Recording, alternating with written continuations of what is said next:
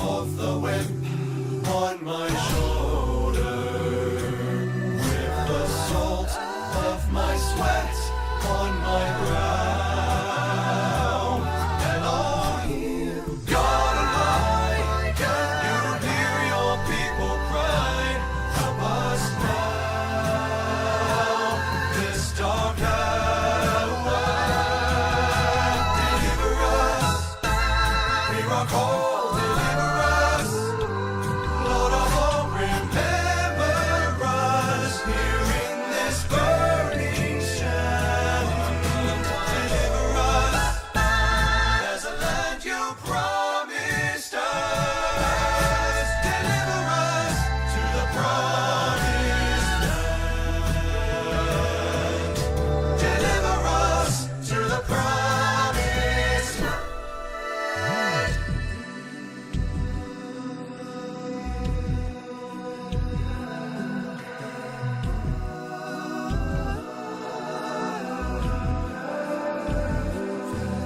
My son, I have nothing I can give but this chance that you may live. I pray we'll meet again if he will deliver us. Hear our prayer, deliver us from these famished years as slaves. We've grown too old to stand. Deliver us. There's a land you promised us.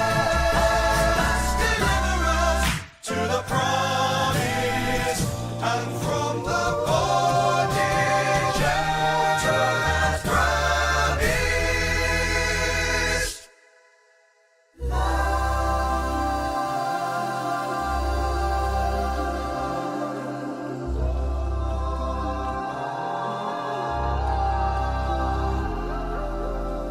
Hush now, my baby, be still, love, don't cry. Sleep as you're rocked by the stream. Sleep and remember my last lullaby. I'll be with you when you dream.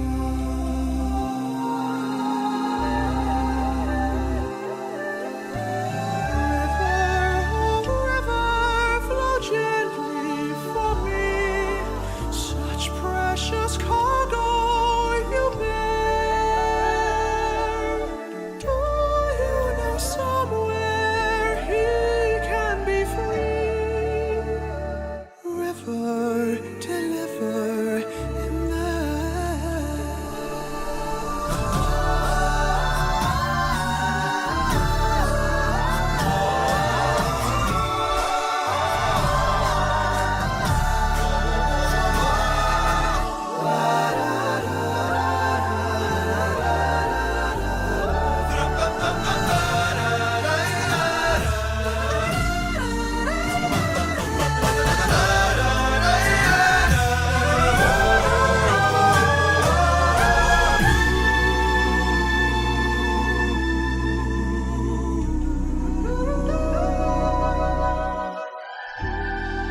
Lucifer, Vermin Hands, Token Brazilian, Witch Knight, Gayfesh Baphomet, Dreadful Dame, Evie the Purple, Depresso Transo, Punk Corpse, Twos, Dark Morgwin, Somniostatic, Pikmin Student, Opal Gumball, Lornex Pandamus, Elkaberry, Susie Clemses BLM, Mix Dizzy, Vox Syndicate, Vines, Ollie, Sol Gracchus, Marinara. Good to see you. President Parakeet, Kitty Kada, Ashmar, Acelaces, Posadas John, Allium, Violence, Emerald Queen, Anya is tired, Benifer the Potato, Fun Bun, Emu Anon, Maki Paki, Devil Atelier, Killjoy 40K, Maya Major, Vox Syndicate, Nuts, and from the YouTube chat we have Tori Cassiatore, Neb, Hard Volume 77, Dark Nuts, Warren Walker, Falcon Flamingo, Valhalla Vidya.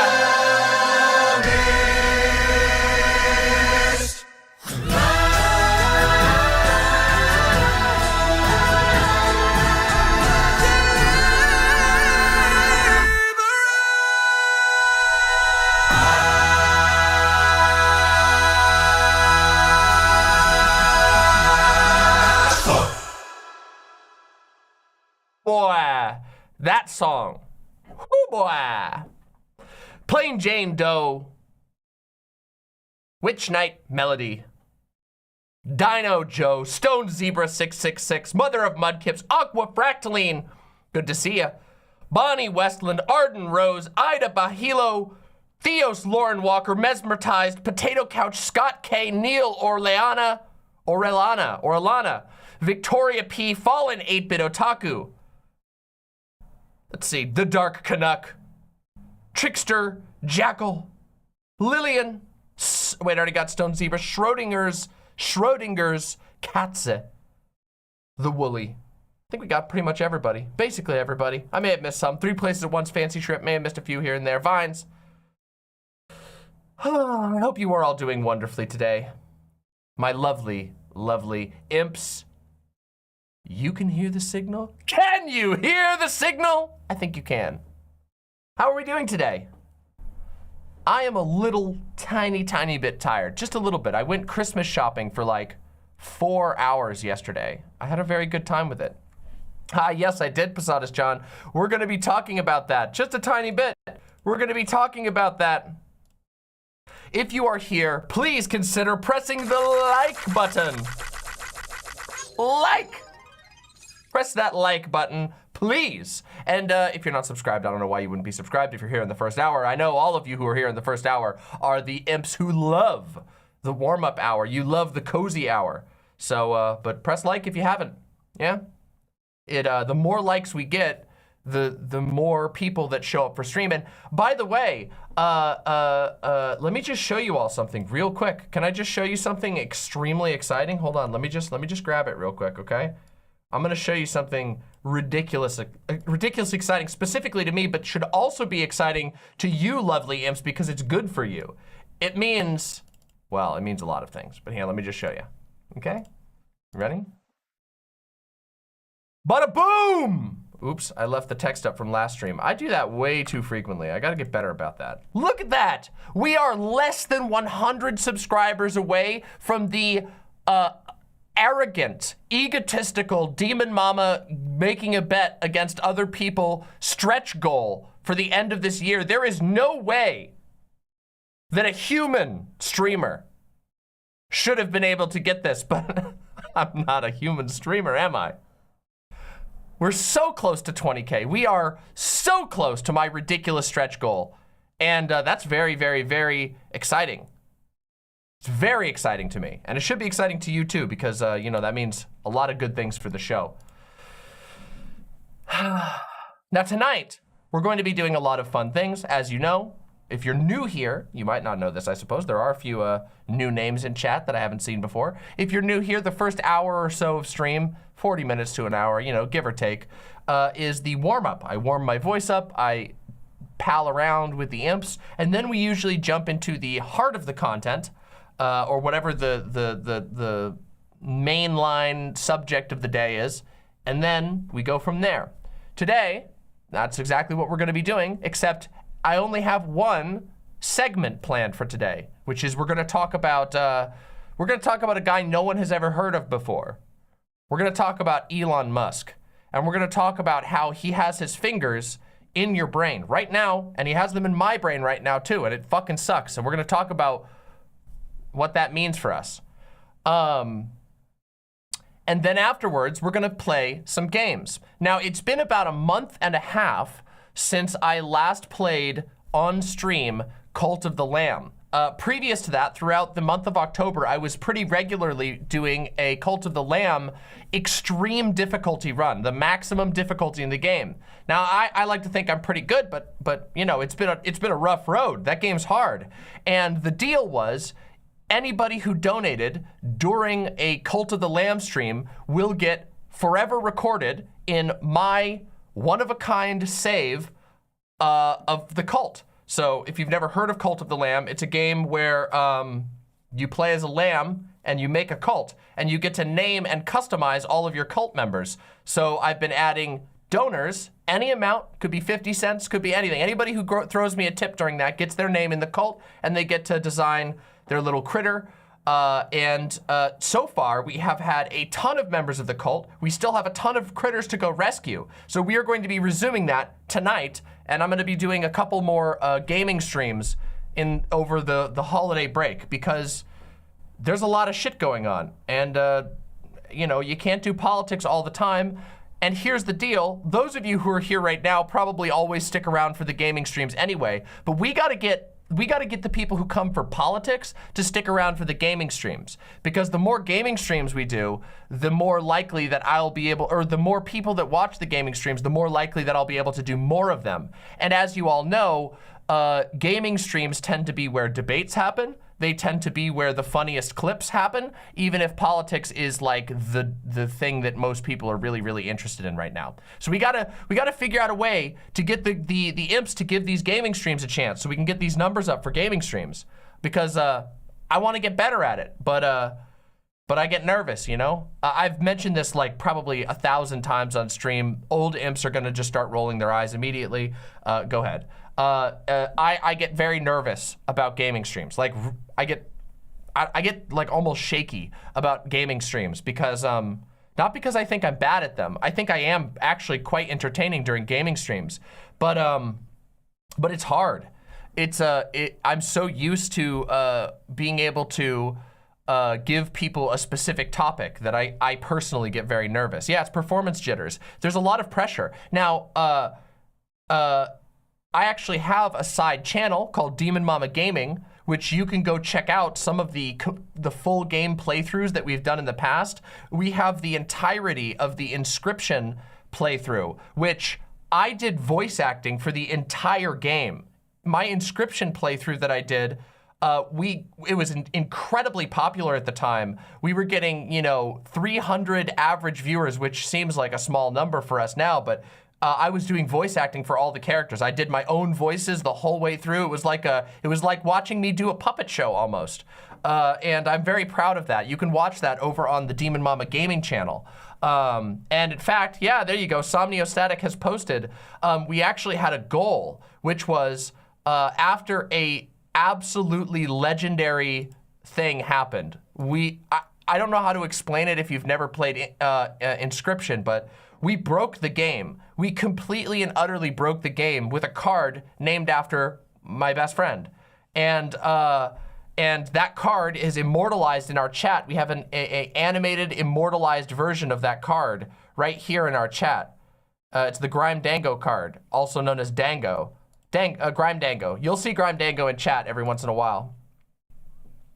So, yeah, so you can see the card spinning around in chat right now. That card actually completely broke the game, and it was a legendary moment. I felt like a Zoomer going, ah, eh, screaming and freaking out at everything that was happening on the screen. It was wild, and it was so special because it was the card that in game we had typed in my friend's name, my friend's username, which is super cool. But yeah, all of this is to say that we're going to be, I promise, I'm actually trying to challenge myself this coming year to do a lot more gaming streams.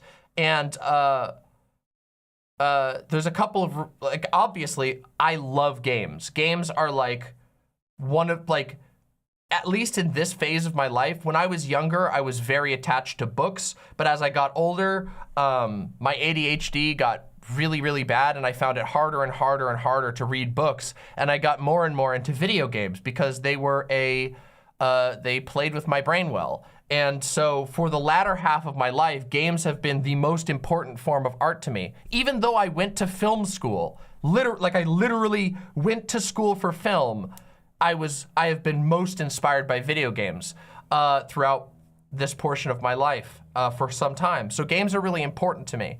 And I want to do more gaming streams. But also, there's another aspect of it which I can let you all in on, which is politics is crazy stressful.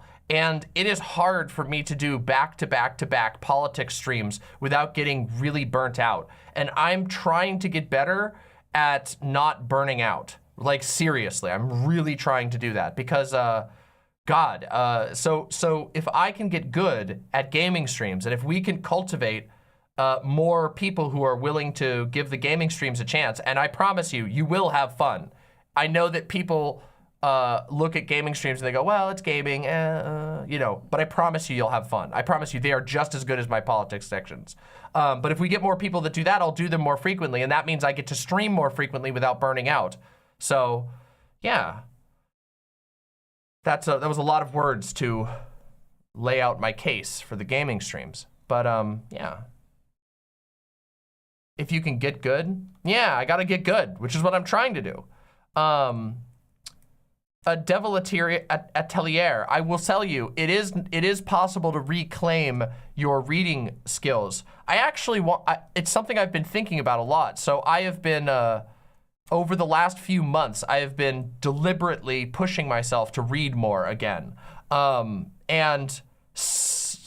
I've had some success with it, not as much success as I would like.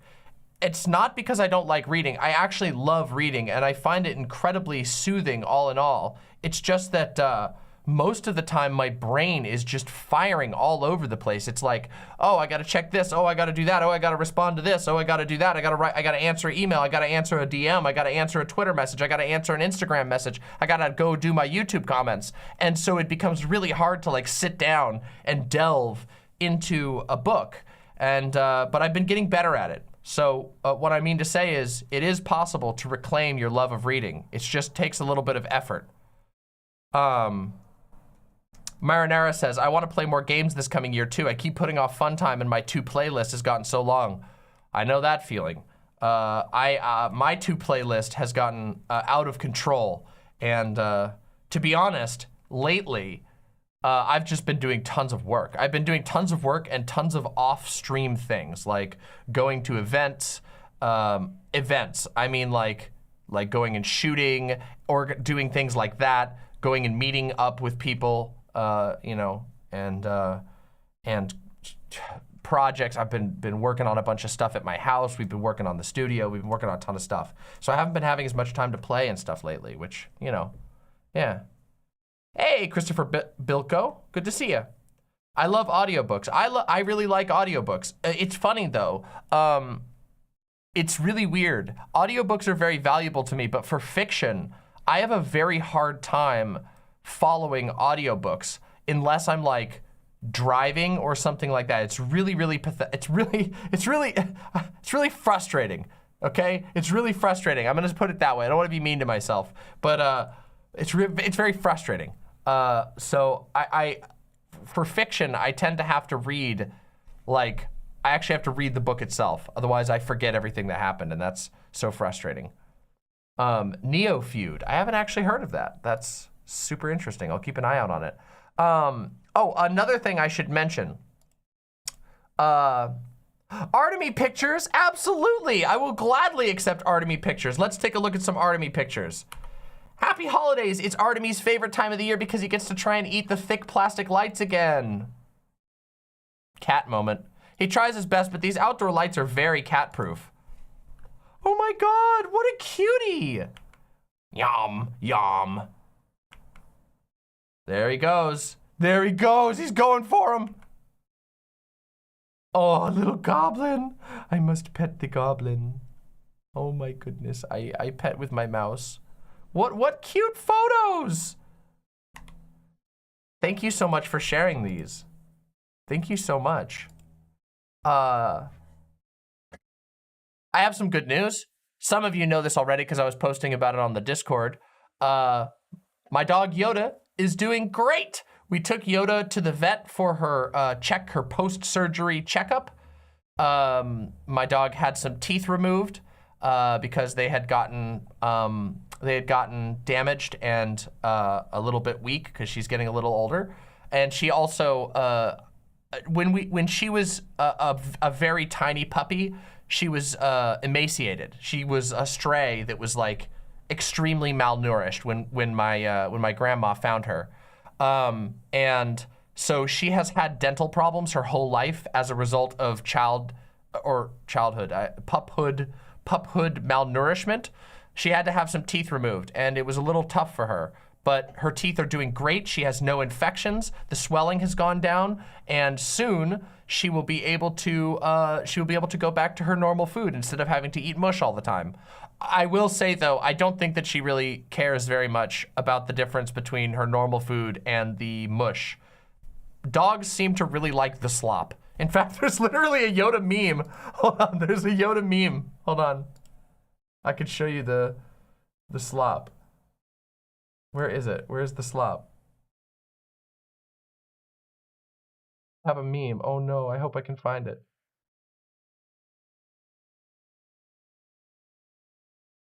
I think, hold on, I'll have to have Fawn. Do I not have it on my computer? Oh, I think Fawn has it. Hold on, I have to get the one. Hold on, I'll have Fawn. I'll send it to Fawn. 1 second.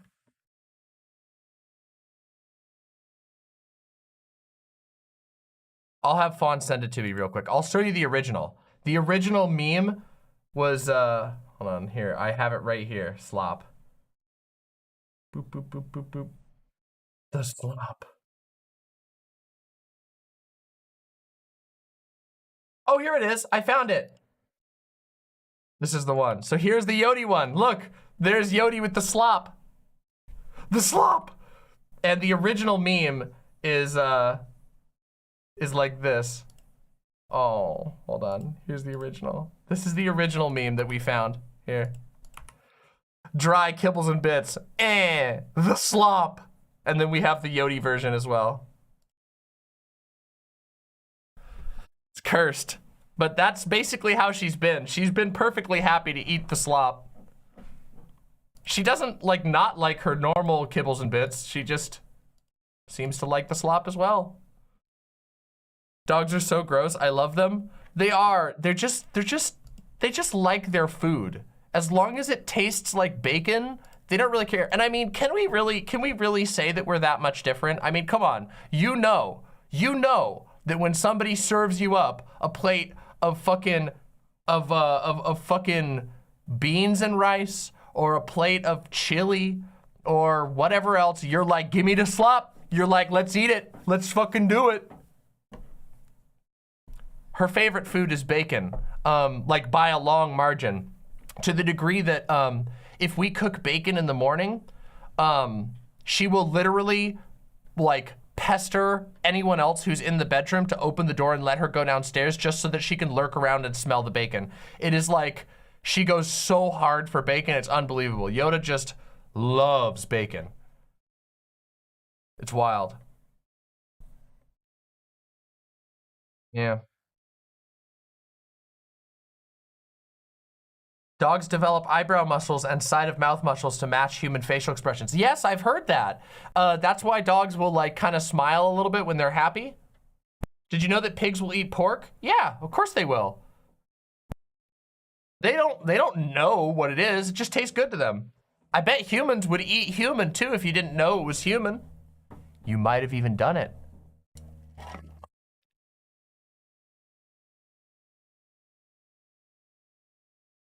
Yeah, it's messed up. We live in a messed up world. It's fucked up. Did you hear about Samuel L. Jackson? No, wait, what happened to Samuel L. Jackson? Uh-oh.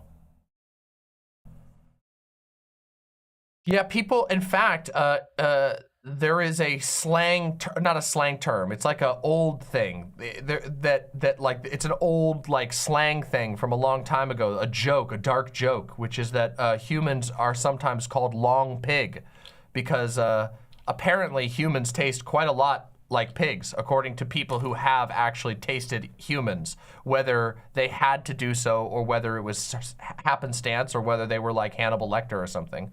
Long pig. Yep. It's actually funny, but oh no. Oh no. He liked some porn. Oh, that's actually based though. I find that respectful. It's only embarrassing for people to like porn if they're like an anti-porn person. Like Samuel L. Jackson, he can Giga Chad through anything, you know? Verminhand says, fairly often it's found that white-tailed deer have vestigial canines that are pretty well developed. They're opportunistic omnivores, and it's frequently recorded seeing them eat birds, squirrels, and other small animals. Yeah, I had to learn about that in school when I was younger, because most people think that all that deer eat is sticks and berries, but if they need to, they'll chomp a baby bird, they'll chomp an egg, they'll even chomp a rodent. It's kind of scary. Luxander, it's great to see you. Luxander, your meme, I gotta tell you, I gotta give you some credit, okay? The meme that you posted about the holiday film, the Doe versus RGR, and then RGR versus Vosh, that spawned a bunch of people. I showed that meme, I laughed really hard about that meme on stream, and then after last stream, I got like 5 or 6 comments on that old VOD. People went back and watched it. And then, because I got all the comments, I went back and watched it, and oh my God, it is like, what a complicated, it really is an intense thing to watch. For me now, I feel very vindicated. I know it's hard to believe, but it's been actually just over a year and a month approximately, since that whole nightmarish RGR versus Doe debacle happened. Many of you don't even know what I'm talking about, but you could find out if you go look it up on my channel if you really want to. I will say I went back and watched it. I don't do that very often. What I mean by I don't do that very often is I don't generally like very often go back and watch my old videos because it's very weird. It feels uncomfortable sometimes, but occasionally I make myself do it just because I know that I need to learn and I need to see how far I've come, and I need to go back and with fresh eyes see like, what was I doing right at the time? What was I doing wrong at the time? And let me tell you, that stream was a goddamn banger. I went back and watched it just to be sure after I got all those comments on it. And I gotta say, I'm pretty proud of myself. And I feel very vindicated at this point. Though everyone else in my house, one of my partners came in and was like, oh my God, why are you watching that? It's like, it's gonna give me a panic attack. It wasn't Doe either. And I'm like, yeah, well, I get that. I did not hear about that, Ashmar. That is very funny. Token Brazilian says, I missed this part of the lore. Should I summarize it? I should summarize it. Last year during Pride, there was a enormous, absolutely embarrassing kink at Pride disaster. Okay, let's put it that way. And a streamer who no longer even exists online, thank goodness, by the name of Riley Grace Rochong, this streamer had basically had a enormous meltdown on my partner Doe. And when I say an enormous meltdown, I mean to the degree that Riley was going to thousands of viewers and alleging that Doe was a pedophile or a defender of pedophiles. And sound a little familiar? Sounds a little familiar to you? Yeah, and basically for 6 months or so, Riley Grace Rochong got away with calling my partner Doe a pedophile. And I'm dead serious here, for Doe saying that it doesn't think that it's a problem for people to go barefoot in public, even if they know that there are people with foot fetishes around who might find that hot. I think that was a pretty reasonable take for me. It was a pretty reasonable take for Doe, and Riley Grace Rochong freaked out. Now, months later, this culminated in an absolutely insane debate, one of the most insane debates that has ever, that this world has ever seen. I'm not kidding you. It was a debate where for months, Riley Grace Rochong was heckling Doe to have a debate and kept doing, I can't even get into all the details. Let me just say, heckling Doe for a debate. Finally, Doe agreed to a debate, and Riley proceeded to scream at Doe for literal hours, and then ended the conversation by saying that how do I explain this? I don't want to be too shocking. All right, trigger warning. By saying that the people who were planning on buying Doe's body when Doe was sex trafficked as a minor, which is a thing that happened, like I said, trigger warning, by saying that those people were not committing a sex act, but that somebody going barefoot in public, knowing that somebody could get aroused by it, was engaging in a sex act. That was how the conversation ended. And it is one of the most demented things I've ever witnessed. Afterwards, Riley proceeded to get in an argument with Vosh. You know Vosh. We all know Vosh. We know Vosh around here, around these parts. Riley got in an argument with Vosh in which she proceeded to attempt to gaslight Vosh. And, oh, one moment. Got to take a call real quick. One second.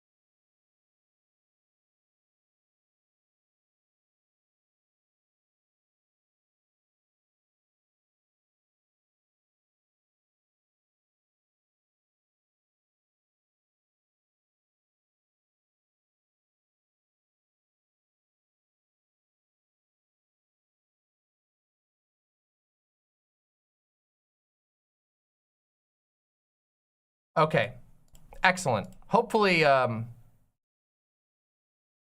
was about my car's extended warranty. Actually, it was about wood. We have a wood fireplace that really helps keep our house warm, and it's actually, you know, as it turns out, a lot of people wanted to buy wood this year, so we've been waiting. So yeah, now we're gonna have wood, which is awesome. We've been buying like wood. We've been buying wood like locally from like stores and stuff, and it's not a good deal. But it's worth it to us to have to use less oil, and so yeah. Anyway, now we have wood.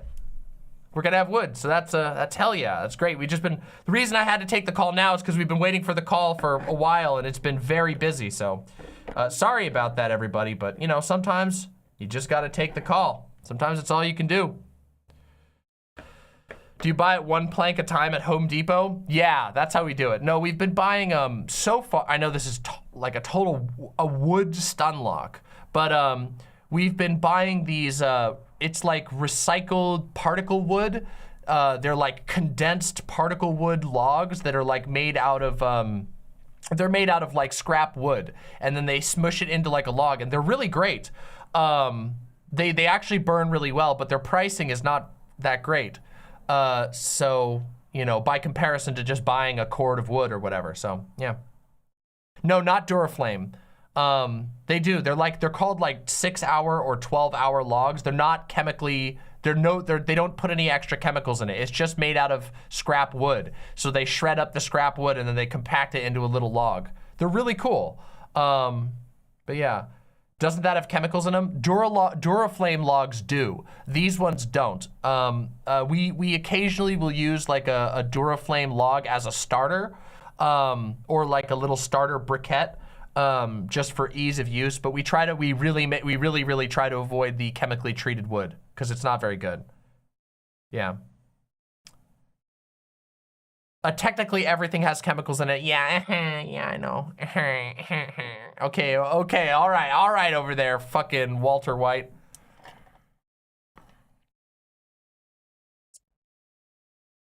Wood in this economy? Actually, you'd be surprised. Firewood is relatively cheap. Definitely cheaper than fucking oil right now. Are you kidding me?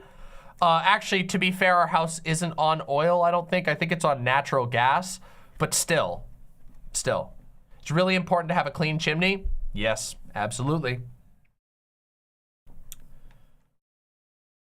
Yeah. Around here, we have a lot of cheap wood, so. Fireplaces sound cozy. They are indeed. Our whole house has become, it's how we maintain, it's how we keep social and cozy during the winter. You gather around the fire, you watch a movie, you read a book, you have some dinner. Yeah, fireplaces are great. I know that if you're not careful, obviously, you know, fires can be bad for your lungs, but we have a clean chimney. We don't let it get back into the house, so it's all good. All good. Do you think people switching to something like wood heat help or hurt the environment? Overall, well, that's a complicated question.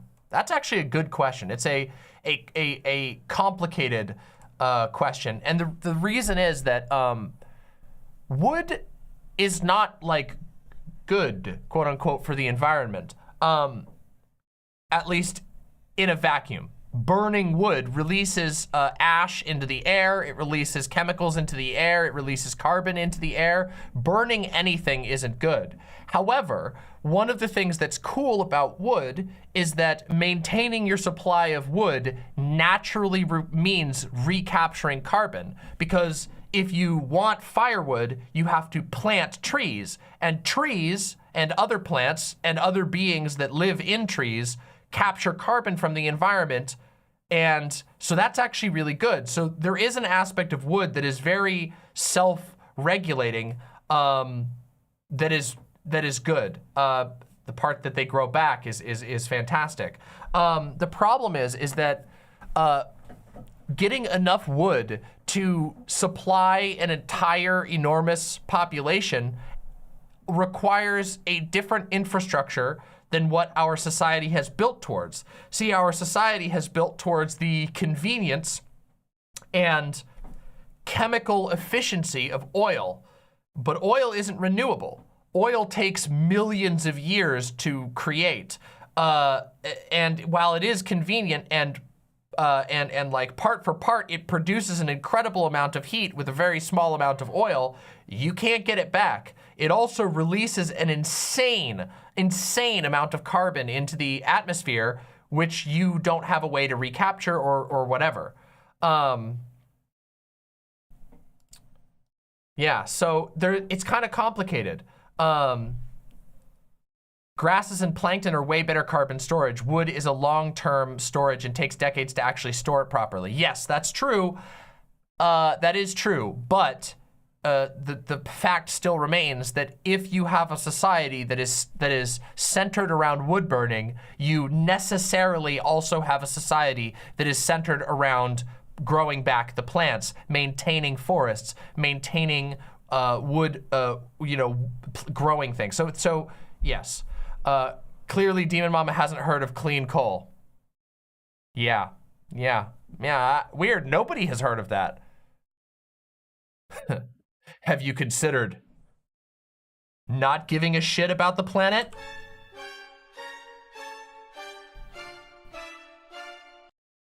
Yeah.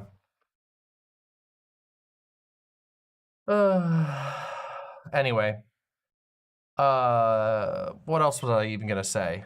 All of this has been the wood stun lock. Yeah. The point is, there's no way to be 100% environmentally neutral. That's just not reality. Existing means that you are going to be changing your environment in some way or another to favor your own existence. That is just what life does. However, how careless we are is a really important thing to consider. Yeah. Depresso Transo said nuclear is the way to go. Nuclear power, cars, the warm, cozy nuclear fire of your fish and fireplace will keep you warm all winter long. If only that was possible.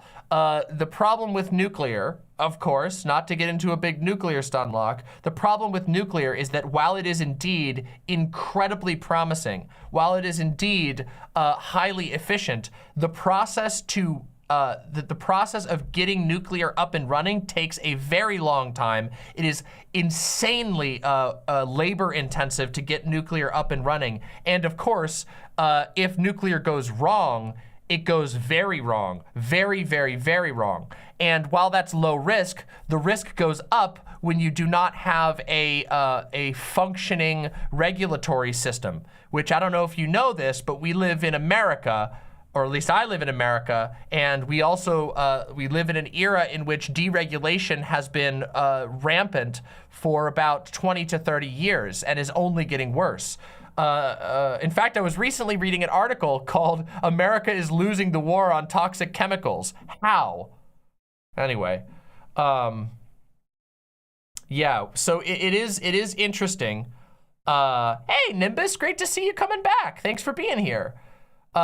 Nuclear is indeed very interesting. It is indeed very promising in an ideal world, but we should have been committed to nuclear. We should have been committed to nuclear regulation a long time ago, and we did not. So we have to be willing to confront the realities of our environmental future.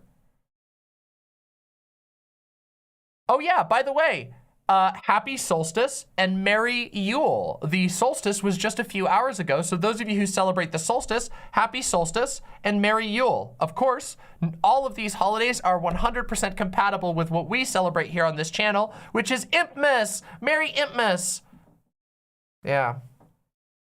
Think of the musical possibilities of a third hand. Oh, that'd be great. Too bad that's not how mutation works.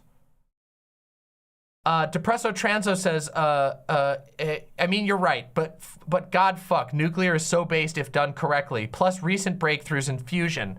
I've thought about doing a segment on the nuclear fusion thing.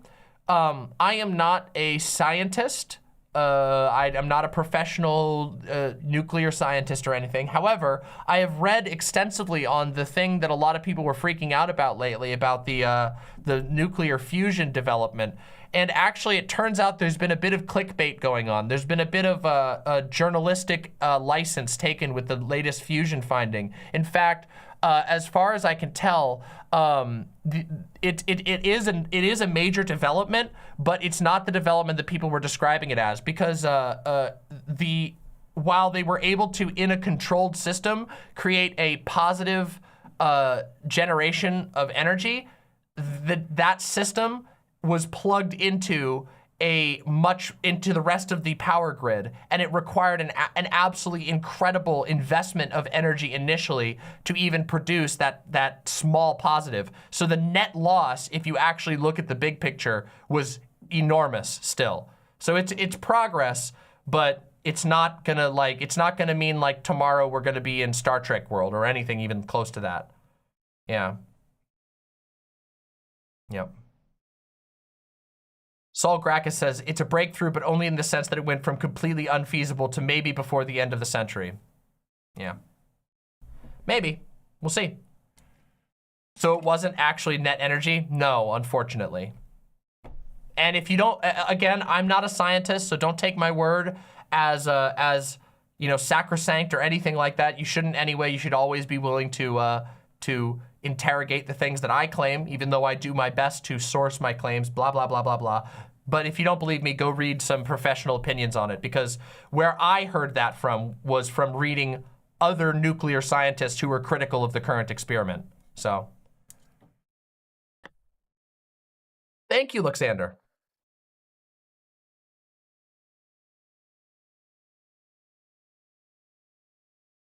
If it happens before the end of the century and I follow the one rule, I'll live to see it.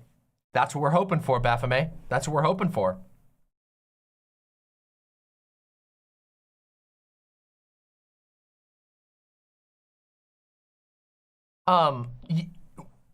This is a tangential thing, but what we're going over right now, this sort of like side conversation about nuclear, is why you need to always take articles that are hyping a scientific discovery with a grain of salt. And I mean, you should be very critical of them. Every day there is some article that is writing about a cancer cure.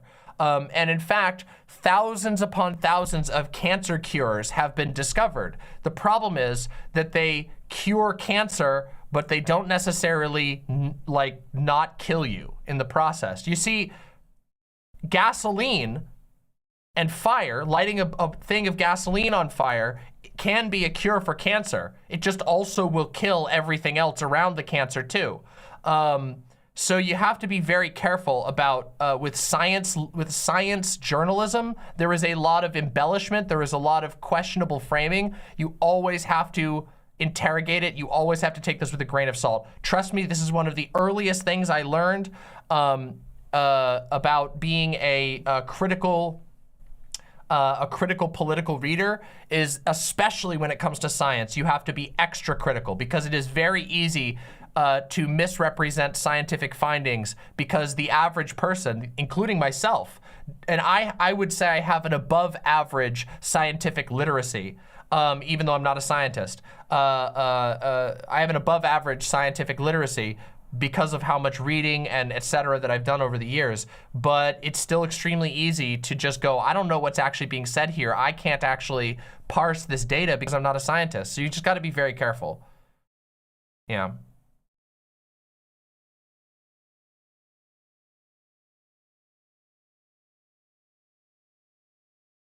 Of course, yes. As Ed McStinko says, it's still interesting and good to read this stuff, but you definitely have to take it with a pinch of salt, AKA be a skeptic.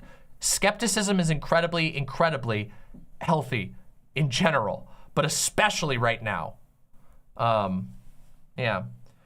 Spyro Gal says the first demon type science person. Hey, that's what I'm talking about. Fun fact, so I've said this many times to my stream. I never finished college. I could never afford to finish college. I went to college 3 separate times. The first time was for film. Then I had to leave film school because I couldn't afford it anymore. Then I went back to school for biology. And then I couldn't keep up with the cost or the lesson plan because I was working 2 jobs while trying to learn biology. I actually did very well at biology, but I ended up dropping out then. And then I went back to film school for a short bit before I basically became overwhelmed in debt and led to a whole bunch of crazy things. But I was on the path to become a scientist for a while. And I was very passionate about it. It's just that it just didn't match up for me in the long run. Yeah, shit happens. College is, I was never bad at, I always got good grades in college. It was just all the other life stuff that never, you know, made it never worked out. It never all connected, you know? The millennial story. Yeah, I'm hardly the only one. I know I probably shouldn't like feel bad about it or whatever, but I still sometimes do. Sometimes I still feel bad about that. Have you seen the proof floating around that Vosh did 9/11 and killed JFK? Yes, I have. In fact, I may have been there myself. Duh. Did Doe go to college? Yes, but only for a very short period of time. Doe is an autodidact, like a very serious autodidact. If you've never heard the term autodidact, here's your chance to learn. Hey, look, remember how I say every Demon Mama stream, the goal is to make you learn one thing and laugh at least once? Now you get to learn what an autodidact is. An autodidact is a self-taught person. Generally, the term autodidact is used for people who are very, very serious about self-learning, AKA like Doe, it will literally pick up a book, a textbook, and take notes just as if it was taking a course. It will pick up a philosophy book and notate the entire thing. It is a very, very devoted autodidact. So,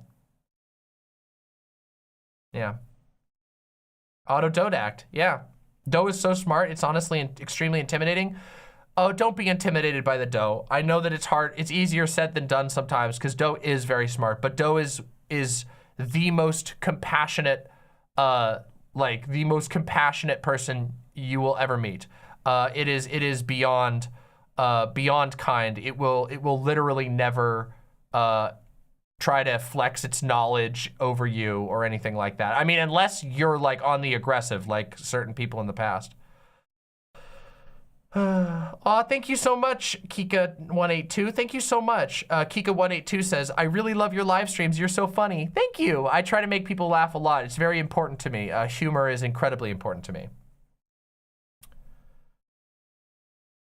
Yeah, Emu Anon says, I love the anarch.cc website. Anarch.cc is a website that Doe runs. It is a blog with an archive of anarchist philosophy on hand, which is super cool.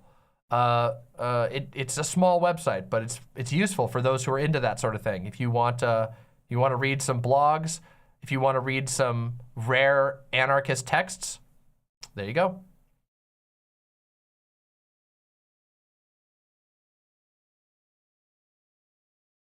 That is amazing. That is literally what I wish I could accomplish. I just don't have the energy or motivation, sadly. That is an amazing skill. Bugga, work towards it slowly and surely. Small steps, and I mean this.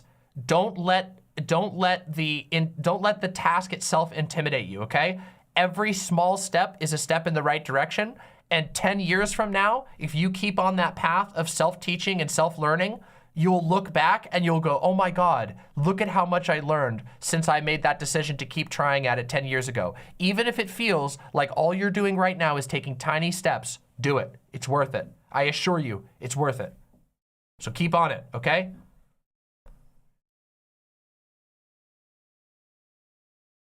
Yes, Vermin says, especially with how much we can access online, you can learn almost anything that you could want.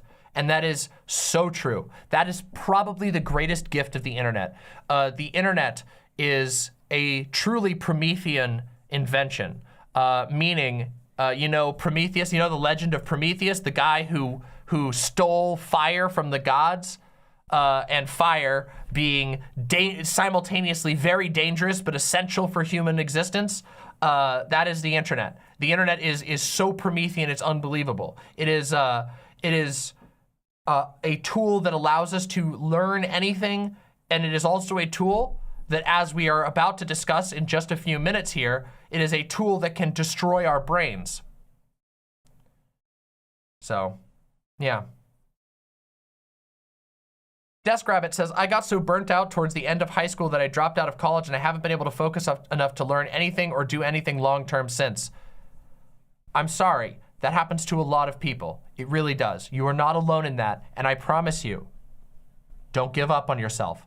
Please, whatever you do, don't give up on yourself. It happens to so many people. In fact,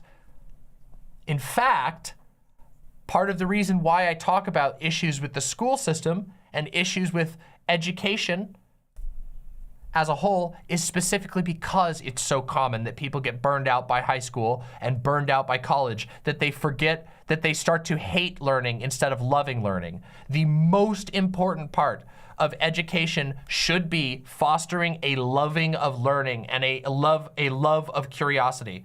So don't give up on yourself. You know, take it at whatever pace you need. Do it for you, okay?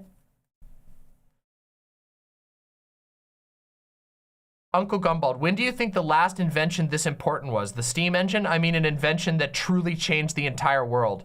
Maybe electricity? Maybe? I don't know if there's ever been maybe you could say the printing press. The printing press might be the closest similar thing.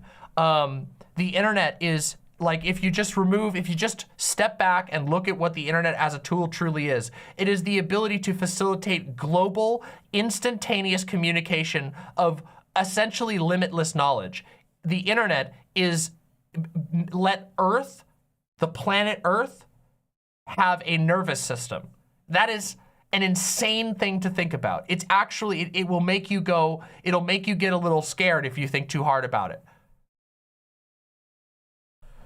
Yeah, antibiotics are pretty fucking important. I mean, there's a lot of inventions that have changed the world, but not all of them function in the same way that the internet has. The internet is a knowledge accelerator, and knowledge is truly power. While the invention of antibiotics absolutely changed the world, the internet has made it possible for anyone, anywhere, to learn what is necessary to produce antibiotics. Yeah, that's right. If you know where to look on the internet, you can find booklets of direct instructions on exactly what you need to produce safe antibiotics anywhere in the world. And those are spread, by the way, to remote places of the world, to war zones and whatever. Those booklets will be transmitted via the internet and given to people so that they can take that knowledge and use it for themselves, where it may as well have not have existed before the internet. Actually wild to think about. The Menku arc. We've been on the Menku arc. Thank you. But it's true. In fact, recently on Mastodon, people were sharing free, open source, public, legal copies of chemical handbooks that were designed by chemists with remote communities in mind, so that even remote communities can gather the materials needed to make certain, not all, but certain life-saving medicines, even in the most remote corners of the planet. Isn't that absurd? Wild, absolutely wild that is possible.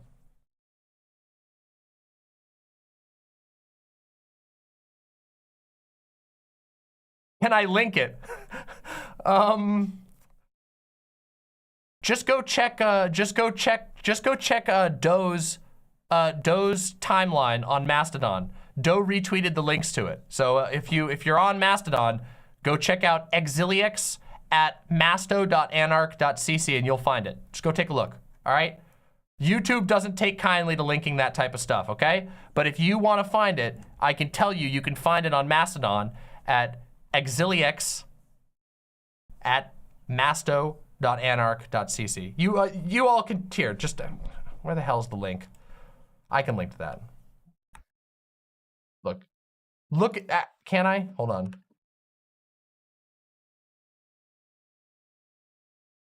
Yeah, I can. There you go.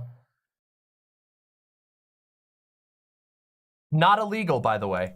None of what was shared is illegal, at least in the United States. It might be illegal somewhere else. It's not illegal, it's just most people don't take kindly to free information that undermines the pharmaceutical industry. Even if it's just theoretical. Isn't that insane? Anyway, I could go on about that all day. Dusty Rat 420 says, what would you recommend for someone trying to get the motivation to go to college and to stick to studying the topic that you want to pursue? I mean, it sounds like your motivation is there. It sounds like what you need is emotional resilience. And if that's the case, I simply invite you to practice strengthening your will, which means deliberately challenging yourself to overcome the obstacles, whatever they may be, that stand between you and your goal.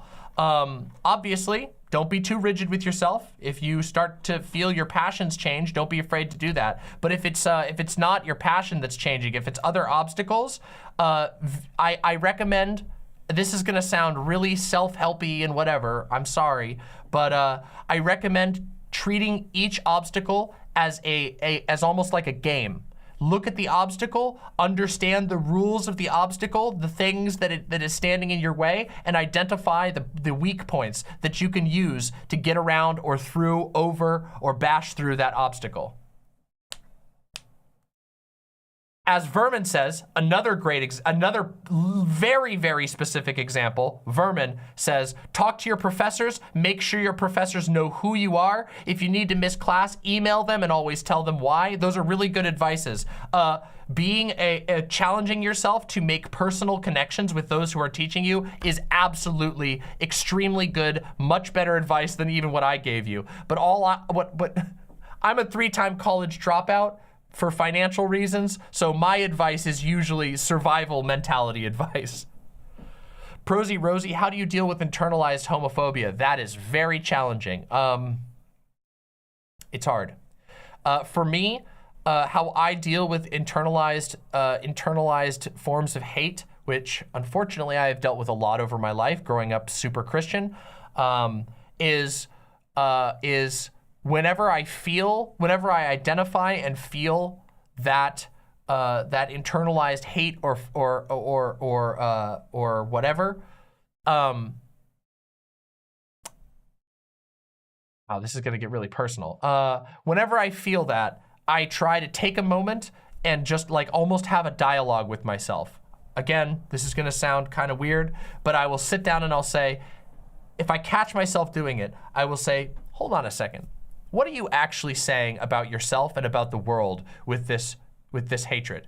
Is it really true, the hatred that you're repeating inside your mind? And if it's not, then I push back on it. In the same way, you have to sometimes, with certain types of internalized self-hate, with certain types of guilt, you actually have to almost treat it as if you're talking to somebody else in your own mind. I don't mean literally. I mean like in your mind, you have to sit there and go, wait a second.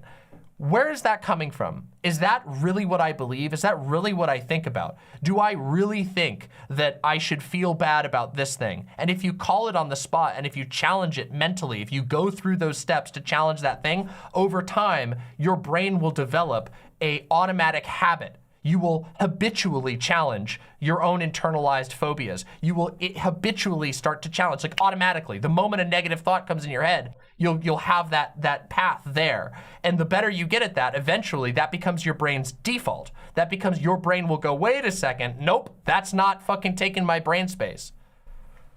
It's like almost like debate broing yourself, as Vine says in chat. I know that sounds kind of absurd, but I'm serious that it actually works. It especially works for things like internalized phobias, because those are things that are very forcibly implanted in us, and as a result, the framework of debating yourself on a foreign idea that has sort of been injected into you, actually. Like, at least for me, I find that it makes sense in my brain and helps me get through it. It might not work for everybody, but yeah. Femboy Low Poly says, Jedi voice, let go of your hate, young Padawan. Let go of your hate, you must. You have to not be mean to yourself. You have to just kind of challenge it. Yeah. Kaylin the Zola says, just got in, have I missed anything? Well, yes, you have missed some things, but it's okay. You can hop in whenever you want, and the VODs are always popping and available. So if you want to find out, we were just talking about life stuff. This is still the warm-up hour. We've gone a little long because of the call, but oh yeah, let me check all my my donos. I know I missed a few donos while this was while I was on the phone and while I was responding to things. So let me bring those up real quick. I want to read all my donos that I missed.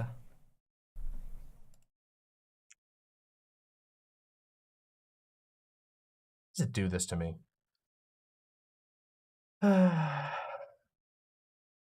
Bringing up my YouTube thing is YouTube really needs to improve the YouTube side feed. I know most of you aren't streamers, but let me tell you, being able to see your super chats on YouTube is a very annoying process. It's super dumb. All right, so real quick, let me just read these off real quick. Where'd it go? Hey. Here we go. Mother Mere sent with a $2 super chat. Thank you very, very much. Wood Stunlock, more like a Woodstock, if you will. Yes, exactly. Thank you so much. Mother Mere sent with another $5 super chat. Thank you so much. I won't be able to finish my When Harry Met Santa art piece before the 25th, but since Impmas ends when you say it does, I might get it done soonish. That is awesome. Don't worry about it. Art takes time. Sometimes it's not done exactly when you want. Take your time. I'm sure it is wonderful. Cineful. Oh wait, that's from the other day. Now from the website, It's Not a Cookie with the gifted tier 2 sub. Thank you so much, one of us. Dark Morguin with the $6.66. I would like to be a purple feline, please. Absolutely, let me get you on the list right now because we're gonna be playing that in like an hour or so. Let me get you on the list, Morguin. Here we go. Morguin. Purple cat. There we go. Mr. Krabs with the $5. Here's a fresh meme I found a few days ago for you in chat. Zan didn't watch this even for a minute. Uh-oh. Wait, if Zan didn't watch it, that means it must be a truly heinous meme, which means we have to watch it. We have to watch it if it's a heinous meme. Harbor with the 5 tier 1 subs. Happy Impmas, thank you so much. Thank you so very much. Thank you all who have supported me. It really means a lot at this time of year to have some support. Thank you all very much. Lauren Walker with the $10 super chat, doing what I can to help the show and this incredible community. Thank you for everything you do for us, Mama. You're very, very welcome, and thank you for supporting this show. If you are here and you have not liked the stream, please, please, please, please press the like button, and if you're not subscribed, you gotta subscribe, because we got a ton of stuff coming always, and the show is full of love, full of light, full of fun. So, yeah. Sunny Joe with the $5 super chat, thank you very much for supporting. Seriously, your tips mean the world to me. Just treat me like a musician at your local bar. Throw a few bucks in and you can help the show go on, and just consider it, you know, like covering the night entertainment. But only if you have the cash. Cute Blue Zombie with the tier 2 sub, thank you so much. Been lurking for a long time, first time subscribing. Hell yeah, tier 2 imp. Yes, thank you so much. Deeply appreciate that. Toss a coin to your streamer. You know, Vosh was really onto something, putting that as his dono sound. The toss a coin to your streamer thing is such a banger. I know it's a reference to Witcher, which I've never watched, but it doesn't even matter. It stands on its own so well. It really does. That's really how it is. Streamers perform for you, keep you entertained, and we just need tips to keep doing it. Otherwise, we can't show up every day because we got to go do other stuff.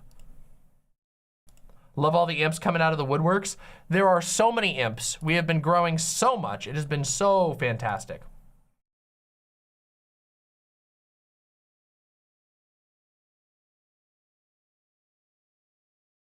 Oh my God. I just got a notification for another, oh my God, so many goddamn haters. Oh, we've been getting, the comments have been so full of haters lately. A lot of love too. But let me say, there's been a lot of fucking haters in the chat. Oh my God. Not in the chat, in the comments on YouTube. My fucking God.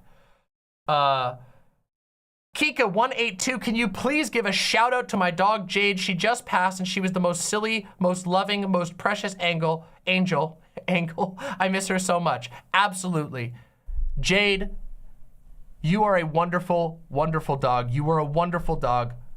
Thank you, Jade, for being a great dog and taking good care of your partner in crime, of your owner, if that's the language that you all use. What a fucking good dog. Jade, may you forever have the best bones in whatever afterlife does or doesn't exist. Absolutely, what a good dog. What a good dog. What a good dog. Chris Harris, thanks for making my nightly commute better. You're very, very welcome. I love being able to provide entertainment for people doing work or commuting or anything like that. Alice, I'm usually just Doomed Potato on the website, but I'm bound to YouTube today. Love you, Mama. Stay strong. Thank you very much, and thank you for supporting me, Doomed Potato. You're great. Sheep go to heaven, goats go to hell. Sheep go to heaven, but goats go to hell. I know that song. What a great song. No, they're probably riding the bus. They're probably not donoing while driving. Jesus. I don't know why. Somniastatic, it's just the song. Devil Atelier says, with the $5, says, not to get parasocial, but you and your community has revitalized my will to fight, but most importantly, not to die. Remember, imps, never die, no matter what. You fight until the very end. Death will take us all eventually, but not until they fucking wrest our soul from our mortal coil. You fight until the very end.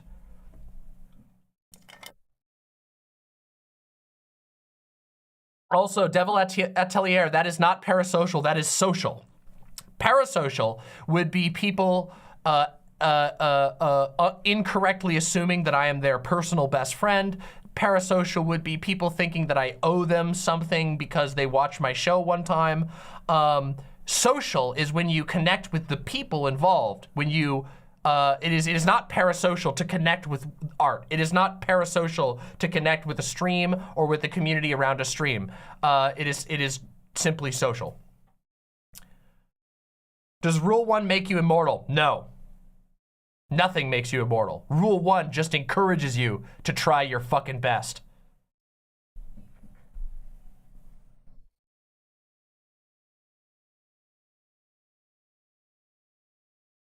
Parasocial is when I simp for the hot banshee that haunts my attic. Damn, Marinara, good luck. Good luck. Shoot your shot. Shoot your shot with that ghost bitch. That's great.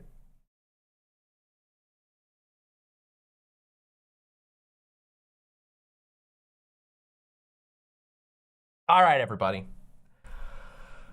All right, everybody. We ready to talk about Elon Musk? Are we ready? Are we ready? I think it's time. I think it's time we get out of the warm up. My voice is nice and warmed up. Oh, I forgot to mention. Sorry, hold on. Before we get into this, I forgot one thing. This is your official reminder. Imps, the lefty gun meme is still going on in my Discord.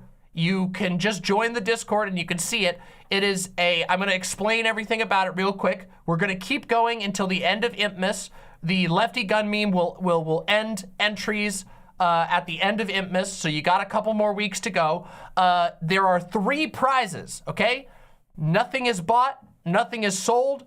Everyone, all we are asking is that you make memes that are released into the, you know, sort of public, the public use so that people can spread the memes and attribute you and whatever, but spread the memes. However, I am going to pick out my favorite memes from the Lefty Meme Contest, and the first place winner will get a year free subscription on my website. The second place winner will get a 6-month subscription to the website, and the third place winner will get a 3-month subscription on the website. So you'll get a fancy name, you'll get all the cool emotes, you'll get all the status and the bling and all that comes with it. Again, it's on the Discord. There is a channel called Lefty Gun Memes Contest, or the Gun Meme Contest. Actually, I can tell you right now, I get this mixed up because my brain fries all the time. There's so much information in my brain. At all times, it's just bulging like Megamind. It is called the Gun Meme Contest. That is the channel on the Discord. You just need to join the Demon Mama Discord and you can enter the contest. All entries have to be originals. And then of course, please just recognize we're not buying the meme. We are just awarding you for participating. The memes are, the goal of the memes is for people to spread cool, catchy, awesome, inspiring memes about being a lefty who is also into guns. That is the one thing. Yeah, hashtag gun meme contest. That's correct. Thank you, Icolo. So yeah, if you're an artist out there, if you got meme talent, let us do it. We're trying to get some cool memes out there. There have been some really awesome ones submitted so far, and I'm sure it's gonna keep getting better. Secondly, tonight during the gaming section, we will be doing giveaways. There are going to be giveaways in site chat. We won't be doing any giveaways in YouTube chat because unfortunately YouTube chat, it's very difficult for us to actually do giveaways in YouTube chat for technical reasons. There's no whisper feature on YouTube chat. Site chat. So if you want to be a part of the giveaways we'll be doing in the second half of the stream, go join site chat at demonmama.com/live. It's easy to sign in. You can sign in with any major social media account, or you can make one fresh with your email, and you will be able to participate in the giveaways. We have hundreds of game codes to give away this stream. Or we're not gonna give away 100 this stream, but we have hundreds to give away that we will be continually giving away throughout the Impmas season. So if you want to participate in that, we can unfortunately only do it through website chat. It's not like a gimmick to get you to sign up to the website. It's just there's the literal tools to do that on YouTube don't exist because we can't whisper keys to people. So, yeah. Lauren Walker, thank you for joining the channel. Deeply appreciate that. Thank you so very much. Thank you so much. Do I have a Twitch channel? I do, but I don't really stream to Twitch for a number of reasons. How to join the site chat? Oh, you're already here. We basically play games. We play games in chat, usually emote guessing to give away the keys, and sometimes we just give away keys randomly to people who we think are being cool. So yeah, we have a ton of codes. We have a ton of really big games. In fact, let me see. I think we're going to be giving away. Let me look at the games that we have. We have a couple of games to give away tonight. Where'd they go? Oh, I already sent them. Hold on, let me see what we have. Some of the games that we have to give away tonight. We have Crusader Kings 3, Deep Rock Galactic, Necromunda Hired Gun, Legion TD2, Just Cause, Destroy All Humans, Monster Sanctuary. We have a ton of guns to give, a ton of games to give away, not guns. We're not that rich, okay? We're not that rich. All right, everybody. We have a ton of games. Games. Can I sign into site chat for my YouTube account? You should be able to, yes. You should be able to sign in from YouTube, Discord, Twitch, Gmail, any of those, basically. We have a ton of keys, and I might even add a few more super rare keys. I might give away a copy of Death Stranding Director's Cut tonight as a personal gift to somebody in chat. All right, everybody, it's time now. It's time for us to talk about Elon Musk. You ready? All right, let me drink my drink.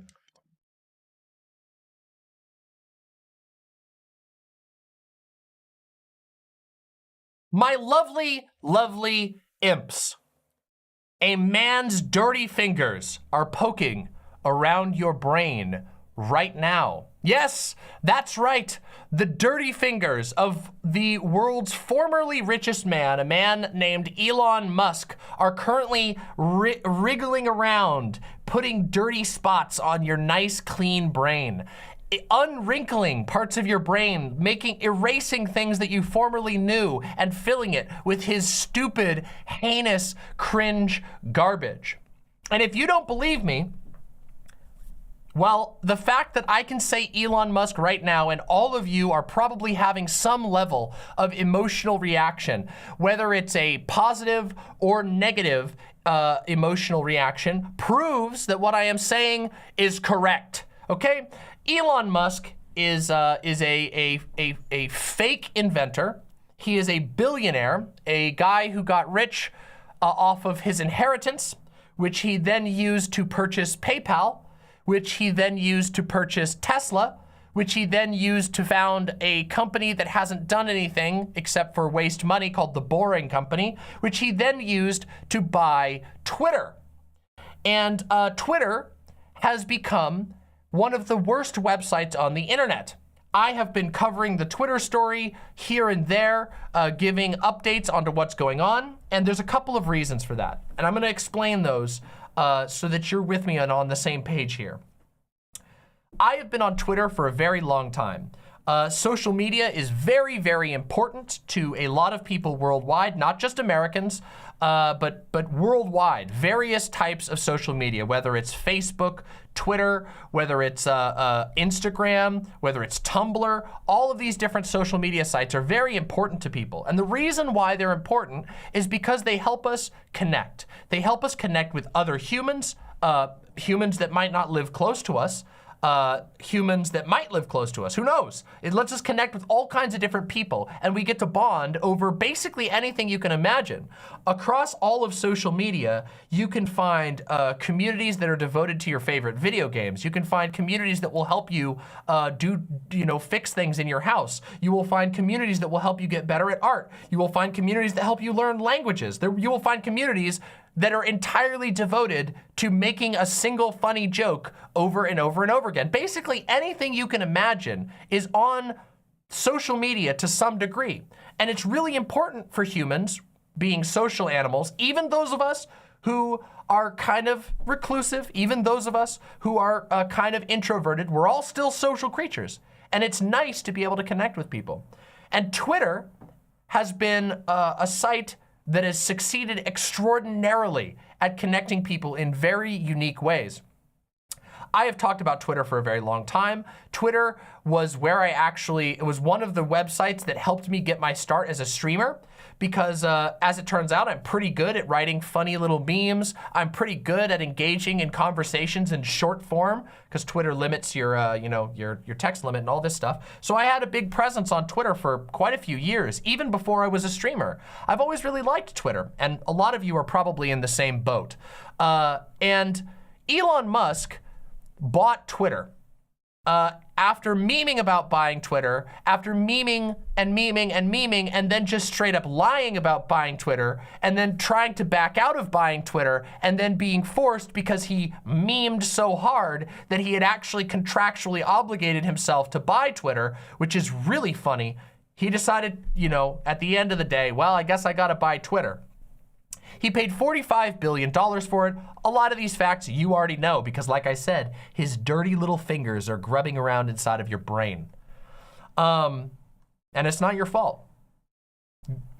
In all likelihood, nobody here, in fact, I'd be willing to bet that nobody in this anybody who watched this video is on Twitter because they wanted to learn about Elon Musk. In fact, you probably went there to hang out with your friends. You probably went there to retweet memes. You probably went there to find out what your favorite artists are up to. You probably went there to find really good porn, whatever. But now, if you log into Twitter, all that you will see, as far as the eye can see, is Elon Musk.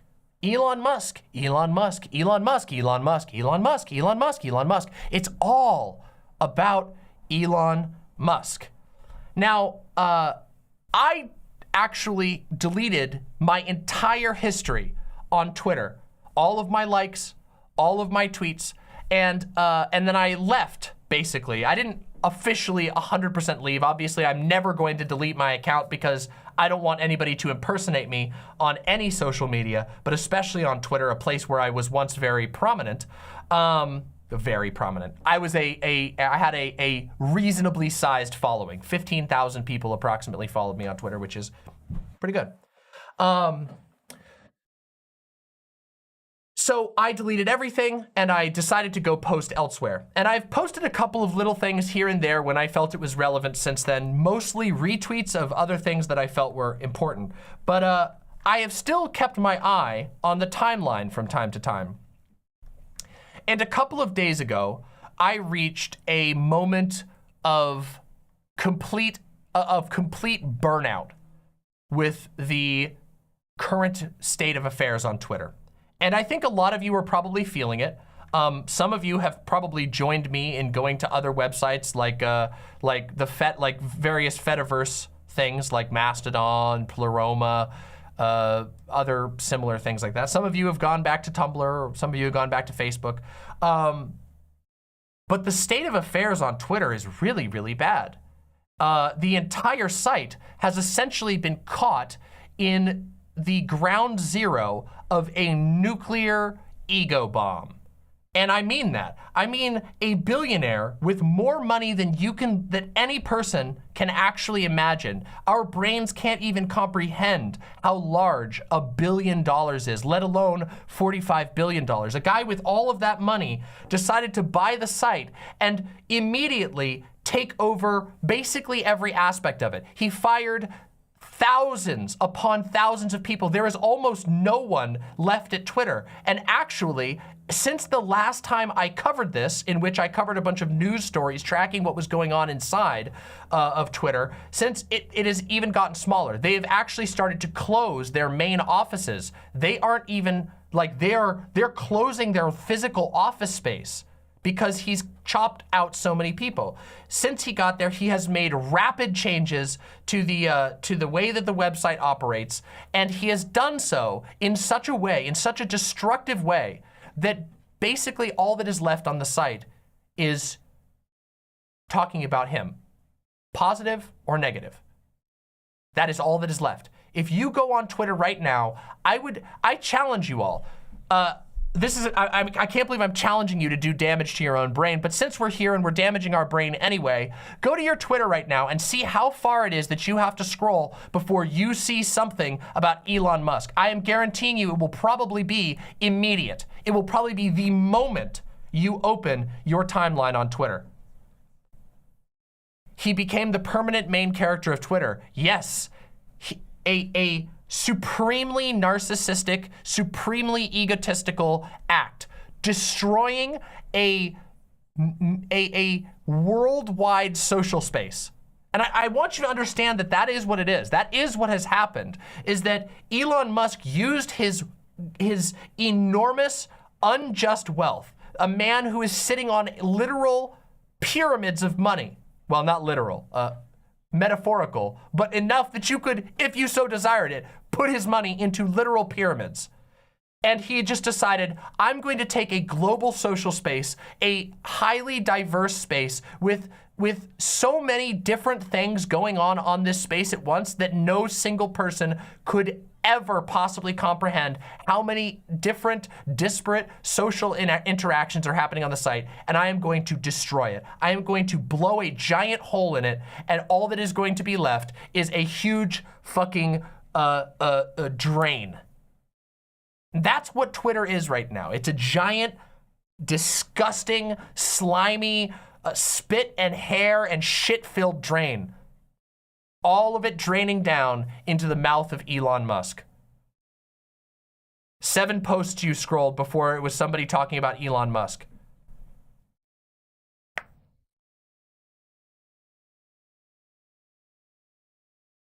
One post. It has gotten so bad. And to be fair, Twitter was already bad beforehand, but this is a different level of bad, okay? It is a completely different level of bad. Twitter used to have all kinds of problems. The structure of Twitter, I have multiple videos where I talk about how Twitter can make people really unhealthy because the way that Twitter's algorithms work always encouraged conflict. They always encouraged context destruction, which makes for a very, very unhealthy mental experience for people involved in it if you're not careful. But the state of things now is so bad that I got to a point where I'm just like, I won't go. I have been actively discouraging myself from going to the website. And even though I've been on Twitter for years and it's always been almost habit to just open Twitter and see what people are talking about, it is actually impossible to have a good time on Twitter anymore. And the reason is because Elon Musk is raping your mind. I'm not kidding you. That is literally what it is. Elon Musk paid the most immense sum of money that you can't even imagine to be able to force his thoughts, his story, his relevancy into your mind at any moment. And the wild thing is, the wild shit is that even those who are actively avoiding him can't even fully avoid it. Like the other day, I was like, I need to completely disconnect from all social media, or as much social media as possible, and especially Twitter. And I literally locked myself out of Twitter. I did not let myself back into Twitter for 12 hours, which is not like a huge feat or anything. It was just a personal experiment. I want to deliberately block myself out of Twitter for 12 hours. And even despite that, it leaked out into other social media, it leaked out into DMs, it leaked out, and I kept having to hear about Elon Musk, He was still raping my brain, stealing the space of my wrinkles with his dirty, grubby fingers, squishing around in my fucking head, even as I ran away. And I fucking despise that. I despise it.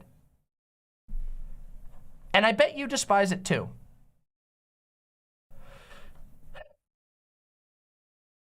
In the time since we last talked about Elon Musk on this channel, which was a couple of weeks ago, let me get the exact date for you. Hold on, I can bring up my last video on this. I just want to, out of curiosity, when was the last time that I did an Elon Musk segment where I talked about Twitter and Elon Musk? Let's take a look. It was back on the 6th. That was when my video went out. It was before that, actually. So it was the very beginning of this month was the last time that I did a video about Elon Musk on this channel. I try to keep the Elon Musk content to a minimum, even though I do like laughing about him. But there's a point where now you can't, the negative criticism, even the memes and the jokes and the making fun of him rings hollow, because at the end of the day, you're thinking about him. He's on your mind. He's invading your space. He's occupying your brain's very limited processing, okay? And I want us to think about just for a second what that actually means. The human brain is a very complicated thing, but it's actually really difficult for the human brain to keep more than one thing like going at the same time. You can kind of like, we have a weird organic way of like, you know, multi-threading kind of like a computer, but in truth, we kind of focus on one thing at a time, even if we're bouncing back and forth. And if Elon Musk is constantly injecting himself into your brain stream, it is literally stealing from your ability to think about other things. It is taking away from your limited time period to enjoy your life. We haven't talked about this guy in a month, but it's like everything. It's everywhere.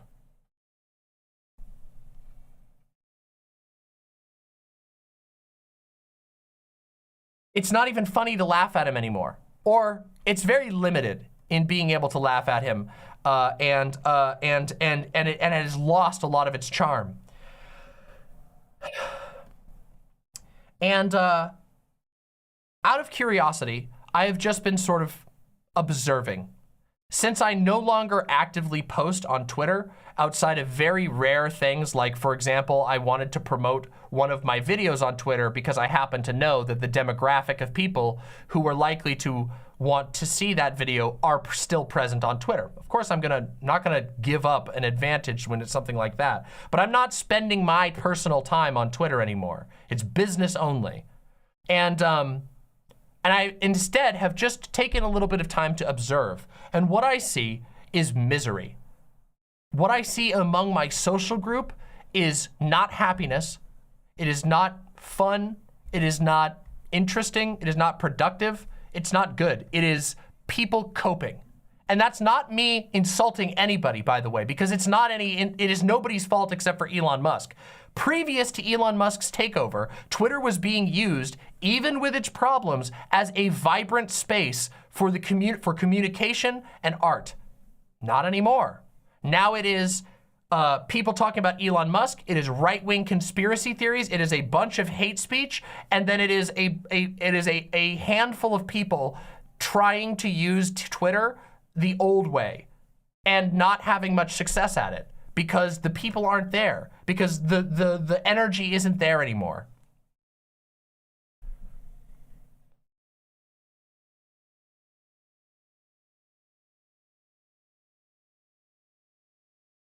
Would you go back to being a regular Twitter user if Elon was removed from his positions, fascist and hate speech 1000% banned?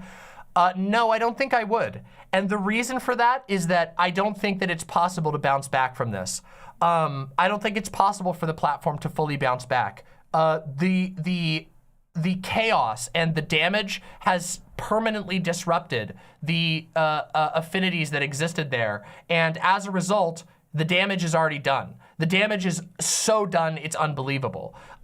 It's like what you're looking at is like the burning wreck of a car, where maybe a wheel is still spinning, so some things still work technically, but everything else is on fire and melting and rusted and damaged.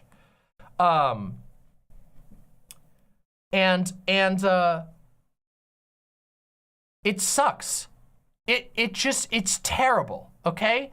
And let me tell you from personal experience, get the fuck out of there, okay? Literally, just stop. Just stop going back. Even if it takes a little bit of effort to be like, oh, I gotta break the habit of going to this place, you'll be, I assure you, you will be happier if you just stop. You will find yourself thinking about things that aren't Elon Musk. You will find yourself feeling better. You will find yourself less angry. It's again, this is not me admonishing anybody. It's not your fault that some fucking billionaire dipshit bought the platform that you originally had a lot of fun on. But people really, really, really gotta stop using the site. And the thing is that it is possible that the site just straight up seizes. I've been saying this from the very beginning. It's possible that one day the site just goes down and doesn't come back up. But what's more likely is that it just keeps decaying. It keeps hollowing out. Y'all ever played Dark Souls? Y'all ever heard of the game Dark Souls? I like Dark Souls. And in Dark Souls, there is a concept called hollowing. And hollowing is basically when a human, because of the rules of the universe, when a human dies, they slowly lose a bit of themselves. And if you keep dying, you lose more and more of yourself. And if you're not, and it can happen to basically anybody, but some people have a less strong sense of self, and so they hollow faster. Twitter is a zone of hollows right now. It is hollowed. It has lost all of what it once was, and it is simply shambling forward. And your brain is worth more than that. Your brain is worth more than that. You deserve to have Elon Musk's dirty fingers out of your skull. You do. I'm asserting that. You, yes you who are listening to this video, deserve to have Elon Musk's fingers out of your goddamn brain.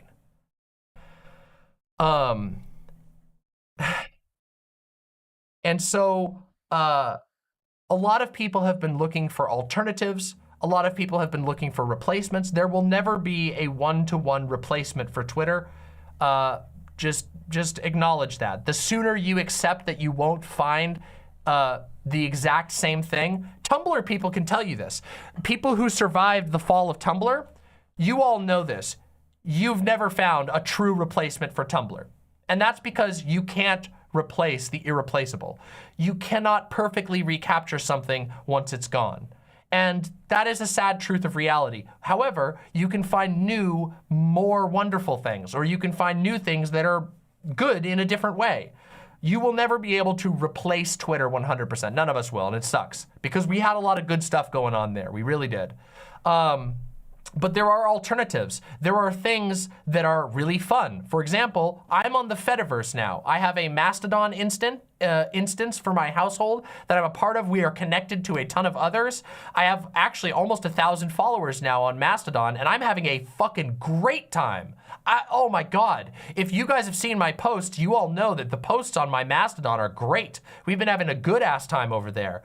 There's websites like Co-host. There's websites like, I mean, hell, even activity has even gone up back on Tumblr. Activity has gone up on alternatives like even on Facebook, which is terrible. But what I'm trying to say is that don't spend any time searching for a replacement for Twitter. Just accept that Twitter is gone. Accept that you deserve better than Elon Musk grubbing around in your brain forcibly at all times.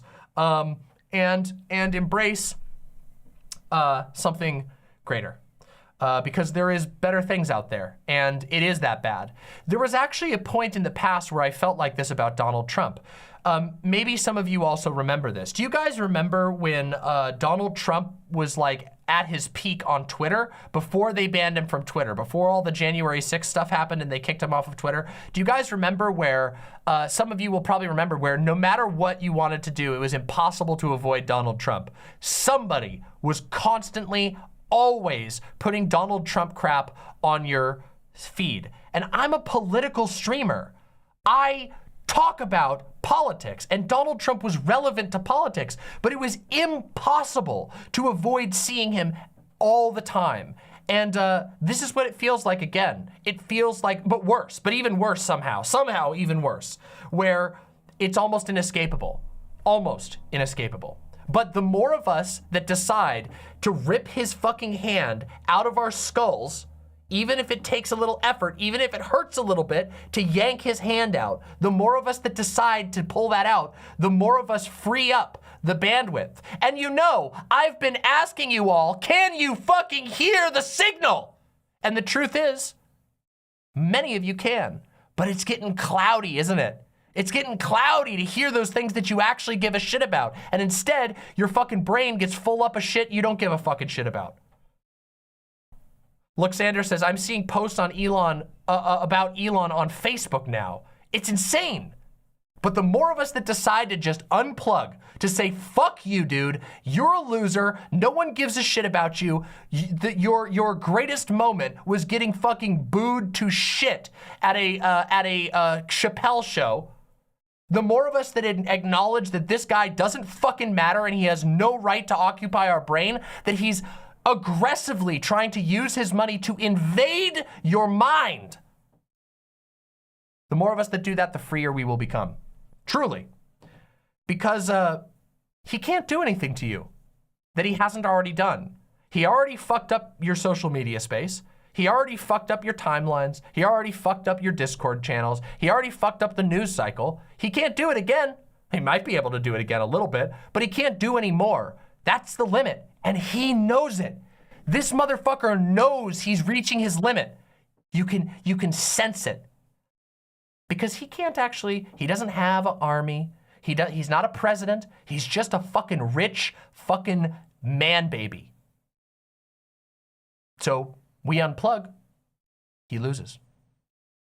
He could run me over with one of his robot cars. Well, to be fair, they're not his robot cars. He just stamped his name on them, but yeah. This is a good opportunity to demonize billionaires and radicalize normies. That's what we're doing, baby. You think by getting you all to acknowledge the fact that a billionaire is using his money to rape your mind. Sorry, I keep saying rape, but that's what he's doing. I think it's a perfectly fitting allegory. That's the part of the problem with billionaires. Why the fuck should somebody be able to just amass enough money that they can just flatten everybody else's shit? Twitter was a platform made by thousands upon thousands. Tens of thousands of actual programmers have worked on making Twitter as a platform. Millions, hundreds of millions of people made Twitter work as a social network. Even if we were to only control for the people who literally programmed and marketed and designed and UI and all of that stuff for Twitter, tens of thousands of people had their shit ruined. They didn't do anything wrong. A guy with money just came in and fucking crushed them. That's disgusting. That should make you go, what the fuck is wrong with our society? What the fuck is wrong with our society that a social space that was made by millions of people together doing an incomprehensible diversity of things can be destroyed by one fucking bitch-ass rich guy?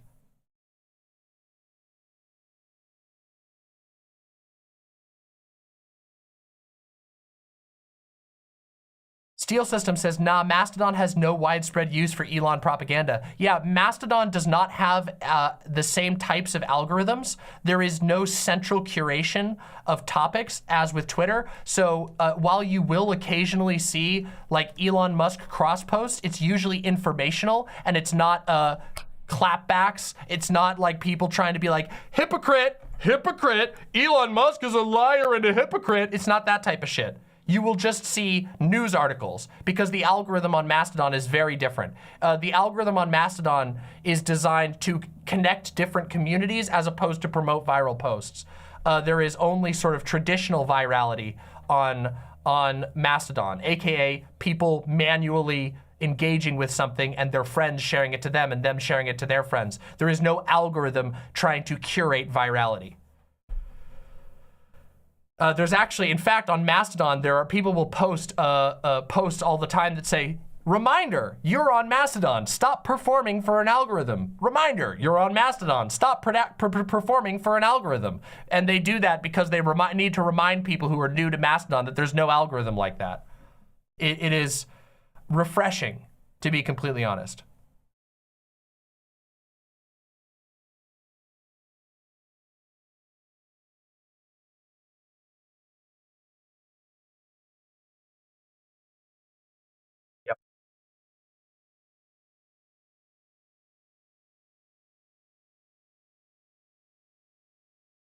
Algorithms are interesting.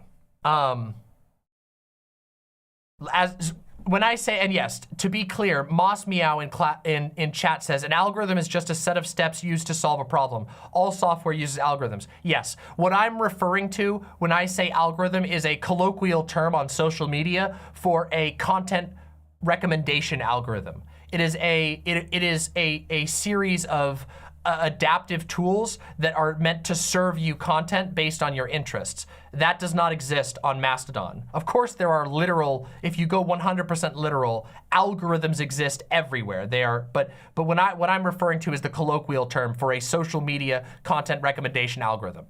Yeah. Marinara says, there's something so wild about a phantom algorithm sensation. Isn't there? Isn't that sinister? Isn't that fucked up? It's like there's a ghost, isn't it? It really does feel like that because there is. There's a machine ghost that you don't even know what it wants. You don't know what it's thinking of. You don't know what it's thinking, but you know that it wants you to do something and it will give you positive feedback if you do it right. It's demented.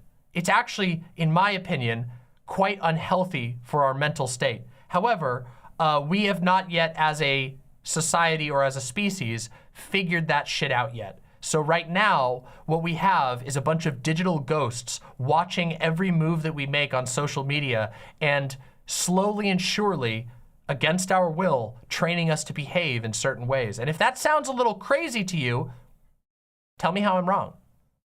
Tell me how I'm wrong. How am I wrong in saying that the way that most social media sites work, they are pressuring you without you knowing exactly what they're asking, without telling you explicitly to behave a certain way. So what you're saying is Metal Gear Solid 5 was actually predicting this? Yes. Yes.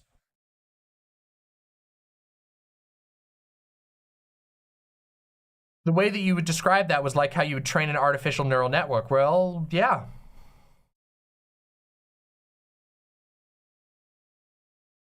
It is a very strange thing to think about. It's something we're going to be exploring a lot this year. It's something we're going to be meditating on as imps in this community. It's going to be one of the deeper topics that we're going to dive into, is talking about and elucidating the way that our behavior, that our tastes are manipulated and controlled by forces that that are deliberately obscured from us. And some of it is more sinister than others. Google, for example, is incredibly imperialistic about the way their search works. They want you to buy things. They want you to see ads. And as a result, the entire Google network of Google, YouTube, all of them, they are all designed to get you to be a better ad recipient. The entire system is obscured from you, so you can never know how you're being channeled to behave.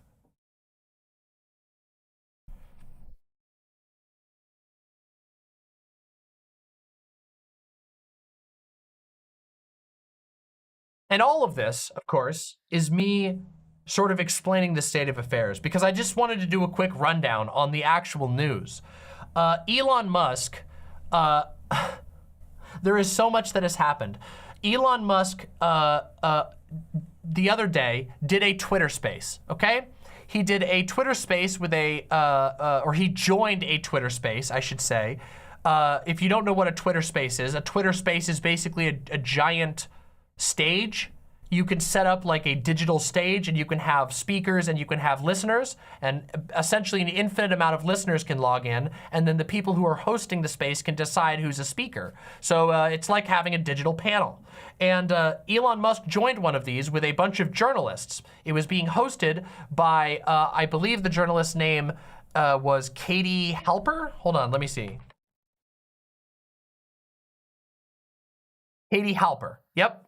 Katie Halper was the host initially, and Elon Musk joined this. It was one of the most cringe things that I've ever seen in my entire life.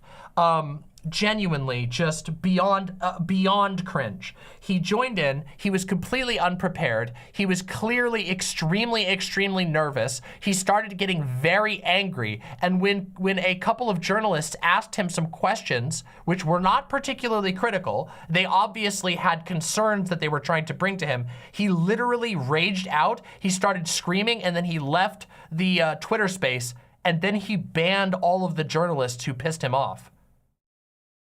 I'm not kidding you. That is what actually happened. Then, because he was so mad, he actually blocked people's ability to create Twitter spaces. He deleted the record of the Twitter space off of Twitter so that people couldn't easily access it. Thankfully, people backed it up so you can go watch it, and there's recordings of it. Is there a clip of this? Yeah, actually, Keffels was present for it. Yeah, Keffels has it recorded on her stream. I did not join it because I didn't want anything to do with that shit. A bit hyperbolic on the screaming. No, the dude, okay, yeah, he wasn't I'm sorry. He didn't literally scream. He was like, oh, I've had enough of this. And he started getting mad and then left. And then he banned everybody, deleted the Twitter space, removed the ability for certain people to make Twitter spaces. And then, interestingly, immediately after that, he did something even more insane, which is that he realized that most of the journalists who had gotten banned went to Mastodon.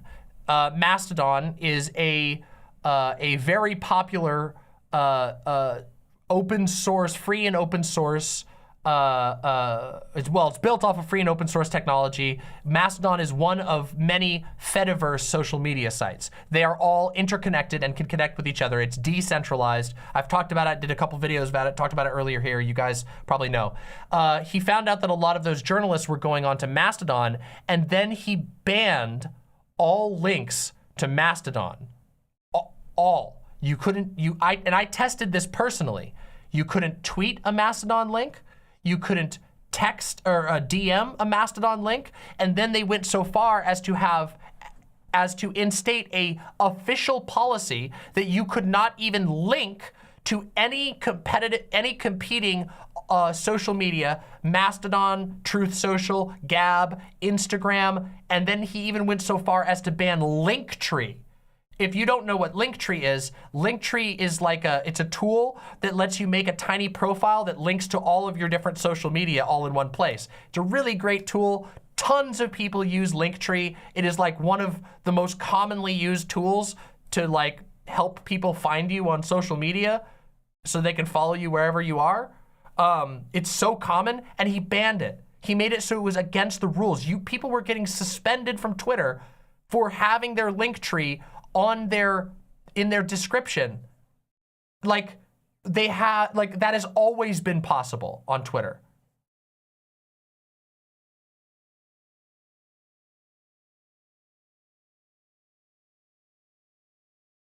And then he undid it within 24 hours because people got so mad at him.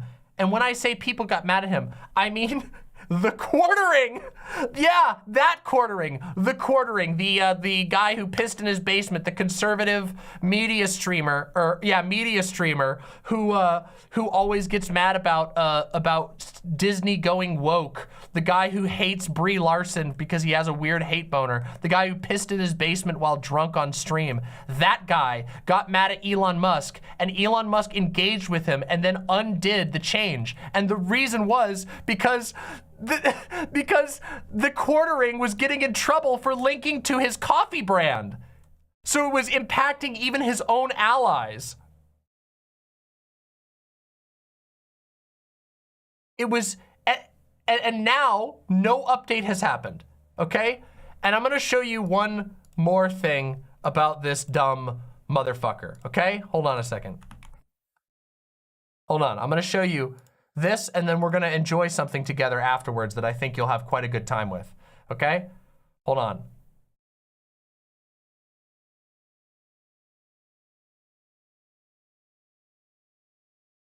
This is the official Elon Musk account. Should I step down as head of Twitter? I will abide by the results of this poll. This was on December 18th. As of the creation of this stream, it is currently December 21st. So, you know, it's been 3 days since this poll was done. As you can see, an overwhelming victory for yes. 17.5 million people voted on this damn poll. And then he said, I will resign as CEO as soon as I find someone foolish enough to take the job. After that, I will just run the software and servers team. Well, he's still not stepped down. A lot of people have offered to take the slot. Hell, even the quartering. In fact, it was extremely funny. Do we have, let me see if I can find the quartering. Do we have the compilation? I think I have them here. Hold on, I bookmarked them because they were so fucking funny. I think I did at least. Maybe I didn't. If anybody has the link to the quartering melt, oh, here it is. Yeah, here it is. This is so funny. Look at this shit. You ready? Take a look at this. Please, Elon Musk, this is so important. Extend your poll. You're not even giving us a chance to create content to appeal to folks. This poll ends at 4 a.m. in the United States. You must restart this poll, man. Seriously, I'm leaving bed right now to go create a video, but please give us time. The most important day in the history of the culture war comes tomorrow. I will be up early doing everything I can, but if you are a content creator, a Twitter user, a normie, it doesn't matter. We must mobilize to vote no to tell Elon Musk not to step down. This is everything.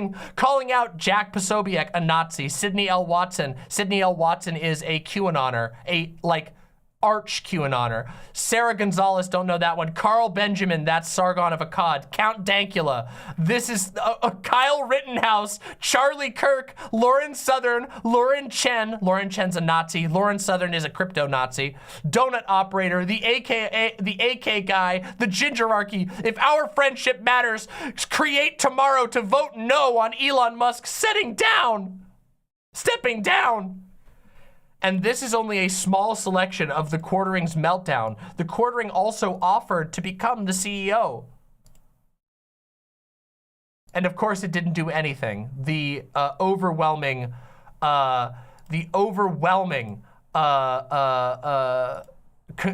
consensus was Elon, get the fuck out.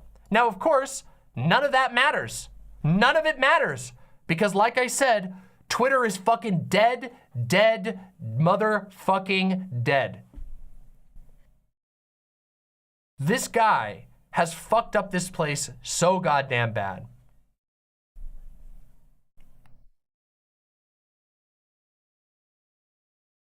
And there's more, of course. Let me read you something else, okay? Let me just read you something else real quick, okay? Hold on, let me get this for you. This is gonna make y'all laugh, okay? But remember, this is just us getting the last few laughs out of it, and then you gotta get this shit out of your mind. Okay, here you go. Zoe Schiffer. If you know who Zoe Schiffer is a journalist who has been covering, I believe a journalist, regardless, a blogger at the very least, who has been incredibly detailed covering the downfall of Twitter. I mean, really, really good stuff, okay? Zoe Schiffer has been like on the ball. okay? Let me read this for you. This is fucking hilarious. Okay, we're doing this. Going to post scoops here and on Discord moving forward. One funny piece of news to start. A team at Twitter recently considered auctioning off old usernames. Here's how the idea was first floated on their internal Slack. Day one of the marketplace involves auctioning off all of the currently inactive handles. There are some amazing handles that are currently going totally unused, which is a waste. We take some percentage cut of the final auction price for each handle sold, just like eBay. Unironically, Twitter is so desperate that they are trying to auction off inactive handles.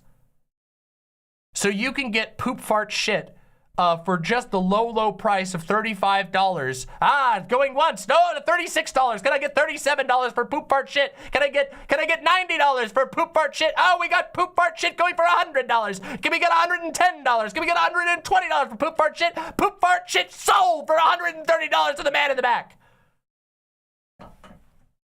All right, next up we got Horsefucker 420. Horsefucker 420 going once for $10. Oh, Horsefucker 420 going to the man in the back for $20. Can we get a $30? Can we get a $35? Unironically, that's the level of desperation that this website is on.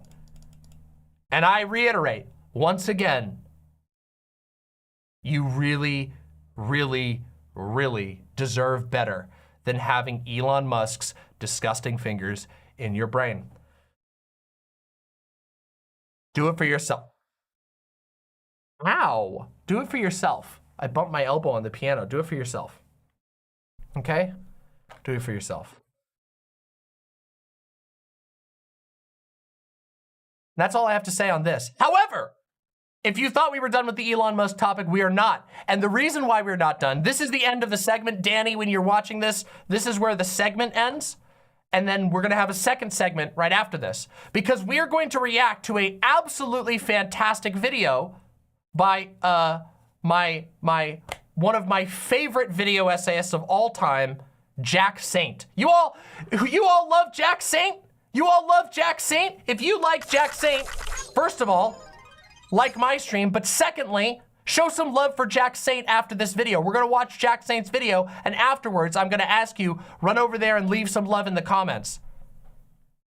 Wait, does it end? Oh no, what's this? Hold on, we gotta watch this first. Hold on, we got a meme, incoming meme. I mean, I think, frankly, if you want to have a really high velocity of features, I think we'll just need to do a total rewrite of the whole thing. Wait, seriously, a total rewrite. That's your prediction for velocity. Yeah. Well, when you say a total rewrite, do you mean starting with the skeleton, or a bunch of engineers sit down with a whiteboard and say, what is Twitter? Revolution or reform?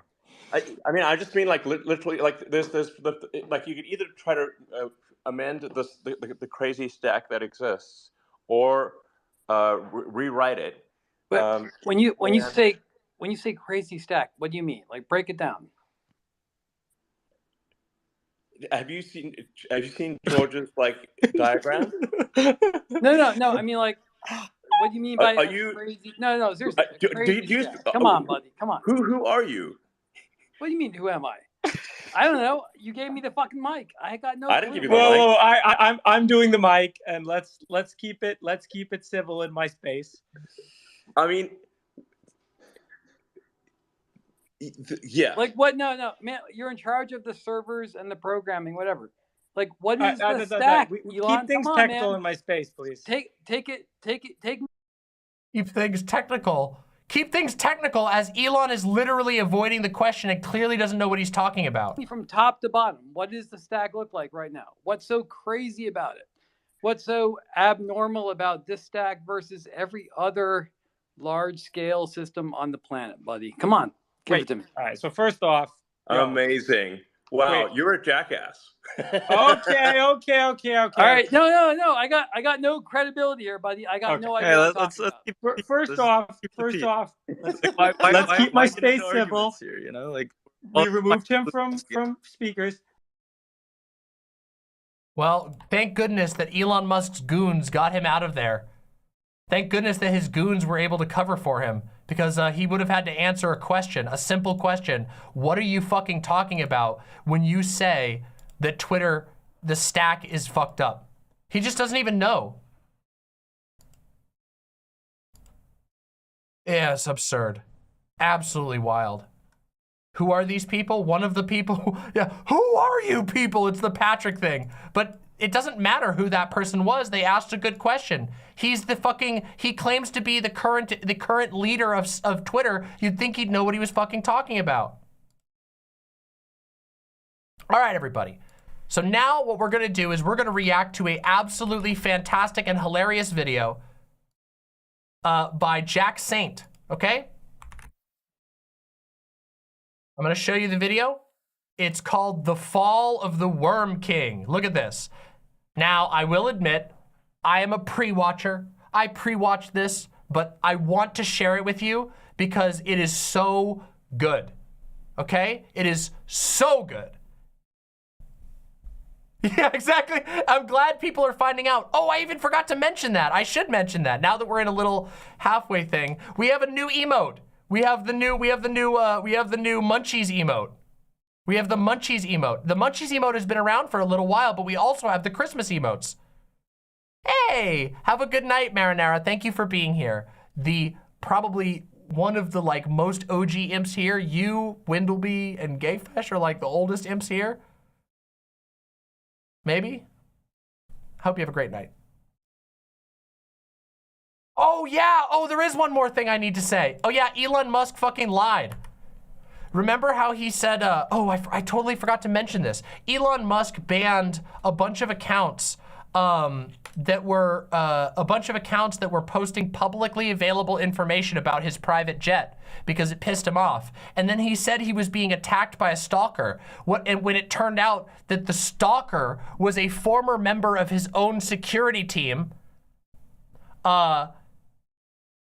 literally a fucking former member of Elon Musk's own security team was the stalker. It had nothing to do with journalists. It had nothing to do with anything else. He had, there's a whole story about it. We're not gonna read the whole thing, but take a look at this. Here's the articles being written about it right now in the LA Times.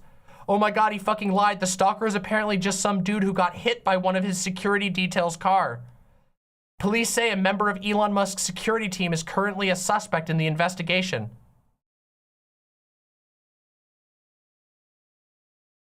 So one of his former security people got hit by another member of the security team and is mad at him. And he turned that into a justification to ban journalists. Absolutely absurd. Absolutely fucking absurd.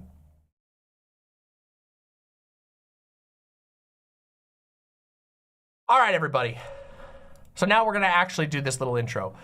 My lovely imps, what we are about to react to right now is a video by Jack Saint, the one and only, the incredible, the amazing Jack Saint. This is a video called The Fall of the Worm King, and it is talking about a bunch of similar issues to what we were just talking about in our own Elon Musk segment, which you can go check out on the channel.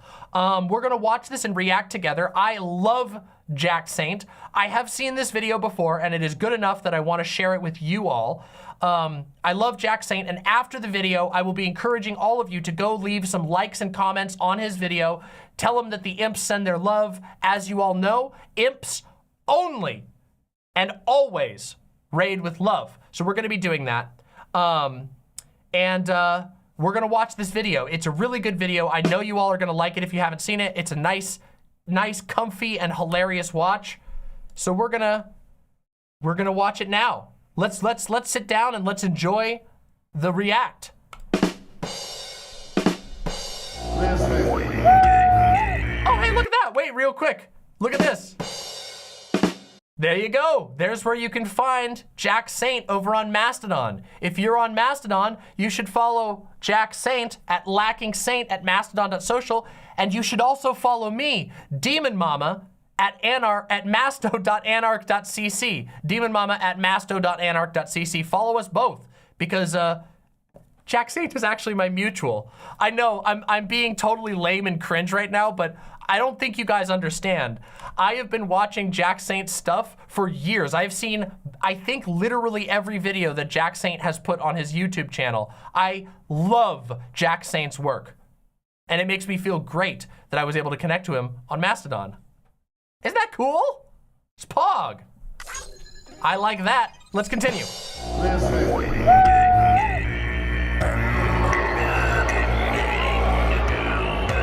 Whatever.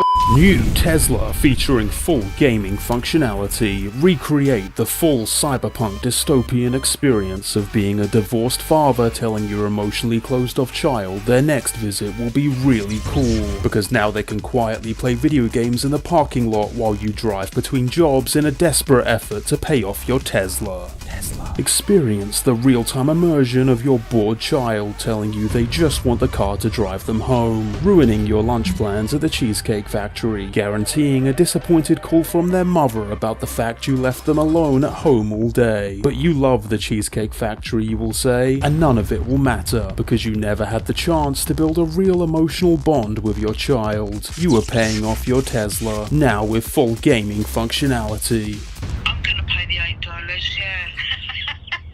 There's a lot of things I could probably link, and I guess I will. If you just want to have a list of Elon Musk's offenses, if you just want a kind of listing of Elon Musk's fuck-ups, of all the stupid things that Elon Musk has said and done, the lies and the hypocrisy and everything else, that's out there. I think that's being pretty well documented currently. Elon didn't found Tesla. He used the money he got from co-founding PayPal, you know, the payment service that sucks, to buy a stake in Tesla. Then he kicked out the original co-founder, Martin Eberhard, and stole Martin's title, not to mention his car. At best, I imagine a real-life loop system would effectively serve as an urban highway, which may be very fast in certain spots, but very slow in others, especially near. If you want old school Elon Musk trashing, I mean years ancient, the old school Elon haters. If you want to go back to the good old days, the golden era of Elon hate, you got to go check out Do Not Eat 01's videos about Do Not Eat approaches it from a engineering and scientific perspective, and he absolutely tears the shreds out of Elon Musk's crappy inventions on a scientific and engineering level. Really good videos. We've actually watched one of those videos on this stream some time ago. It's really good stuff. Highly recommended. Anyway, let's continue. Near entrances and exits, you know, like a regular highway. It'll be more expensive to maintain and build, though, and presumably will have user fees attached. Also, the Tesla stock, which most of Elon Musk's personal fortune is tied up in, had dropped more than 40%. Some of that was due to just a general dip in the market, but a lot of it was because he was acting like such a dipshit. There's a whole webpage just dedicated to the amount of lies that Elon Musk has said that haven't... You guys want to see a quick moment? Here you go. Hold on, let's see here. Yikers. Yikers! Yikers! Boop! It's dropping and dropping and dropping. This is over the month. Let's look at the 6 month. Boop! You want to look at the year to date? Boo! Lower than it's been in a year. You want to look at the 5 year? Whoop! It's lower than it's been since, when was the last time it was this low? Since 2020, since the smack dab middle of the pandemic, it has dropped that low. Ooh. Yikers. I hope my... Sorry about that. Let's continue. Received any kind of... They're seeing the kind of development of things over the last few weeks and over the last few months. There's this thing that keeps kind of pecking away at me, which is kind of the assumption that a lot of the people that support Elon Musk, despite all of these things, are doing so because they are misinformed. And obviously that is going to be a reality for a lot of people. Elon Musk purchased a social media platform so that he could misinform people. But I think there's this other grouping of people that aren't so much misinformed as they are believers in Elon Musk. They believe in Elon Musk and what he represents to such an extent that anytime you present a counterfact, anytime you present any example of a shitty thing he said, something that's a contradiction or a hypocrisy, something obviously bad, well, that's out of context. Well, that's misrepresenting him. You just don't like him. This is what I was talking about in my last segment, talking about how none of it even matters. The clapbacks, the calling him a hypocrite, making fun of him, it just doesn't do anything anymore. It just doesn't matter. His fans, people who are on board for Elon Musk, live in an alternate reality. They support him not because of facts, they support him because of what he represents. Because you're jealous, because you're poor. All these people are booing, and I'm just pointing out the obvious. You have terrible secrets. Because you have something to gain, and this is just all some malicious thing. Any facts you can gather, anything that you can point to, any quotes, are biased in some way and can be discarded because it isn't really about the information, it's about who you believe in. So this video isn't so much going to be a listing of Elon. I did not mean to plagiarize Jack Saint there. Although I have watched this video, I did not recall that he literally said that right there, but there you have it. See, I remembered. I remembered what he said. I did it. I remembered, and he's right. Musk's wrongs. Again, I'm gonna link to some stuff you can go through if that's all you really care about. Don't nobody give me weird looks. I admitted this was a pre-watch. I'm sharing this with you because I liked it. I'm sharing with you all because I got good taste. Because I know that Jack Saint is always spitting. You always get mad when I pre-watch no matter what, but what do you want? You want me to not have fun sometimes? Sometimes I gotta pre-watch. But I'm also gonna... And by pre-watch, I mean I watch it on my own time and then I think it's good enough that I want to share with you ungrateful pieces of shit. Like my stream. Be talking to the believers of Elon Musk. To me, that's more interesting because it says to me that you think that Elon Musk represents something good, and I disagree. Hello, I'm Elon Musk. Die! What the? Dad, no! Elon Musk is possibly the greatest living inventor. This is a big man. Sometimes we all want to be big men.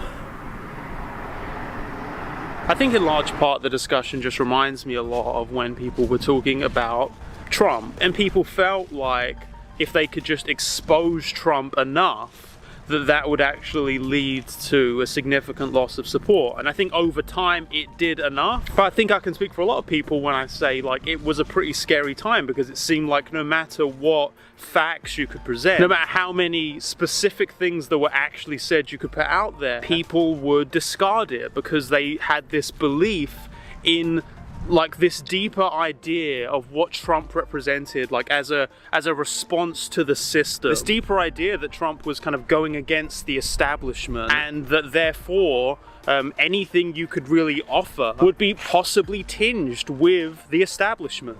And is that what Elon Musk is currently doing?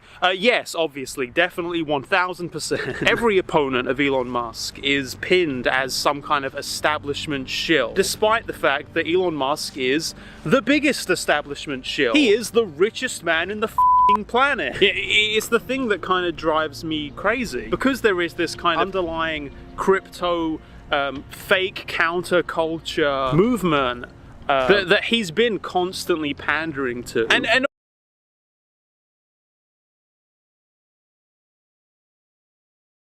old school imps will know that I have been on the I don't like Elon Musk train for a very long time, and that I had very good reasons for not liking Elon Musk.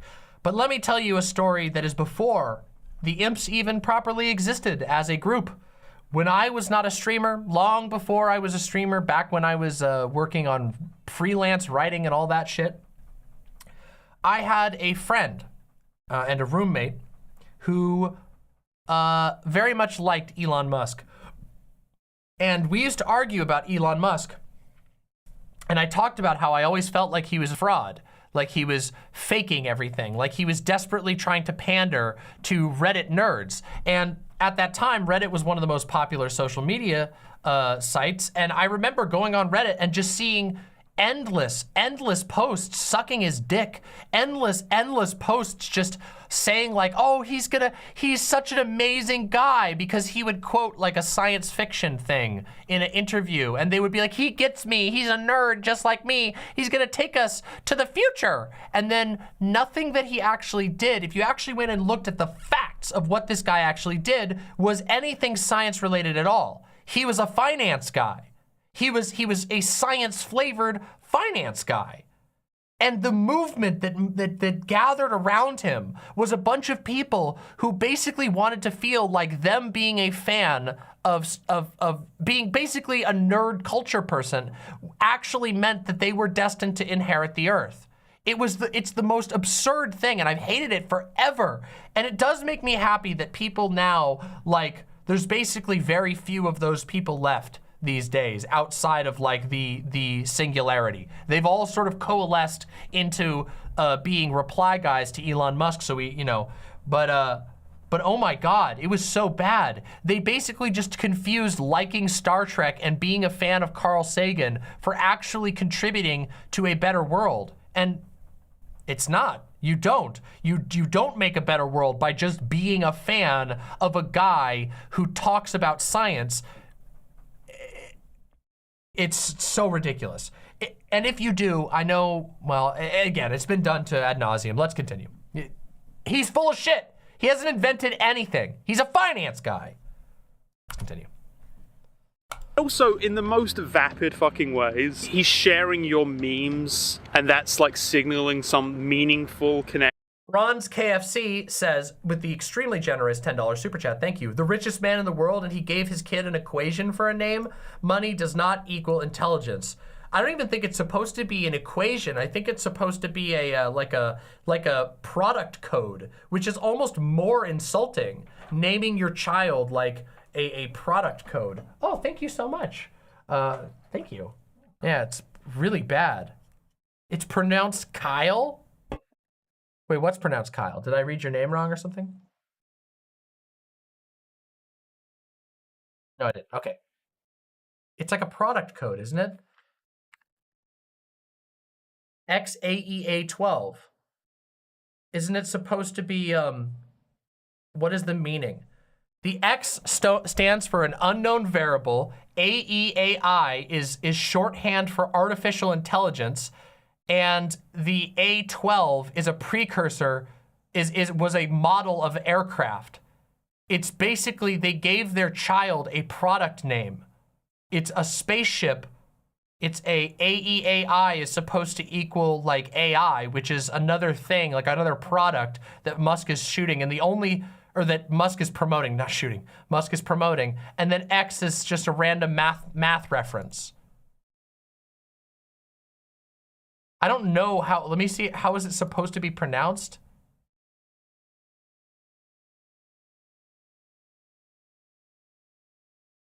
Sidereal.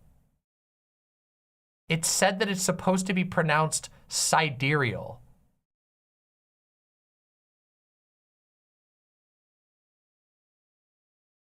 I don't get that.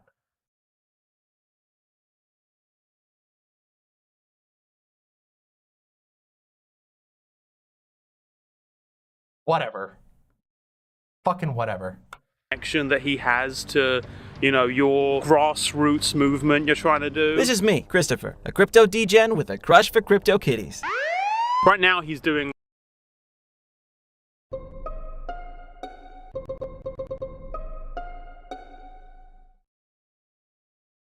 Out of curiosity, when I first watched this video, I had to look that up. Me and Doe looked up what that was supposed to mean, and it's supposed to be kitty like cat.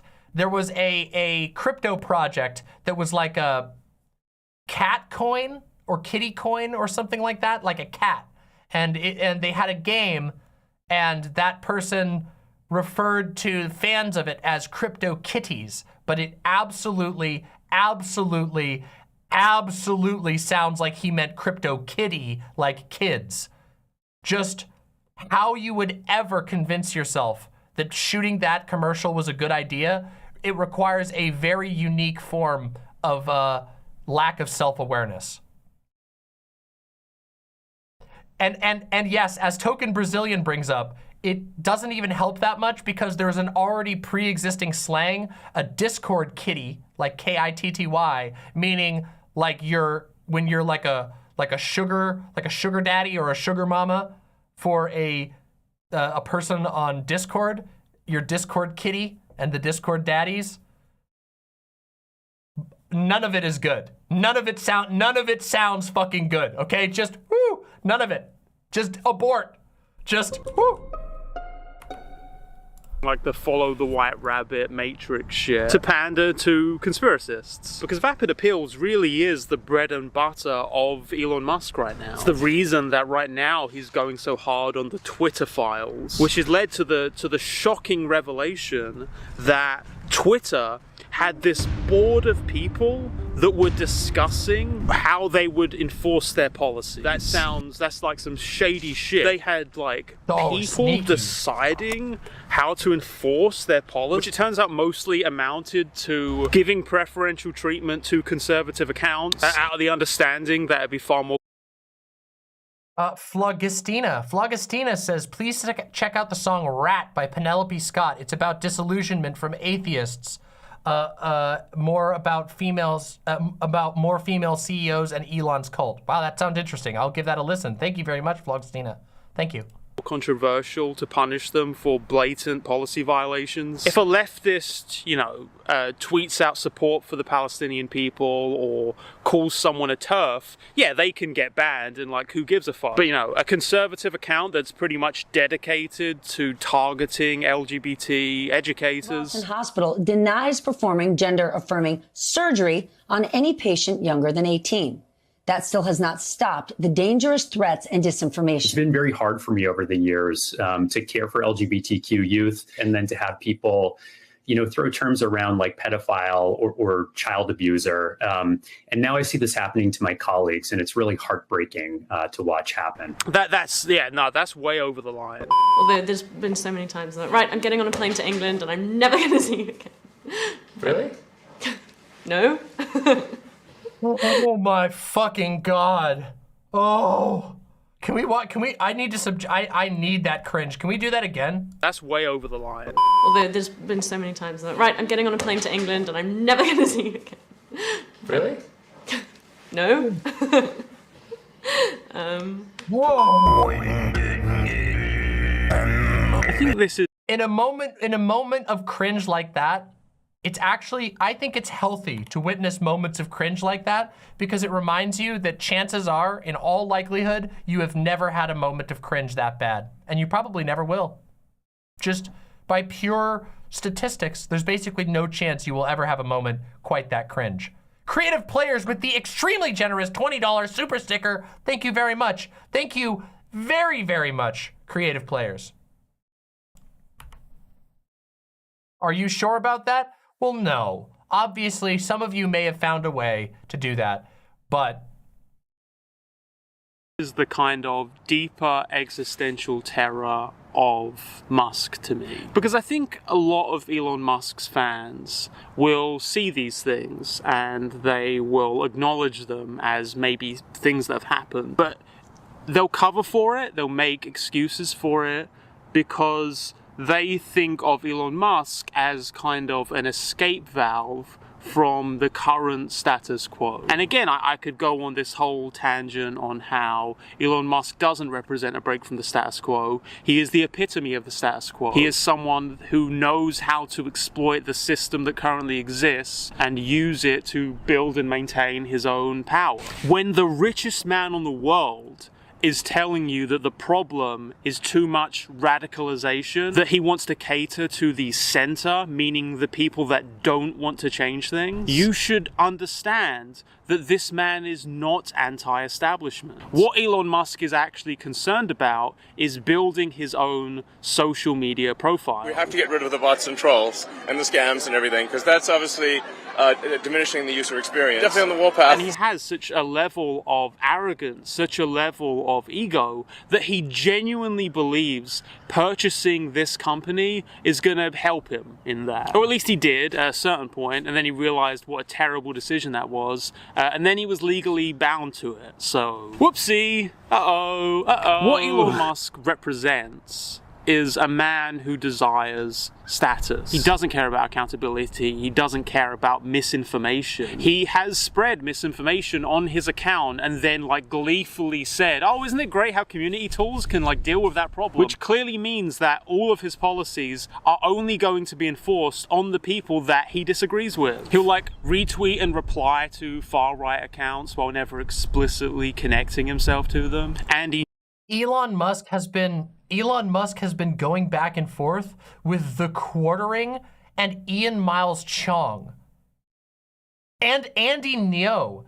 Andy Ngo being a neo-Nazi writer who provided lists of people for a neo-Nazi gang called Atomwaffen to kill. I'm not kidding you. Andy Ngo provided kill lists to a neo-Nazi gang as a far-right neo-Nazi journalist, and Elon Musk has gone back and forth with Andy Ngo. Just, holy shit. Let's just remember that for those of us who still have our minds together. Ian Miles Chong, a disgraced games journalist who flashbanged someone's dog. Imagine my shock. And it would coincidentally be after he was booed by a massive crowd of people that were most likely to be his supporters that Elon Musk realized that the problem wasn't him. The problem is the woke mind virus. Like, wokeness basically wants to make comedy illegal, which is not cool.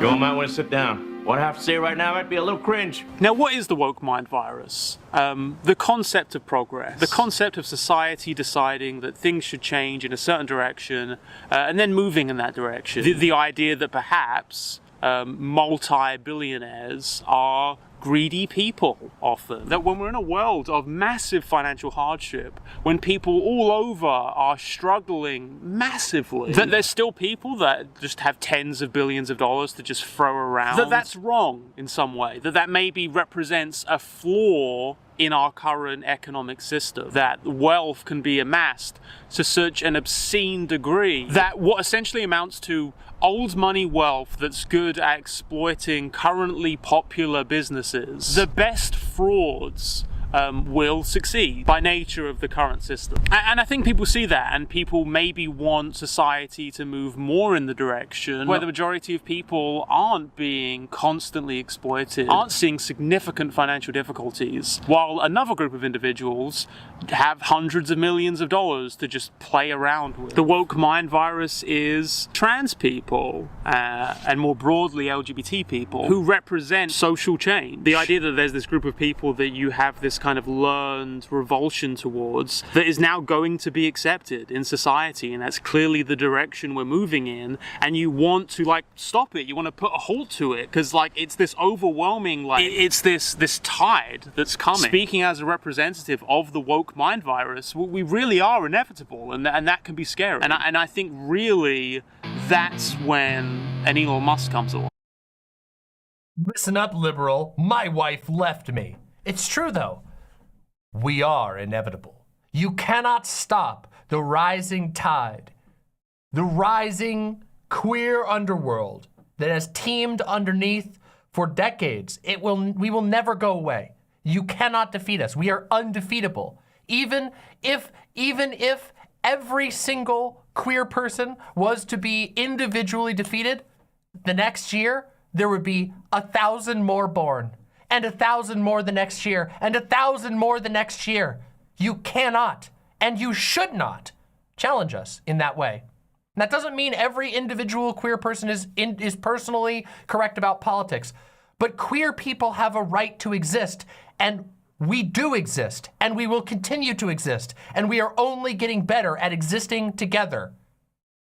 Why do you think my rule number 1 is do not fucking die? Because I want queer people to keep existing in the face of people like this. Let's continue.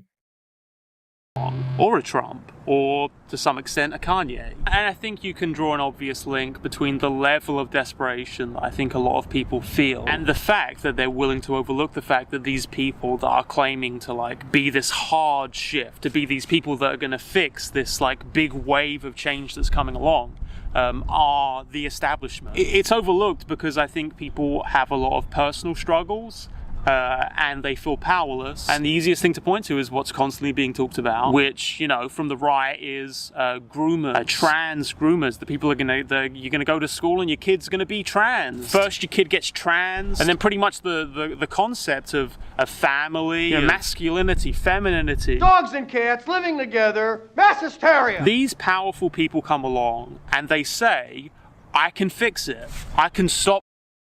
Is that? I don't know what the fuck that animation is, but it is fucking horrifying. What is this thing? Is that an AI art Elon Musk? It's fucking nightmare I can fix fuel. it. I can stop what's happening. And what I think really more than anything, I really want people that buy into this to think about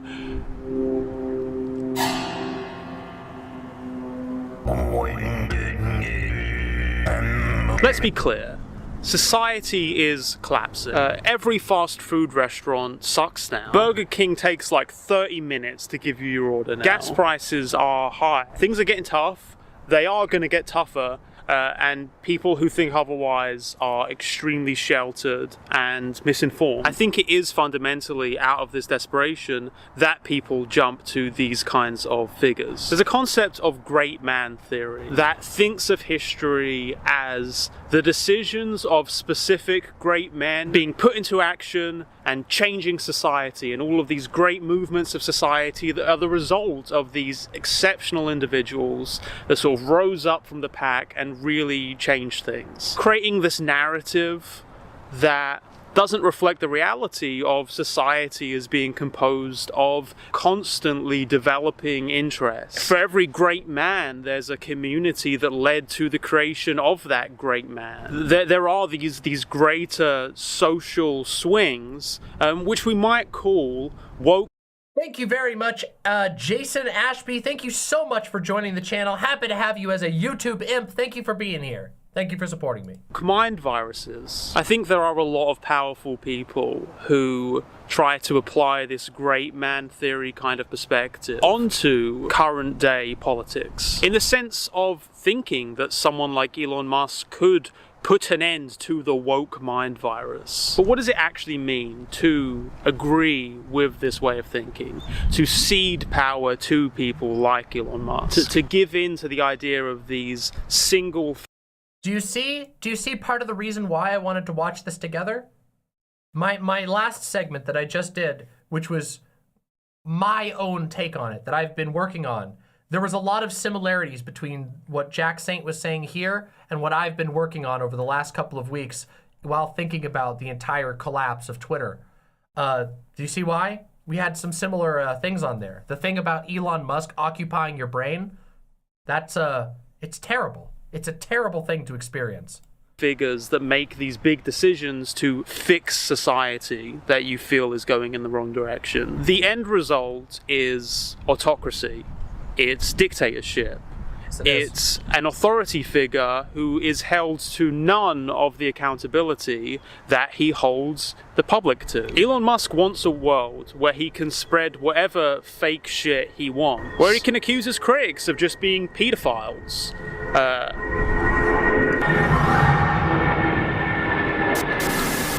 So today, after banning the journalists, Musk ran a kind of dishonest poll, essentially asking whether he should...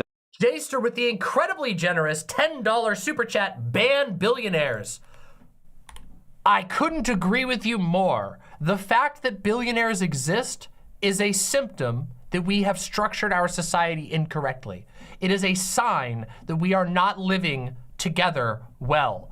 No one should ever, nobody, no matter how ingenious they are or how stupid they are, should be able to command that much resources. It literally comes at the cost of other living beings. You cannot have a world with billionaires where everyone is being treated equally. It is, the existence of billionaires is at odds with an equal world.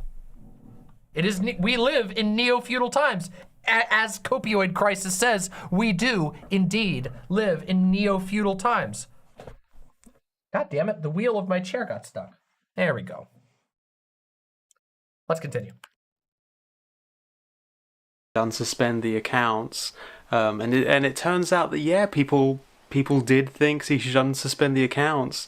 So now he's just made a new poll, and it seems like maybe he's not going to get the result he wanted this time either. I guess this is the new way that democracy works. The woke mind virus to him is just a world where he doesn't get total control of the narrative. And I really do think the willingness to cede that to him, to give him that power, when you don't even know what he fucking believes. Because all he does is like signal vaguely in the direction of whatever group he thinks may support him. I think at this point he's going to be pandering to like the anti-immigration crowd, despite the fact that he himself was definitely an illegal immigrant who is currently benefiting off of immigrants that are reliant on work visas. And I know that saying he... We talked about that. Do you guys remember I believe that was in the first Elon Musk Twitter explosion, the death of Twitter video that I did, the first one like back in November?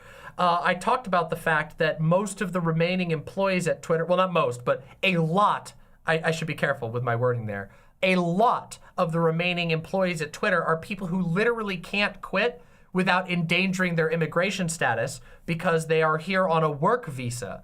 Work visas, the way that those work in America is that basically a company will sponsor the costs of your immigration, and the government will basically be like, well, this company is willing to vouch for you, so we're willing to let you in. Now, you can change employment while you're on a work visa, but you have a very limited time to do so. So being able to change jobs is a very risky thing if you're here on a work visa. You actually have to go through a lot of stress and a lot of paperwork to be able to even change your employer, which means that he kind of has them by the neck. It sucks. Yeah, I think it's like, Copioid Crisis says it's like 6 weeks. I think it's, let me actually see. Hold on.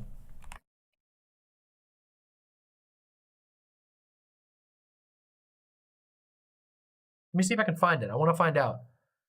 You have up to 60 days. Oh my God. 9 weeks or so, right? 90 days? 90 days. 90 days. It's not 9 weeks. It's 12 weeks. 3 months.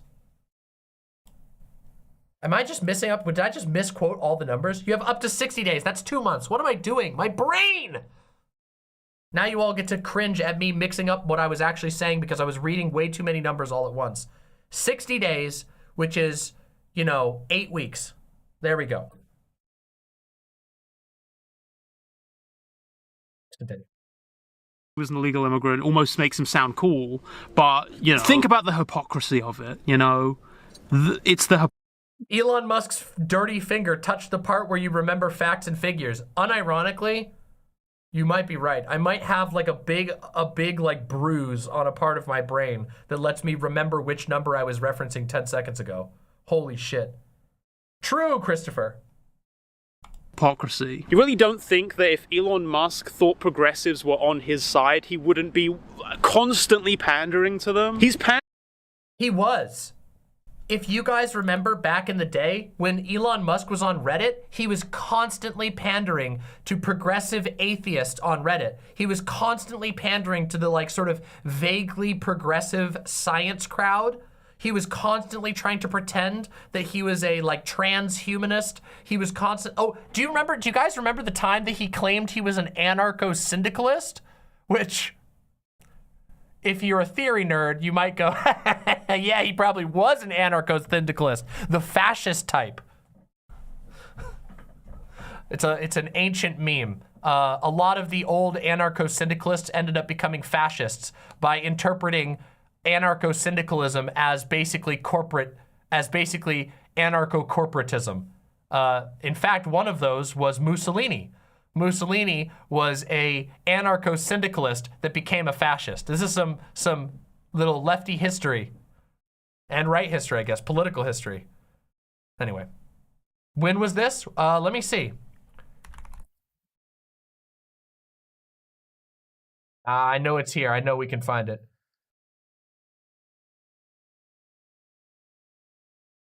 Here we go. Hold on, let me get the image so I can prove that I'm not lying.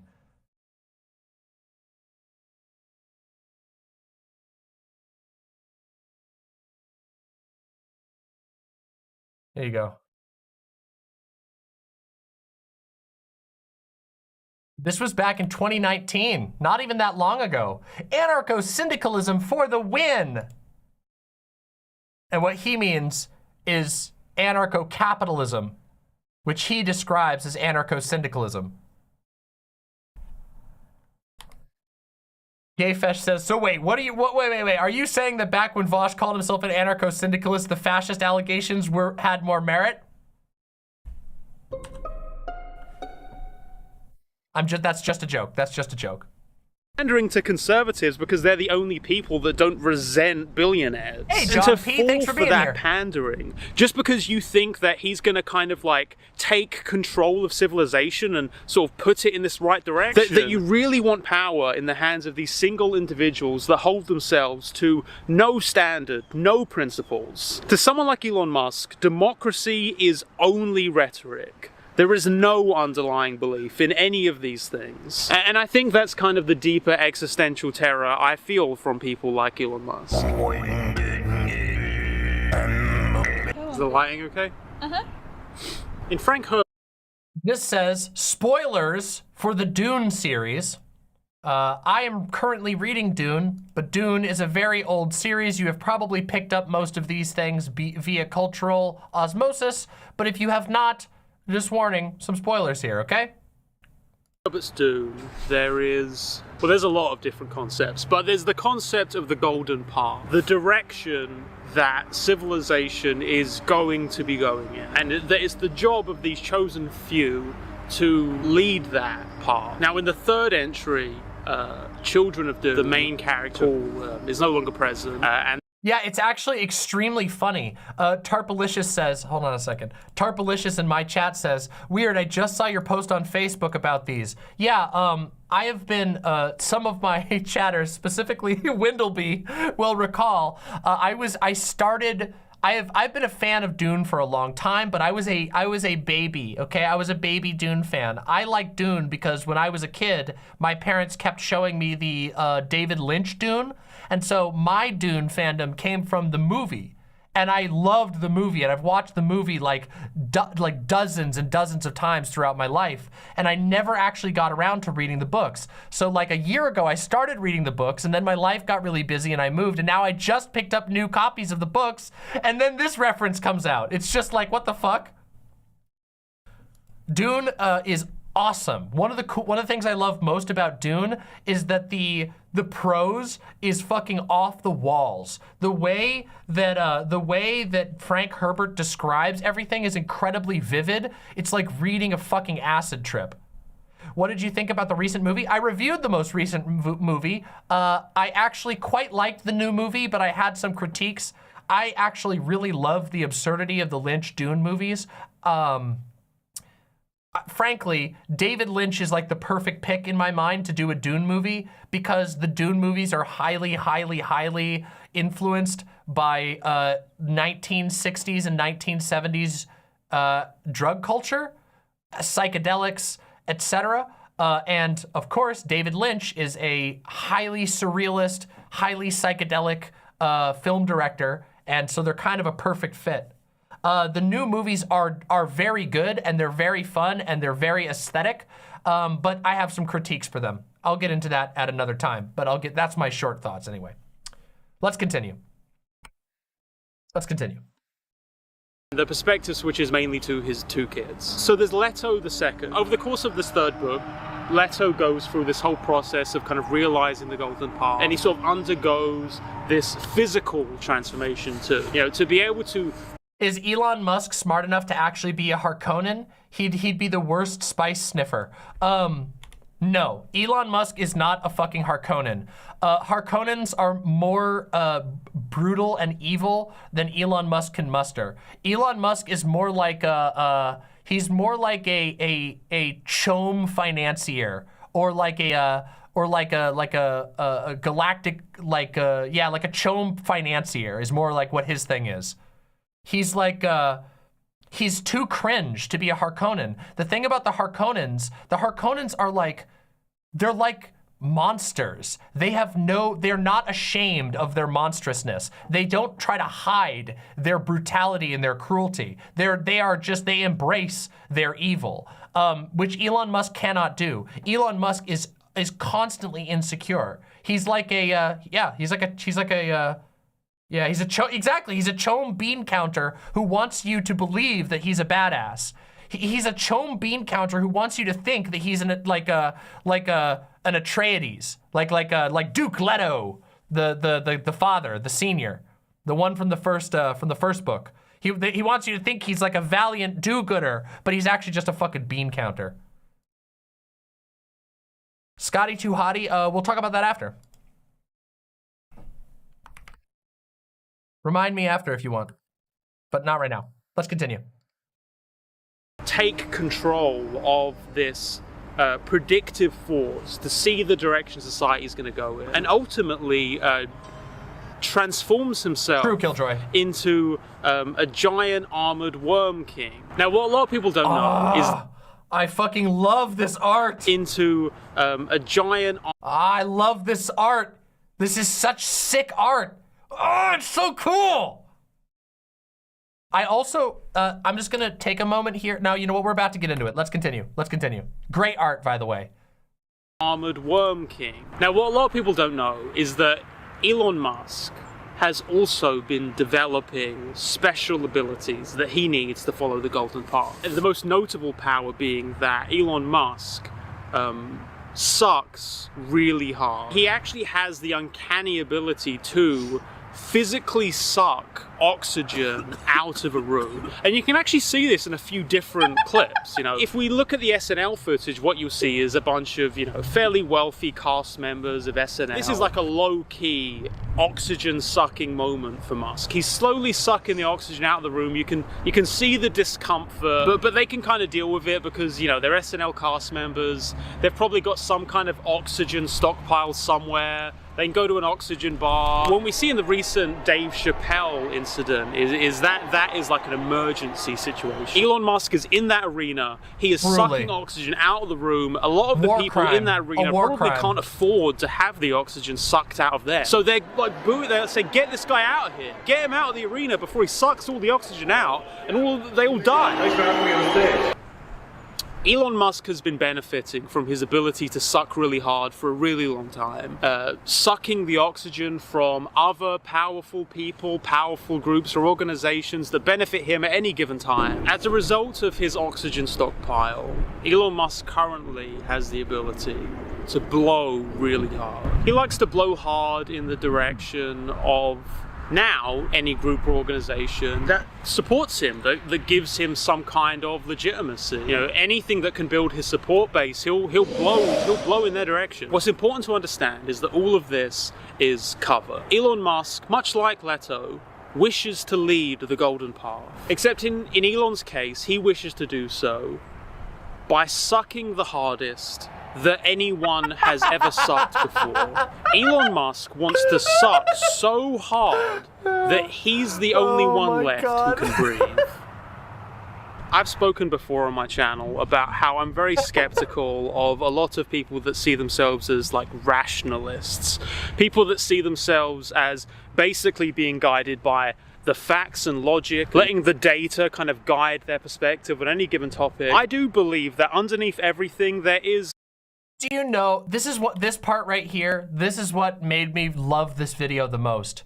Titling it The Fall of the Worm King is the best clickbait ever because a lot of people, and this is something you all probably learned from watching Trump, a lot of liberals, when they made fun of Trump, they made him out to be much cooler than he was. They almost did like a Ben Garrison type thing, where in making fun of Donald Trump, they made him out to be like a cool guy. Hell, I've probably made that mistake, but libs did it really, really bad, especially where they're trying to make fun of him. They're trying to say he's a bad guy, but they make him sound like a cool villain.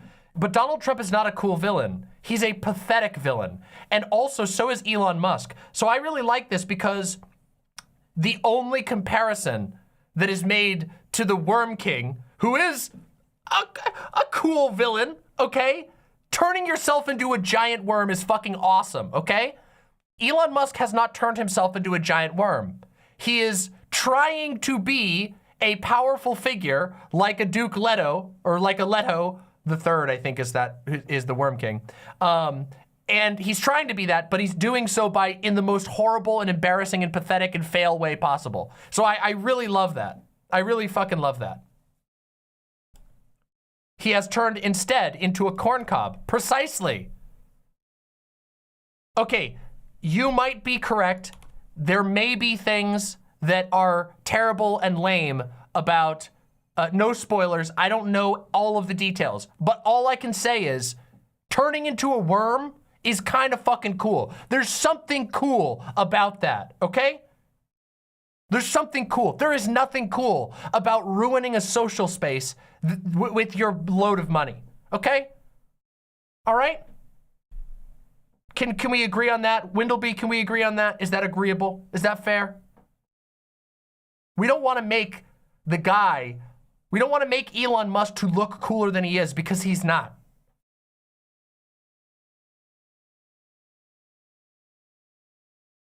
Good. Let's continue. Wait a second. Now let's continue. A certain level of belief, and that a lot of people start from their principles and then will use data and facts that seem to sort of support the conclusions that benefit them based on what they believe in. And that's why for my channel I've been trying to focus more on the belief side of things. So like, why do you actually believe in this idea, rather than just trying to sort of clear up misinformation or like bad facts, because I do really feel like for the average person the facts are gonna only be part of the bigger picture. With all this said, even if I really believed that this one political figure could take control and clean things up in the direction that I want to see society go in, I have the understanding that creating such a position could easily be exploited to an absurd degree. Disaster capitalism suggests the deliberate stoking and exploitation of these social economic crises as a way for soulless profiteers to disguise and justify questionable practices and blatant power grabs. They're not accountable, they... Bowhammer asks, would you still love us if we turned into worms? Of course I would still love you. I would build you all a nice little terrarium with plenty of high quality soil and lots of roots to munch on and whatever other things that worms eat. And I would make sure that you have a good life as worms, okay? And anyway, who's to say you're not a worm right now? Some of you are worms out there. Some of you I know would love it if I called you a worm.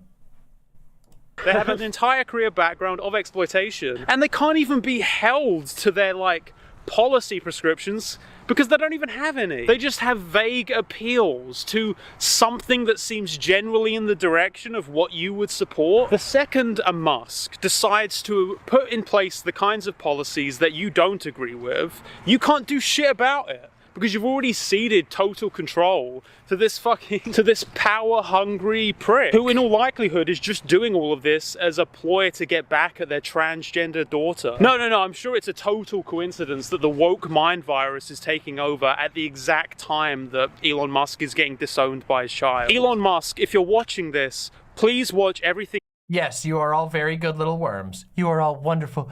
Oh, you're all my little worm champs. Oh, my good little worm champs. That's how I would treat you all if you were worms. I would say, you're my good little worm champs, and then I would dump some more dirt on your head so that you can have a nice wormy day.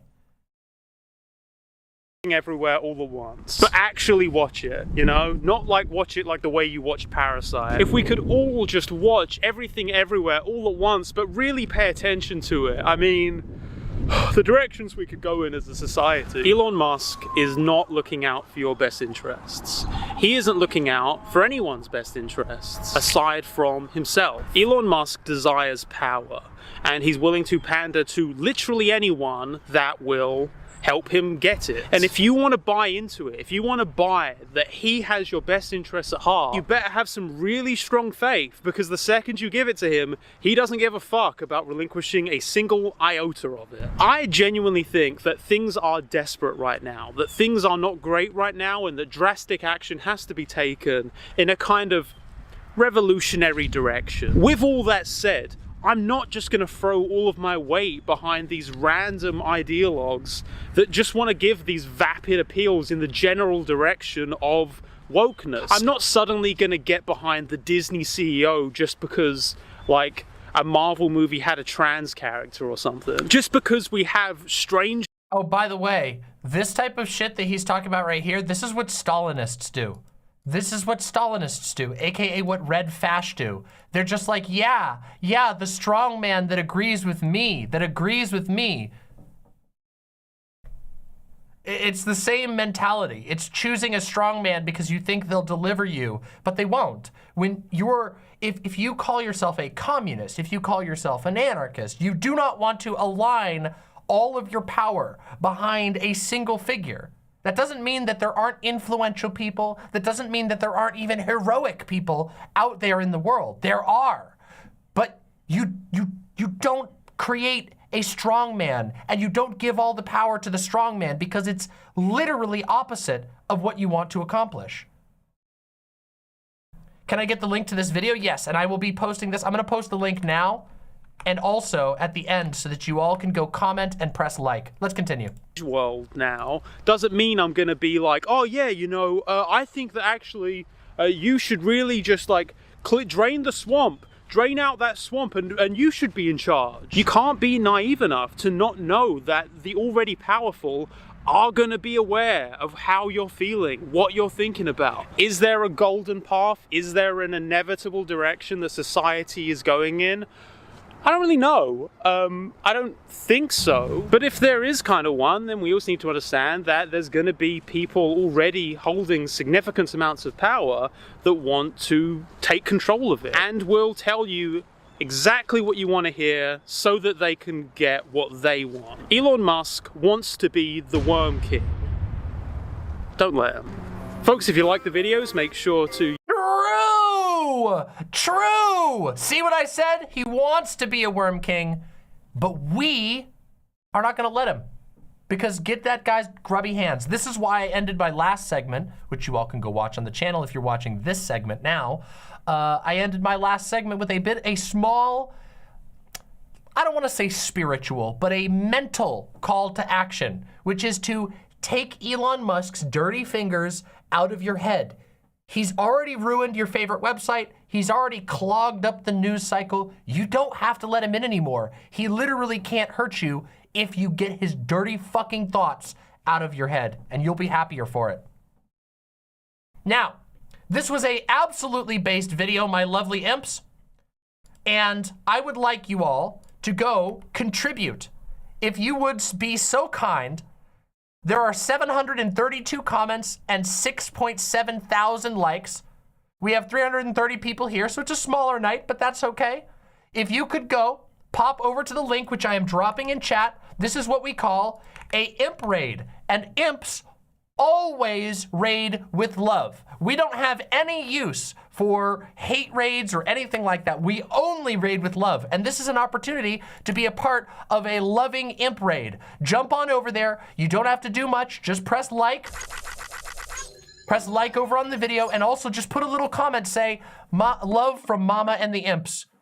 That's all you gotta do. It's as easy as that. Put a little heart that says love from Mama and the Imps. You can just say, I love the video. You do not even have to reference me or the Imps, although that's always fun, because just so you know, the last time we did this, I got a message from the content creator. Actually, this has happened multiple times that I have gotten a message from the content creator who we rated with love afterwards, and they gave us a huge, and the content creator was basically like, oh my God, thank you so much for the love. It really felt good. It genuinely feels great to the content creators whose stuff we love here. And here, as a demon type streamer, we always try to make those connections as clear as possible. We always try to give the credit. We always raid with love. That's what we do. So if you would be so kind, go over there and leave a like, leave a comment. And also, while you're at it, press like on my video. We currently have 321 viewers. We have 336 likes, which is pretty good. However, I know that all of the 331 viewers are not the same 300 that were here when the stream started. So if you haven't pressed like, press like. Give me them. Once again, I'm gonna drop those links. Here's the link to the video. Chilaquiles Verdes says, hi, Demon Mama, I love your content. Thank you so much. Angel M says, good night, Mama. Good night, I hope you have a great night. We have more content to get to tonight. I'm gonna be going for a few more hours. Now that we have finished watching this video and we have finished ridding our mind ritualistically of Elon Musk's curse, of his disgusting, dirty fingers, we are now going to be doing some other fun things. And the first of those fun things is going to be, how would you all like if I played a little bit of piano? How would you all feel about me playing a little bit of piano for you all? If you would like me to play piano, go ahead and drop a Hell Jam in chat. Okay, wait, that's an animated one. We can't do that one. Hold on a second. We can't do Hell Jam. Hold on. I take it back. If you want to hear me play piano, drop a Poggies in chat. There we go, Poggies. Give me a Poggies in chat. Okay? And I'll play some piano for you all. All right, there we go. Look at that. Now we're getting some. Oh, hell yeah. We got a bunch of people who want to. Look at that. Look at all those. Those all count, even if we didn't combo properly. This is not a combo. It doesn't have to be a combo. I just want to see how many people want to hear me play piano. Because I want to play piano for you. Okay? Here we go. Okay, hold on.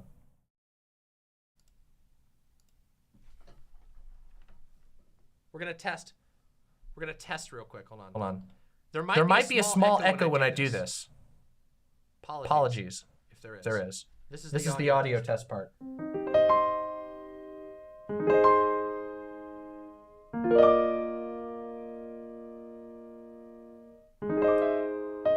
Okay.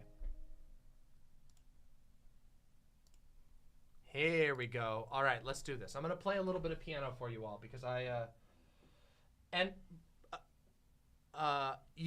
my voice is gonna be softer when I talk through this one, but just I'm gonna play around. This is gonna be a lot of improvisation. Enjoy, okay? Enjoy.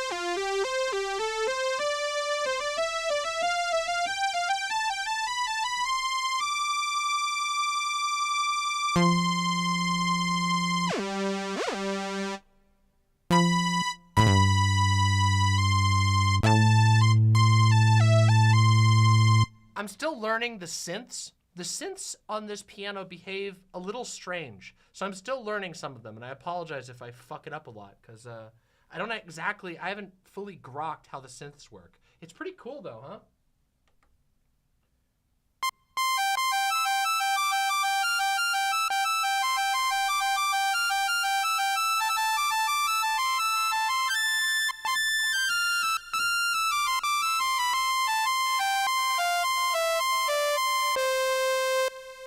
Let's try something else.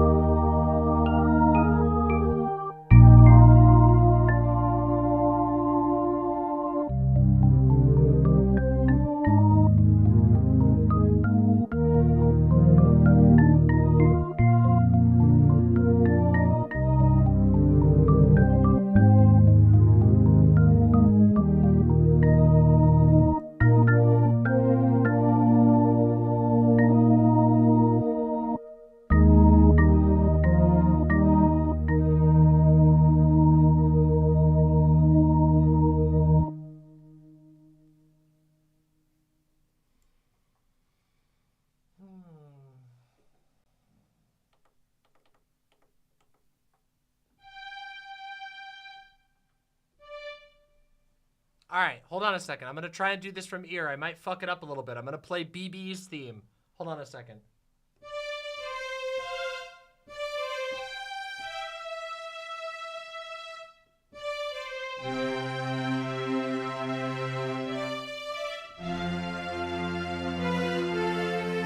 That's not quite right.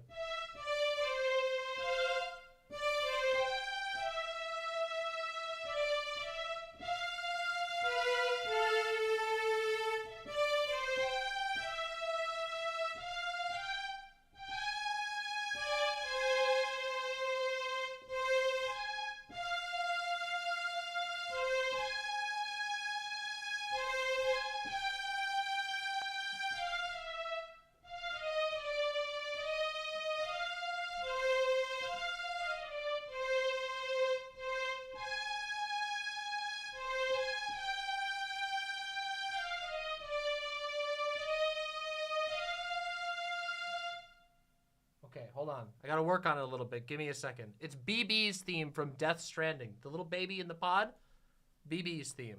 Let me see if I can find a better instrument for this. Hold on, give me a second.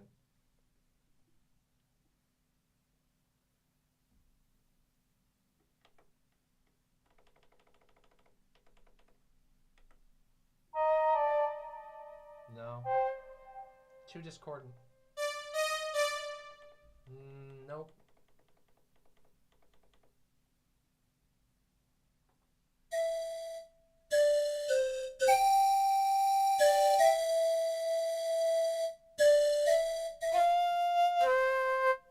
Can I find... I wonder if there's a harmonica on here.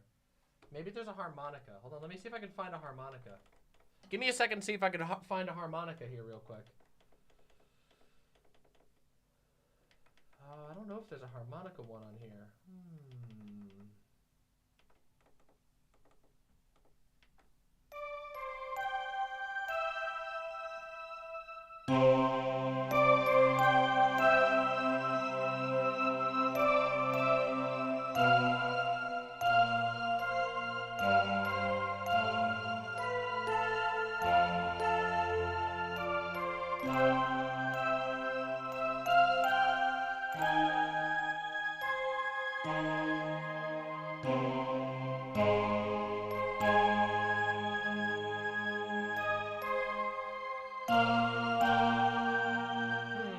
This is hard.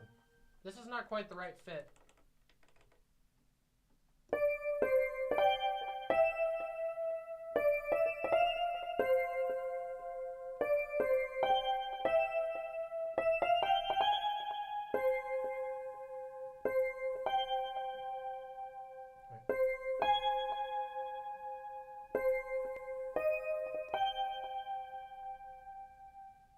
Hold on a second.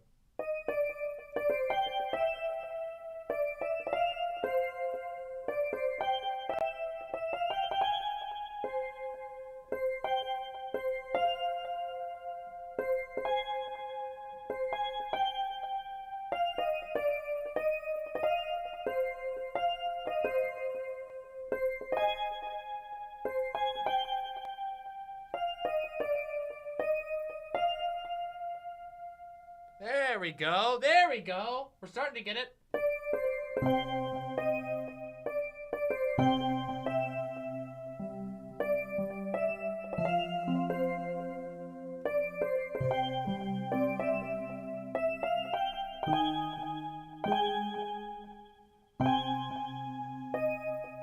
That part's hard.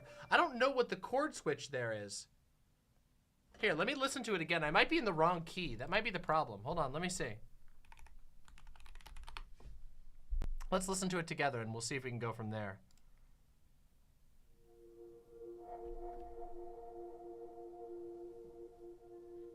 See the sunset, the day is ending. Let that go now. There's no pretending.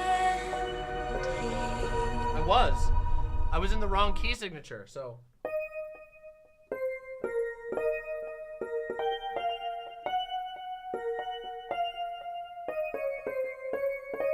Ah, okay.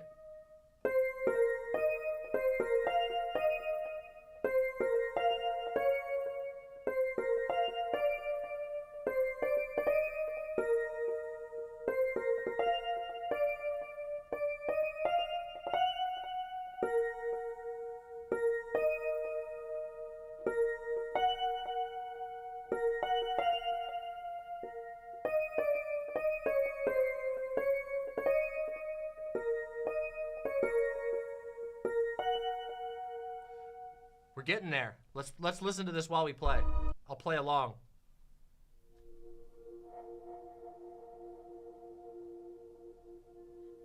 See the sunset,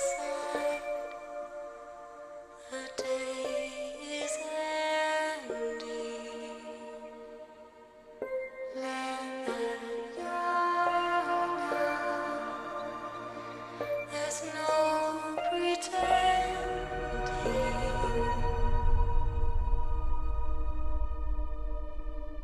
I will hold you and protect you. So let love warm you till the morning.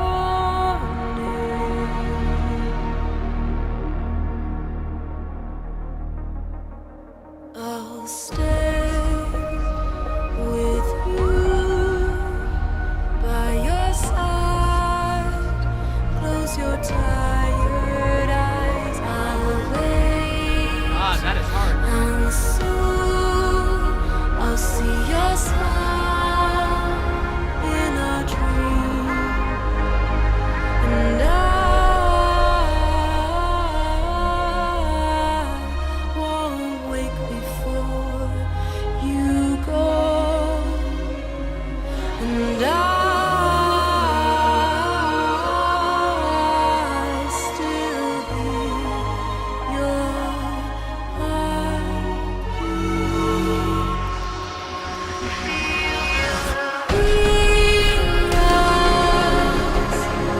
adorned with bounty. Watch that starlight eons without you. I'll stay with you in your mind every single day. I'll wait, and soon we're stranded on the beach in a dream. All right, hold on a second. Not to interrupt that banger of a song, but I want to make sure I'm getting this right. So it's.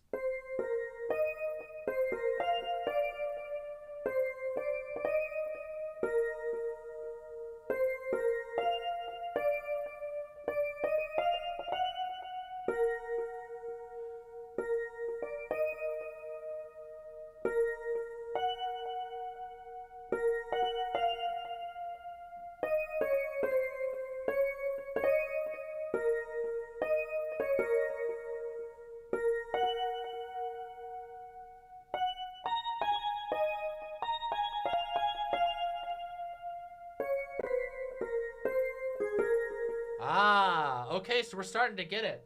The chords are going to be hard for me.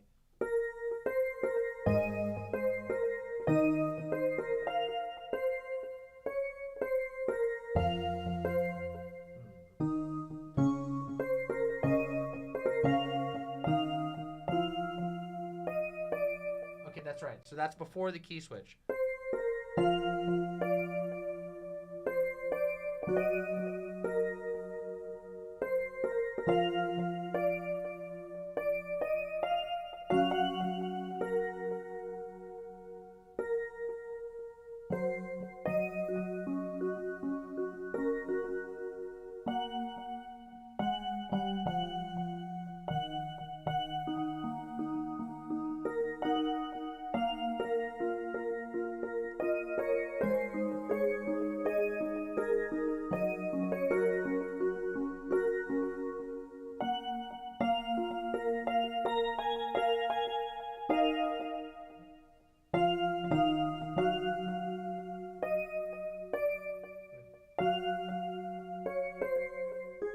That's hard. That's hard.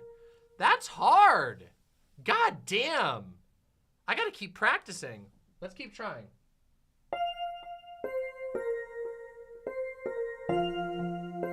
Okay, here we're gonna go again from the beginning. Okay. Before the key switch. Okay.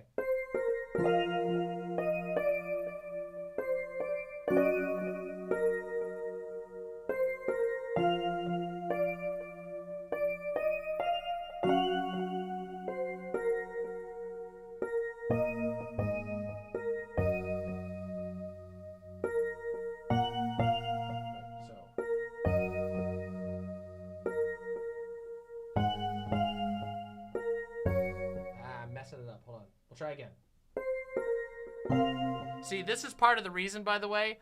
This is the reason why I get a little nervous about trying to work things out on stream live, but you guys are all here getting a unique insight into me trying to learn a song by ear in real time. I hope you're having fun. I truly hope you're having fun.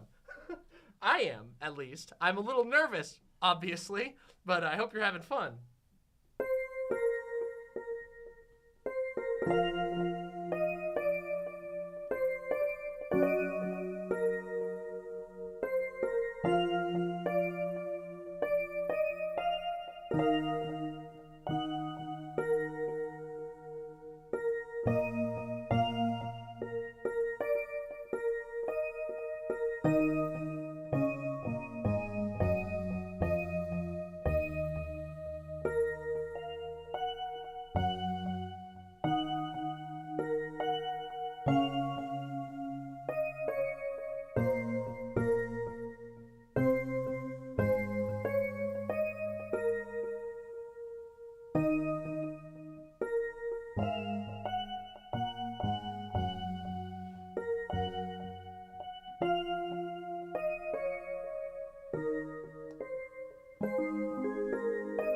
That part is really nice right there.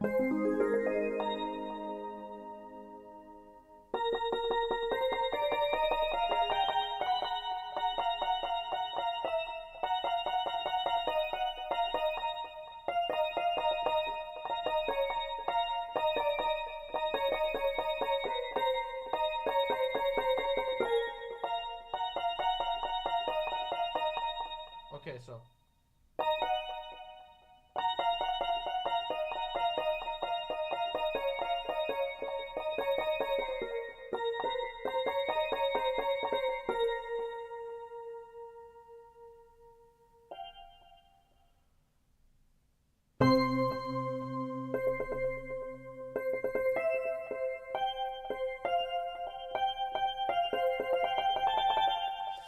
All right, let's try one more time. Let's listen to the song one more time. I'll try one more time, then I'll noodle around a little more, and then we'll play some video games together and do some giveaways. Sound good? Sound good, my lovely imps? Let's do it.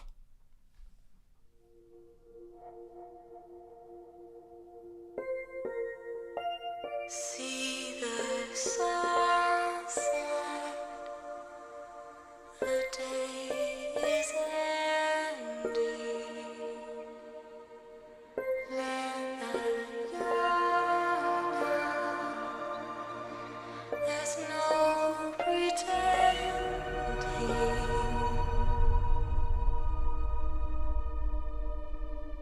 I will hold you and protect you. So let love warm you till the morning.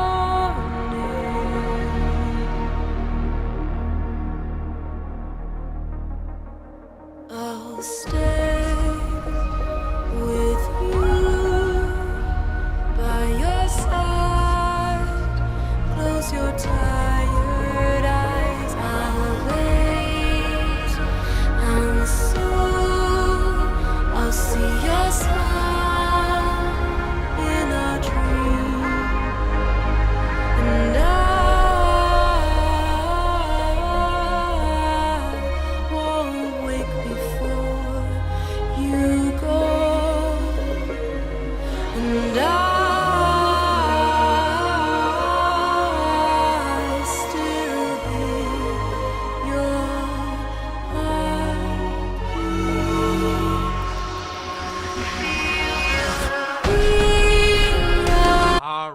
getting it.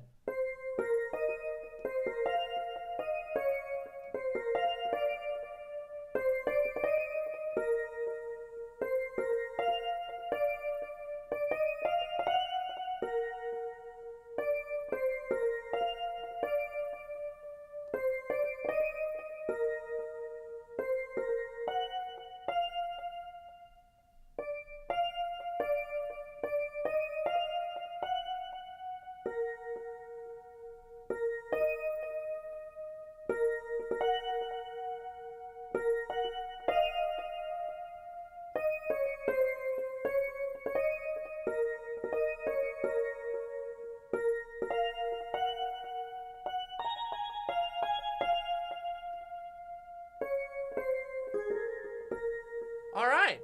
By the way, if you're wondering what this song is, this is BB's theme from Death Stranding. It is by Ludwig Forsell. It is a fantastic song that has been stuck in my head constantly lately. Hell yeah.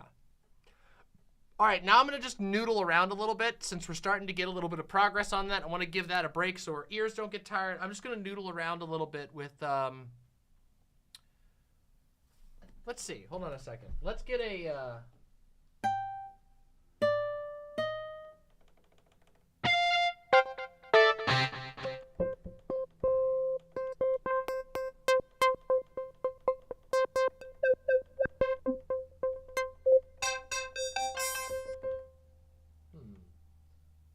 Does this not have a banjo?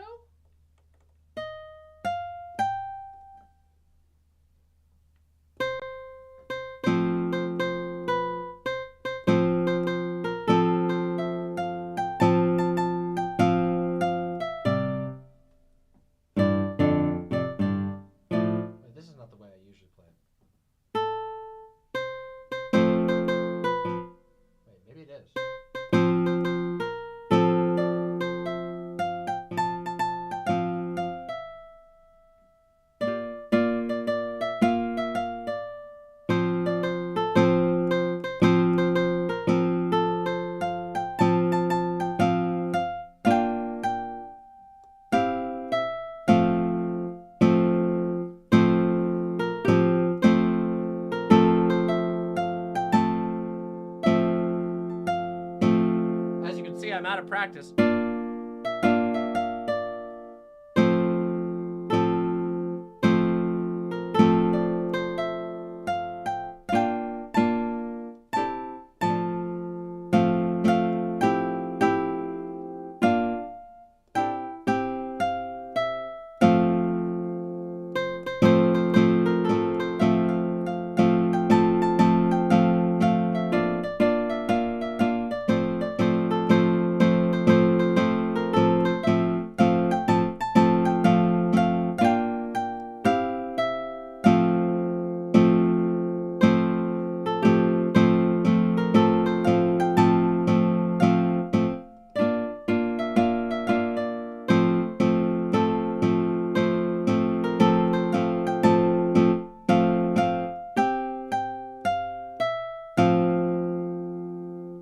Yeah, John Brown's Body. Hold on, we can make this better though.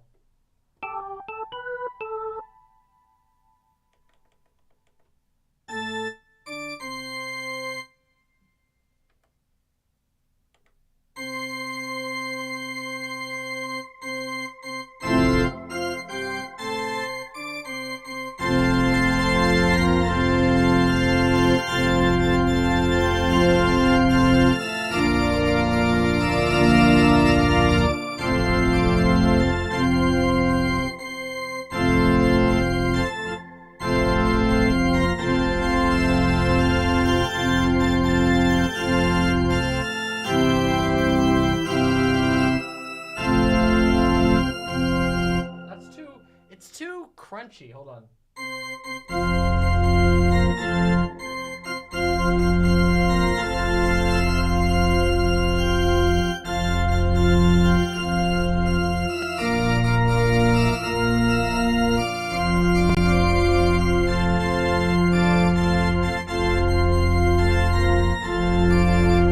I'm fucking it up a lot.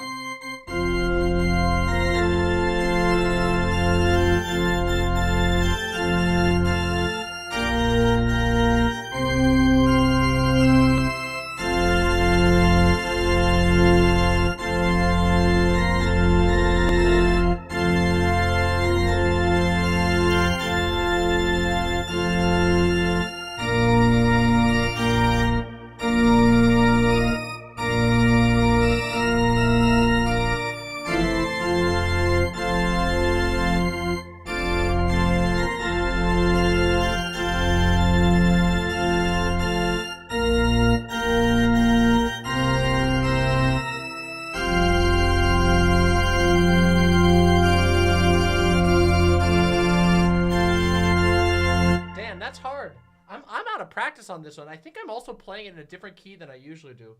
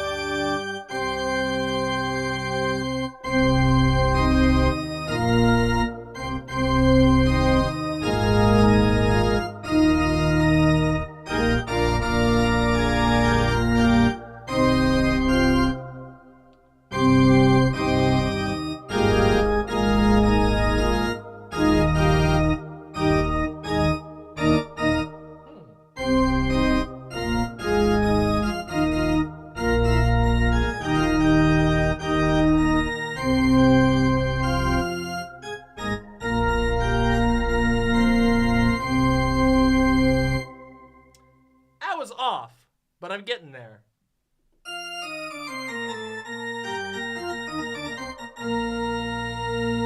There is another one I can play. Hold on. One second. Give me a second.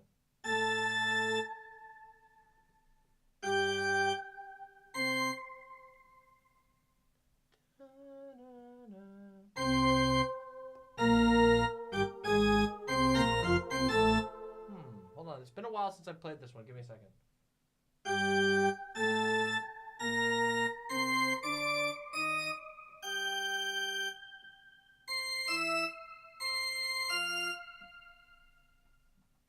Give me a second. 1 second. Give me 1 second. Hold on. One moment here.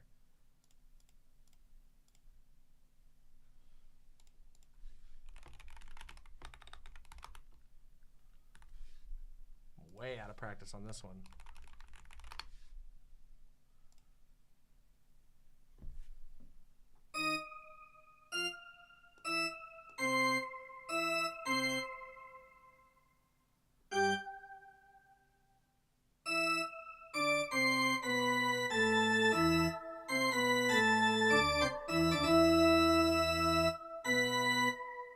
Okay, I got it. I got this. I can do this.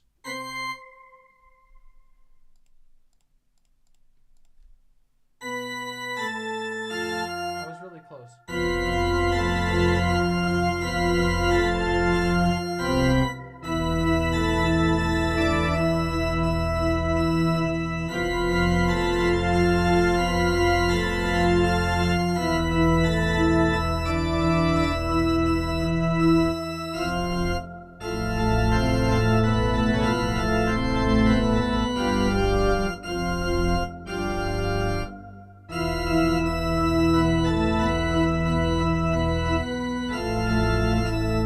That's almost right. There's something off slightly there.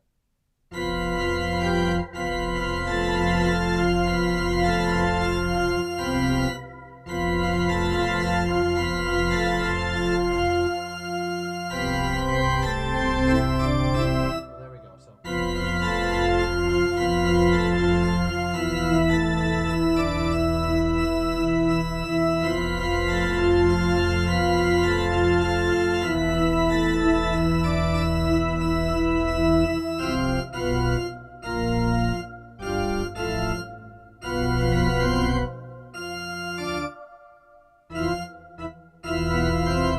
That's a hard one. What is that? What am I missing there?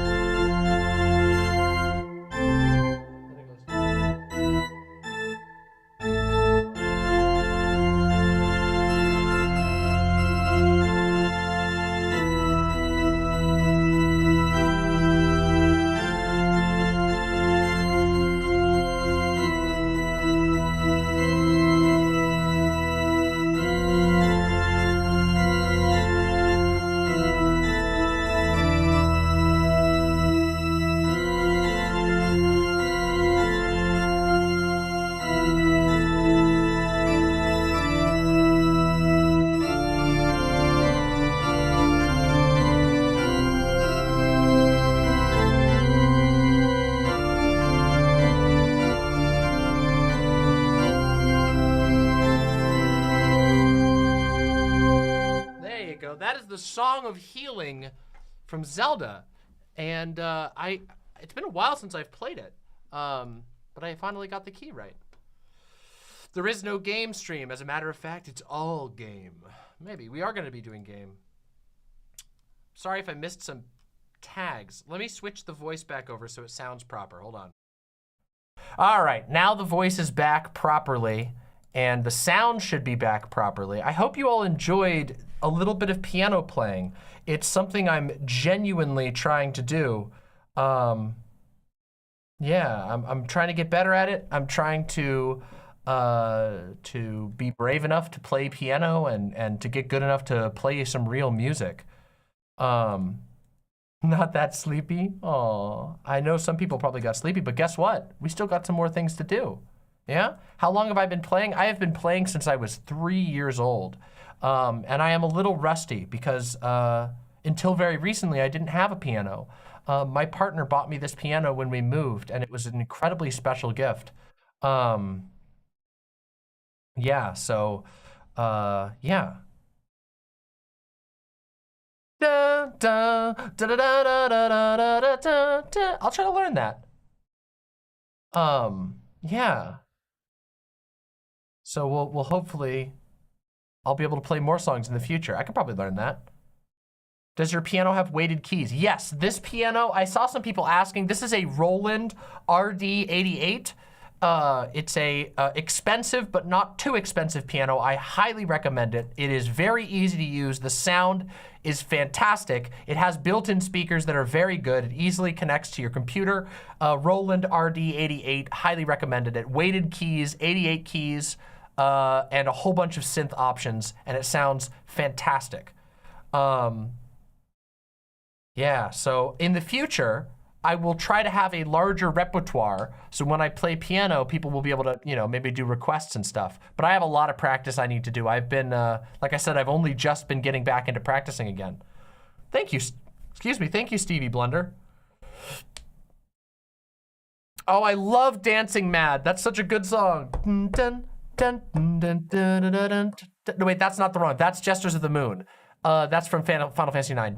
Dancing Mad is a different one. I do like that song though. Dancing Mad is fantastic. I was thinking of Jesters of the Moon from Final Fantasy IX. I left the weighted keyboard with my partner, so I'm trying to mess around on the toy version. You gotta have weighted keys, I know. That's part of the reason why I didn't play for a while, because the the little like non-weighted keys just, I can't, it doesn't feel right. It fucks with me. Dancing Mad is very hard.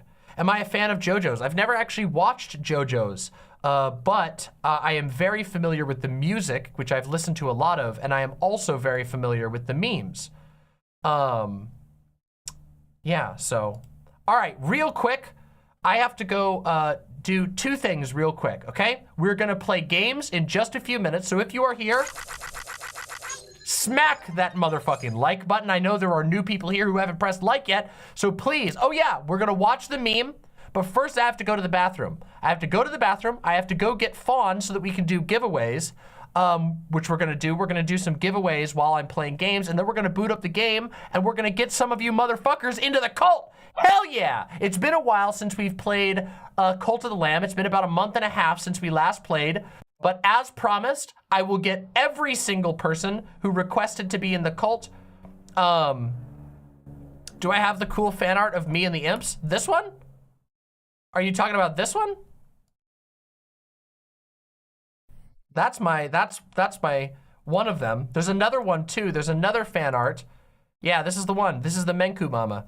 It's where I've been drawn as Artemy from Pathologic 2 in the most flattering single flattering most piece of fan art that I've ever received. So real quick, I'm gonna use the restroom. We're gonna grab Fawn so we can do a whole bunch of giveaways in chat. One more reminder, for those of you who are in YouTube chat, unfortunately we cannot do giveaways through YouTube chat due to the mechanics of YouTube chat. So please come over to the website, demonmama.com/live. It's very easy to sign in.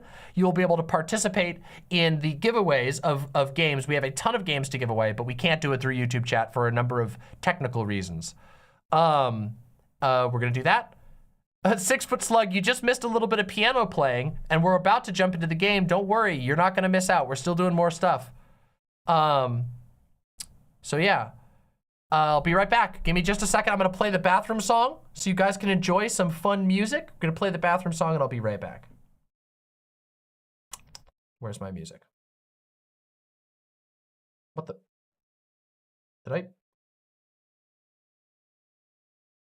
Where's my music link? Oh no, I accidentally unpinned my music. How annoying. All right, here we go.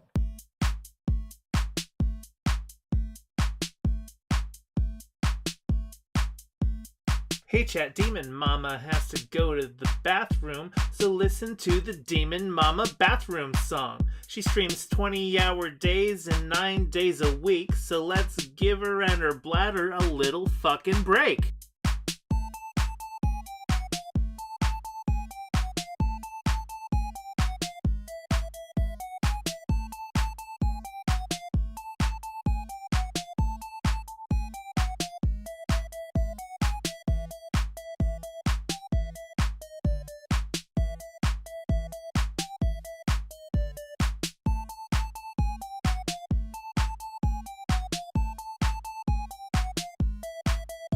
Okay, it's been a minute and she's still in the bathroom. I'm not a math whiz, but I can count to 2.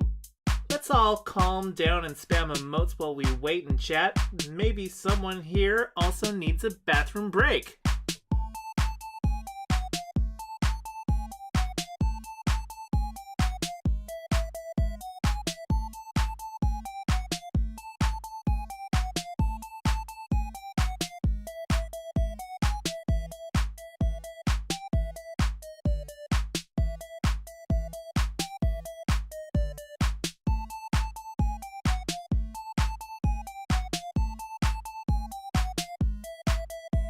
It's been a bit since Demon Mama went to the bathroom. Not like I'm counting, but this track's at 142.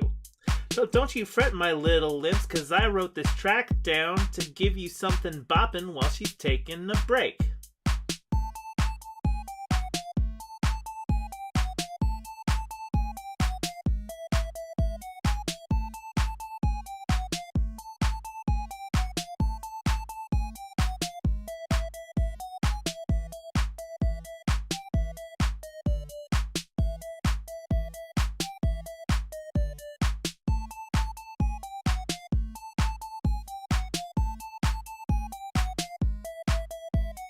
Jesus fucking Christ, can Fawn go check in the bathroom? I hope she doesn't lock the door when she uses it. But if she does, you might need a little running start and hope the door hinge is weak enough to break.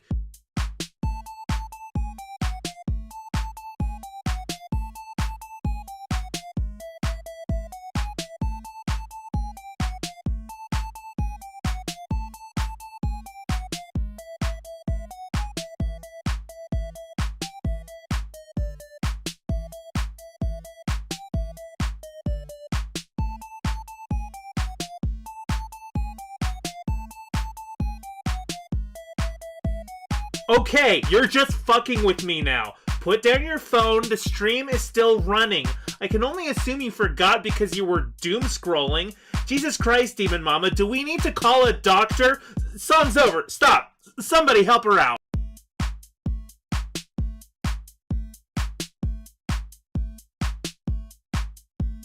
Hey chat, Demon Mama has to go to the bathroom, so listen to the Demon Mama bathroom song. She streams 20-hour days and 9 days a week, so let's give her and her bladder a little fucking break. I'm back. Back. That's right, I'm back. It looped, but I got a banana, so what are you gonna say about it, huh? Yeah, go ahead, say whatever you want. Accuse me of whatever shit you want. I was talking to Fawn and getting a banana.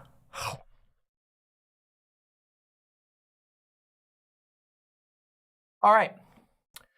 So, let me get the game up and running.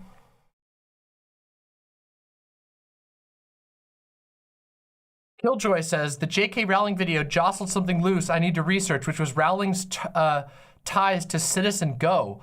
Blows my mind she's allowed to call herself a feminist. I don't even know what that is. What is that? Eat the banana slower? No. Oh yeah, the meme. Thank you. Oh my God, I've been so forgetful. I'm so sorry for being so forgetful. Holy shit, let me get your meme. Thank you for reminding me. We have to do the meme before we play the game, because I said I would. And I am a demon of my word. Here we go. We have to watch an absurdist meme. Are you ready? Guess what? It's a Sonic meme. Who could have seen this coming? Let's do it. This is Mr. Krabs 123's amazing brain-frying meme. Just so you know that even Xanderhall refused to watch. So let's do it.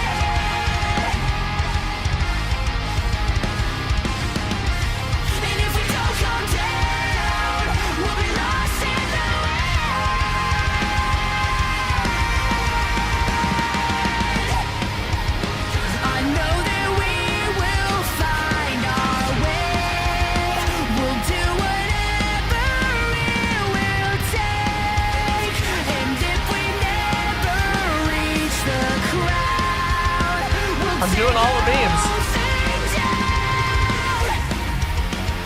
See, I can do all the memes. I can do all the memes myself. Thank you, Mr. Krabs. That was a good meme. Great song. Very memey. It was basically an anime music video for a Sonic game, which is all right. Alrighty then. Fine. Fine. It's time now, though, for us to play Cult of the Lamb! It's time to get to rescue the last of the imp critters! We must rescue the last of the imp critters! Let's do this.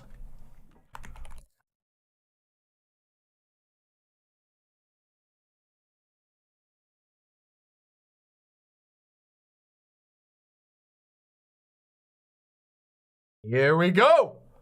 Here we go! Appreciate your dumb guitar pick? Aw, that's cute. I like boobs too. All right, Fawn. Okay, so while we're playing the game, imps, listen the fuck up. If you want to be a part of the giveaways, Pseudofawn, type in chat, Fawn, so they can see your name, okay? Type your name, type in chat so they can see you. When you see Fawn, you want to keep your eyes on what Fawn is saying. Fawn is going to be doing giveaways in chat while I play the game. The reason why we're doing it instead of me doing the giveaways is because this game is goddamn hard and I need to rescue your dumbasses from the horrible forest of demons and monsters. You are not following the right gods right now. You are lost and you need to find me. You need to follow Mama, okay? Well, this is the test to see if Fawn is actually, there we go, Pseudofawn. You see? Pink with orange and pink. Actually, hold on. Fawn, I'm gonna give you a special name real quick. All right, hold on a second. We're gonna give Fawn the red name because Fawn needs a red name so you all can see Fawn. Fawn is going to be the one doing the giveaways, so listen closely and participate for the games that you want. If you win a game, please abide by the honor system and don't scoop up a million games, you know. Not that it's likely that that's gonna happen, but you know.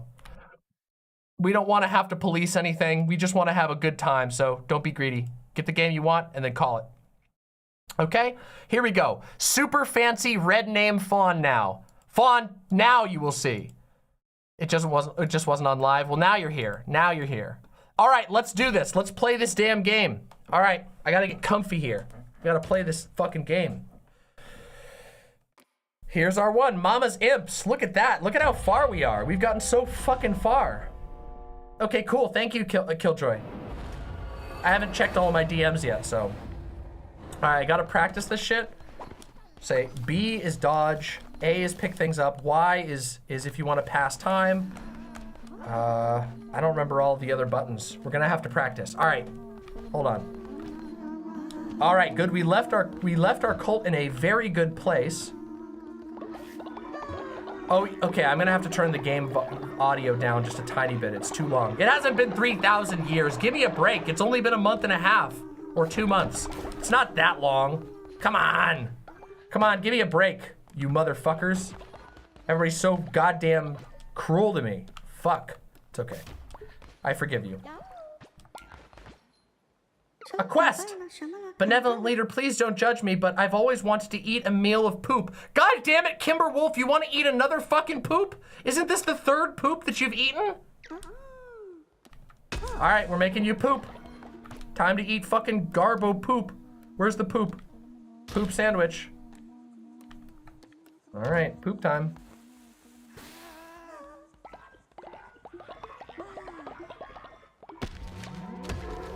Oh, we got the poop! We just unlocked the poop follower form! Yes! What is this game? This is a game called Cult of the Lamb. It's fantastic. We've had a cult going for a while. We need to cure you now.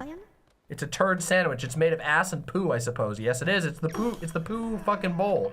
I don't think it's a sandwich. I think it's actually more like a soup, which is actually even more disgusting. Thankfully, we have magic, so we can cure you. Kimber Wolf, why the hell you eat so much goddamn poop?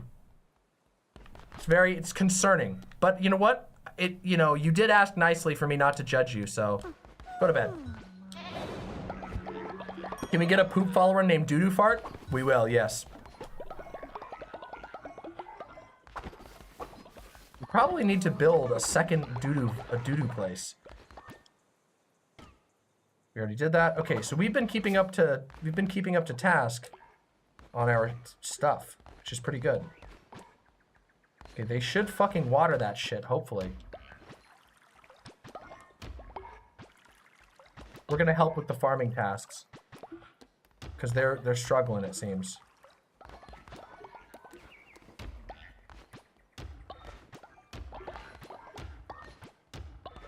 We need as many beets as possible because beets are very valuable. Okay, we need to put demons in. This game is a very cyclical game. You have to make sure you're keeping up all your tasks like this. All right, Kimberwolf, you are one of the demons we will most absolutely be bringing. We need that. Vosigus. Right, and then we're also gonna get Nasty because Nasty gives us extra damage, which is always great.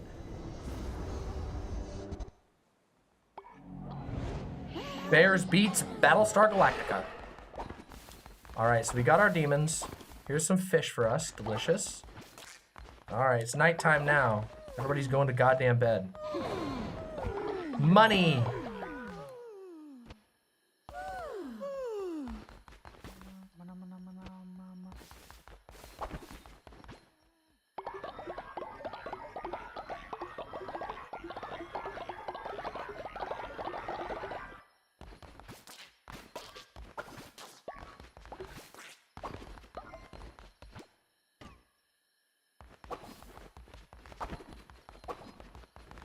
Let's make some food before we go so they'll eat in the morning, god damn it.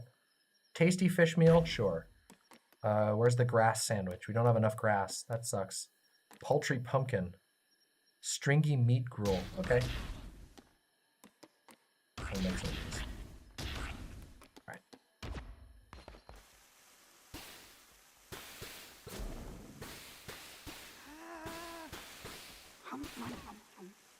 Not a big fan of the burnt food, as it turns out. All right, we got enough food. Let's do this. We have to get back to combat. It's most important that we get into the main thing because... Oh, hell yeah. New follower. Yes! That means a new imp once we're done with this next adventure.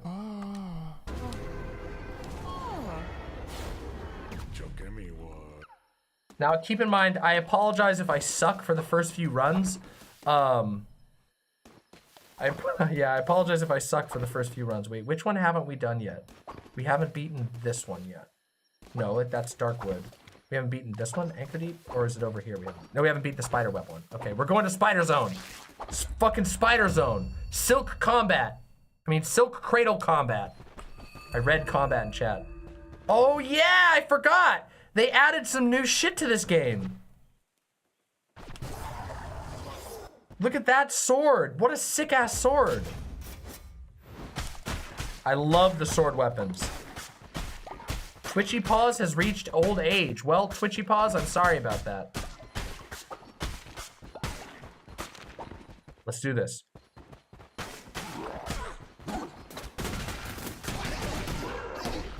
Wow, I am not doing so good. All right, that actually wasn't too bad. We have to make sure we're cracking up everything. Also, oh wait, the game audio is too loud. We got to turn down the audio. I really dislike that the old gods can just fuck your cult during a run. Nah, that's part of the challenge. That's especially on hard mode.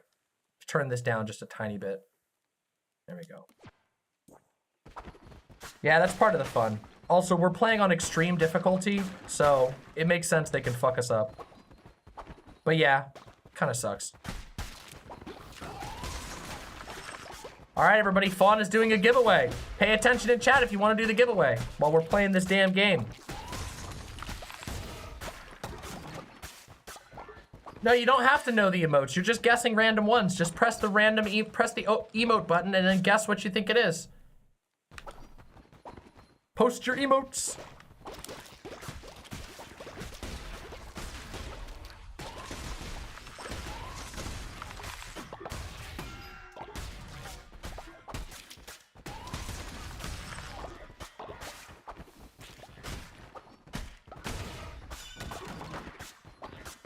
It's very simple. We basically just do an emote guessing game for the giveaways.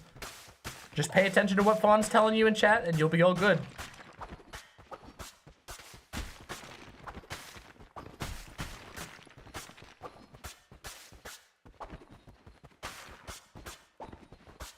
I only play Sims 4 and I like it that way. Hey, look, no hate. If you only like Sims 4, if that's the only game you like, that's your prerogative. Personally, I think you would, here we go. He waits by the rocks of the darkened sea at the foot of the long sudden drop. Within the maw of pointed teeth beasts, the stutter of the heart then stopped. He was the fifth bishop of the old faith, our brother, the one who waits. Back then, he was known by the name Narinder. But as millennia wore on, he grew discontent with his role. He began to question. He was gluttonous in his ambition. And in my impudence, I loved him. For it, I lost my mind. For it, he lost his freedom. Can you fathom such a betrayal, Lamb, of your own turned against you? Would you like to find out? Congratulations! 6-foot slug! Yay! Enjoy the game! Ah, no! He summoned our friend against us! No!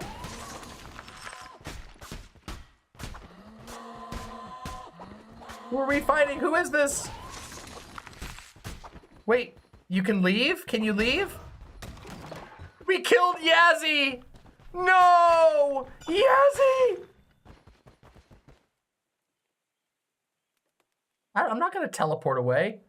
I'm not gonna teleport away for one random fucking follower. You are strongly overestimating your individual value. You are strong, you're valuable, only in that you are in service to, I mean, no, it's with great regret. I simply couldn't do it. I couldn't do it. I'm so sorry. I'm so sorry. Oh.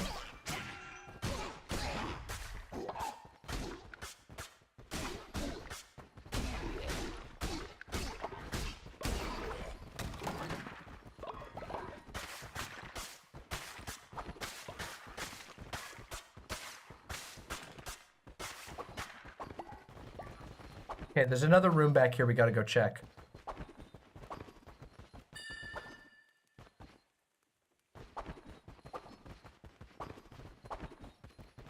Oh, you had to kill one of your spouses. That's sad. That is. I mean, that's how they do though, right? That's why all these people hate the old gods, because the old gods are fucking assholes. These guys are bitches. They make you kill your spouses. They do all kinds of horrible shit. What a horrible thing. Fuck these guys. Listen, I don't make anybody kill their spouse. I haven't done that, have I? See, I'm better than them.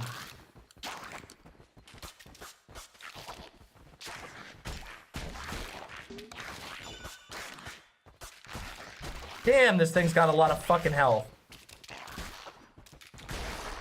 Woo!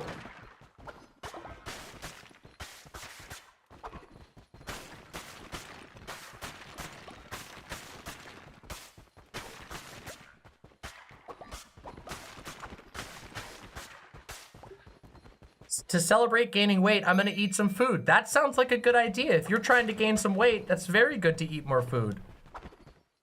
You're getting tired. Yeah, I'm getting tired too, but it's okay. We still got a little bit more time to go. I'm gonna play a few runs of this, and then, again, remember, I've been telling you all, we want to get as many people in here for the gaming streams as possible, and if that happens, I'll play more gaming streams. It's okay if you gotta rest. It's no worries.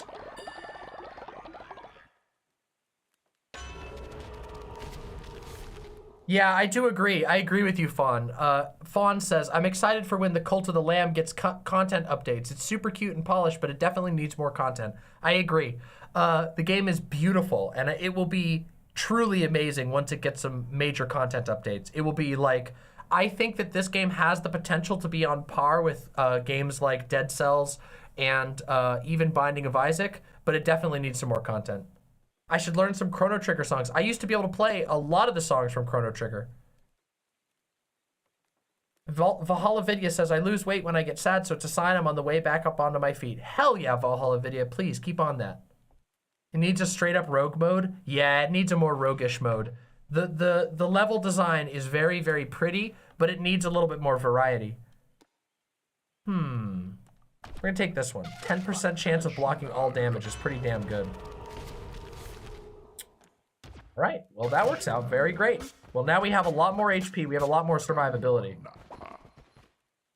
Corridors of Time is such a great song. Unironically though, Chrono Trigger has one of the best game soundtracks of all time. I've listened to it for literal, wait, when was the first time I played that? The first time I played Chrono Trigger would have probably been around 2001 or 2000, no, maybe even earlier than that. It would have been, I played an emulated version because I never had a Super Nintendo until I was much older. I played an emulated version. I think it was in 2000 or 2001, and I absolutely loved it. Absolutely fantastic. Oh, hell yeah. Hey, Fawn, hold on. Let's do, for the next giveaway, Fawn, can you buy can you buy an Itch.io code of Dwarf Fortress for the next giveaway? We'll make a Dwarf Fortress the next giveaway, and then I'll pay you back. Or you can grab my card and just buy it. Do Dwarf Fortress for the next one.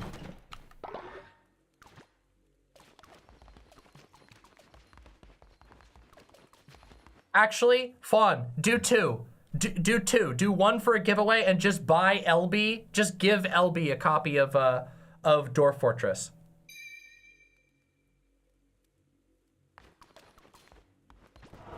Merry Impmas, LB.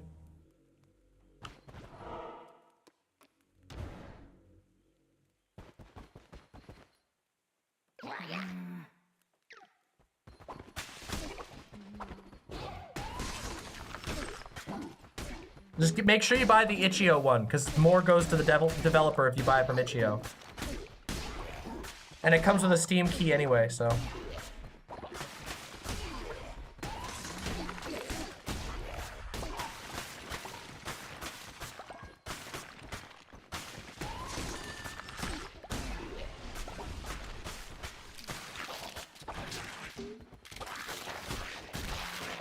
Fuck.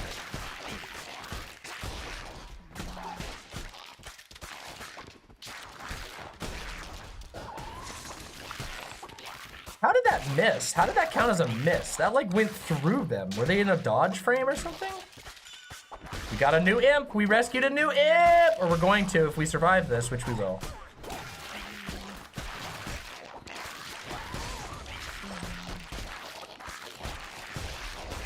Yikers. Wow, this is a hell of a room. This game gets so fucking hard on extreme. Holy shit, these spiders are like ridiculous. Oh my god.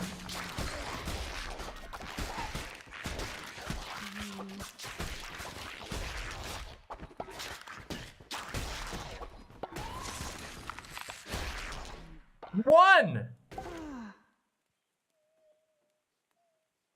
Hey, Helltown and Phlogistina, welcome. Welcome and thanks for coming and joining the site chat. I apologize we can't I apologize that we're not able to do giveaways on YouTube, but once again, it's a technical problem. YouTube doesn't have a whisper tool, so we can't do it safely. Happy to have you here. All right, new follower.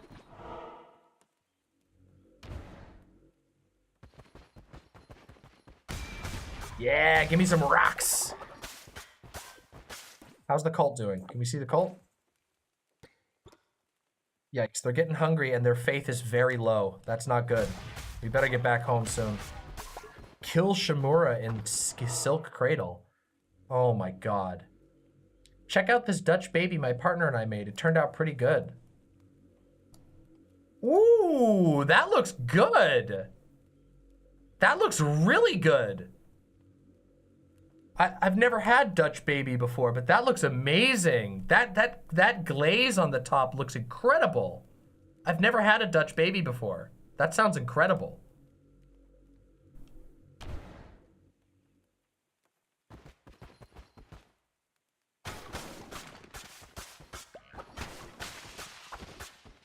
Well done, Danny. That sounds amazing. Also, give my Impmas wishes to your partner, Danny.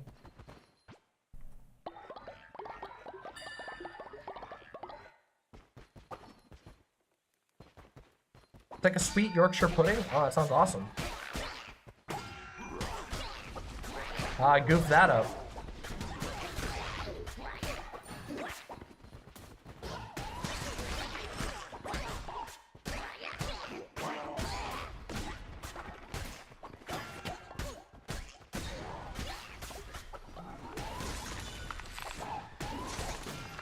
Oh my god.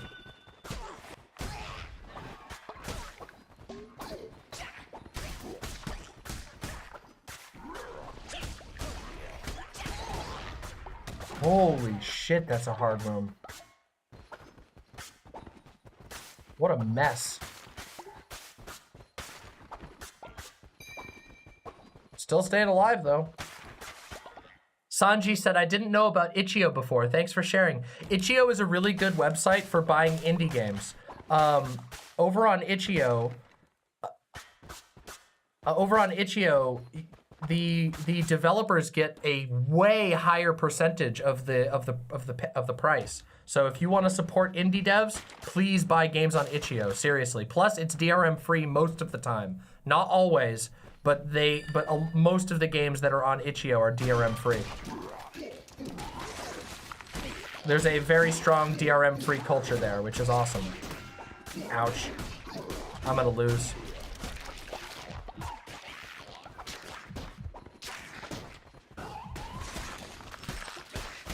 We have to teleport out. No dying. We're not gonna die here. If we take one more heart of damage without healing up, take a teleport home. Oh, the fucking axe. Oh, hey, there's a heart. All right, actually, we have a heart and a half. We don't have to flee yet. We might have to flee soon, though.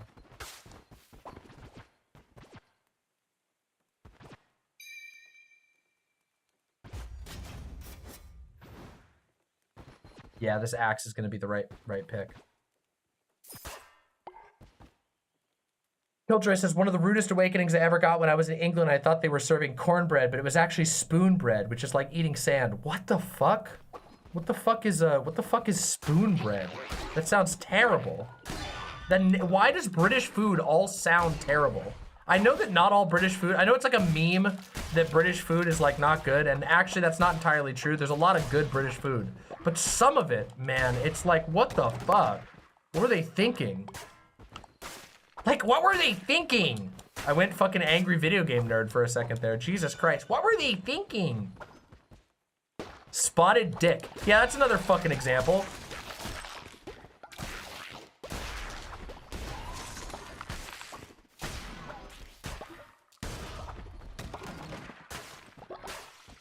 Spoonbread is like cornbread pudding? Okay.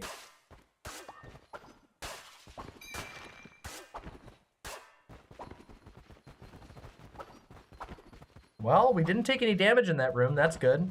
I'm getting back into the hang of it. Oh, fuck. I say that and then immediately roll into a trap. Ow! God, those traps are so easy to accidentally roll into. Fuck. Oh, no.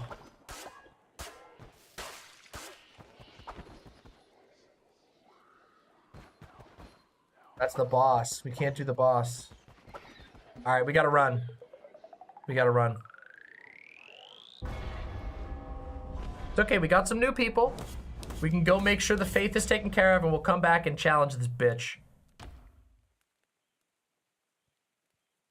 Monster Sanctuary? Monster Sanctuary, what a sick-ass game!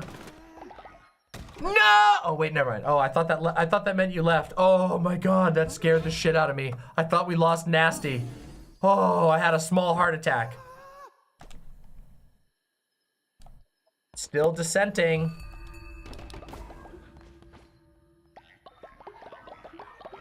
Yay!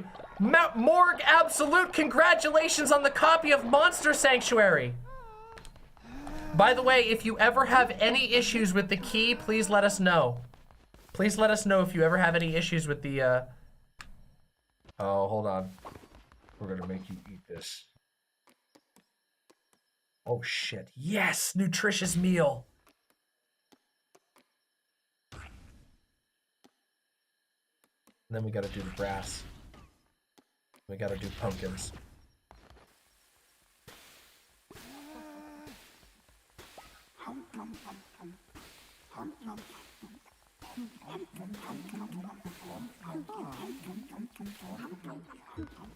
Alright, eat up, bitches. Hey! No longer dissenting! Ah, damn, this is great. Look at this! Hell yeah! Our cult is doing very well. We need to get our faith up, though. It's slowly rising. Alright, hold on. Let's see what we can do to get our faith up. First of all, we could use another outhouse. We will put the other outhouse right over here. So it's right next to the currently existing janitor station. All right. Then we will build a, oh, we don't. Oh, it has to be finished first. Okay, that's right. That's how this works. Spoonbread is made out of cornmeal, like cornbread, but it lacks any of the fluffiness. So it's like eating very gritty food. I can't say that sounds like something I would enjoy. Oof. That is a lot of wood that we had stacked up there. Holy shit. We gotta get more. Okay, so we have 2 wood. We need more stone. All right, let's get some stone installed over here. Right? And we want it to be in the area. We want it to be right here.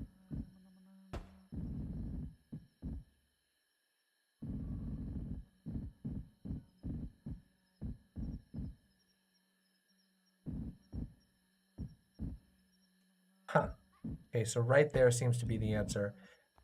Let's go build this shit.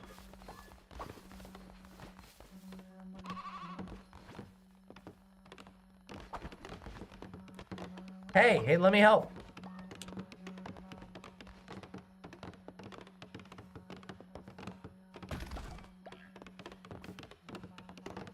Oh, I think they did fix that glitch. Thank you, Phlogistina. Thank you so much. Thank you so very much. Yay! We're gonna bring some new imps into the fold here in a second. Thank you, leader. My faith in you was justified. Oh, thank you. Look at that. Our faith is getting back up. Is there a dead person somewhere here? Is there like a dead person hanging around? There might be. I'm gonna double check. All right, let's get some of this gold done. Let's get some stones. Fish here. Go to bed, you goofball. Why are you sleeping in the middle of nowhere? Go to bed. Go to fucking bed. Is it because of this? We gotta upgrade these too. Oh god. Frog Whisperer's in there pooping. The whole aesthetic of this game is amazing. The aesthetic of this game is fucking poggers. It's actually incredible how good the aesthetic of this game is. That's why I desperately want them to add more content, because it deserves it. I would play this game like religiously, ironically. I mean, not as if I already haven't. We've already played hours of it on stream. But I would play it even more if it had more content. It got snubbed for year-end game awards. Yeah, it did. There were just a lot of really, really good games that came out this year. This has been a very good year for games, all things considered. All right, let's do our stuff. Here we go. Sermon. Demon Mama, do you plan on streaming again before Christmas? Yes, I will be. I plan to stream 2 more times before Christmas, I think. If I remember correctly. Yeah, if I've got my schedule correctly, I plan to stream at least 2 more times before Christmas. We're going to be doing mostly streams like this one, where it's mostly hanging out, mostly fun stuff, mostly games and social stuff. So yeah, you guys will get a lot of me. I really want to make sure that we get lots of fun in for Impmas. Not that Impmas ends on Christmas Day, it doesn't, not even close, but you know, I figured it would be good. So our faith is full. How's our food doing? Wait, we could do a resurrection ceremony, couldn't we? Oh, let's do an ascension. We have an older person we need to ascend. Speaking of good games, are you ever gonna play God of War? I might play God of War. I am not the biggest fan of the God of War series, but the new one does look good, so I might give it a try at some point. Most likely, the next series of games that I'm gonna play is probably going to be the Metal Gear Solid series. I'm planning on playing through Metal Gear Solid. I wanna play through the whole series, and I might even do it on stream depending on how much energy I have and depending on how many people we can get to show up for streams. La Justina, okay, I gotcha.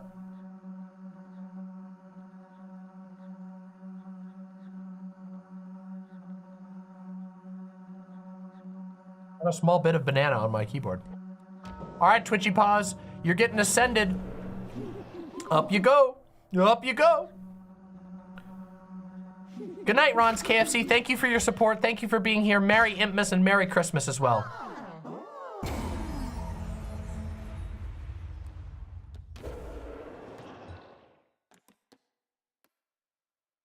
Special fish. Just be warned, there is almost non-stop dialogue in the God of War games. Yes, I know that. It's one of the things I don't tend to like about the God of War games, because it always feels like the creators are kind of condescending to me. Like, they have to narrate literally everything. I don't like games generally that do that. God of War 2018 is basically a complete reboot of the series, and it's so much better. One thing I love about the new God of War series, the designs on the monsters, especially like the Valkyries and stuff, is so cool. It is so cool. The aesthetic design of the enemies is really, really sick.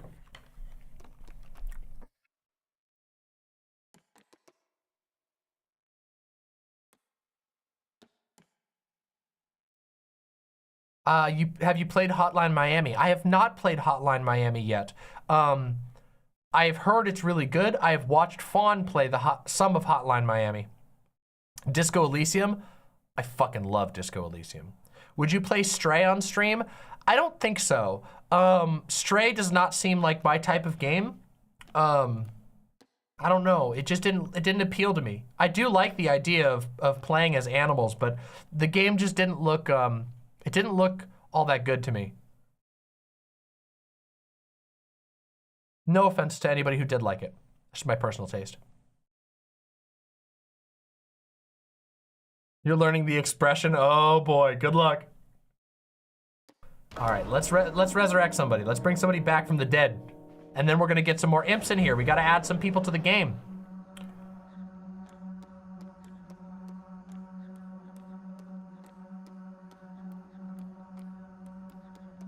Susie Clem, BLM. Emerald Queen. Oh yeah, Emerald Queen is super op. We have so many good people. We have so many fucking good imps. I think we're gonna have to get Emerald Queen.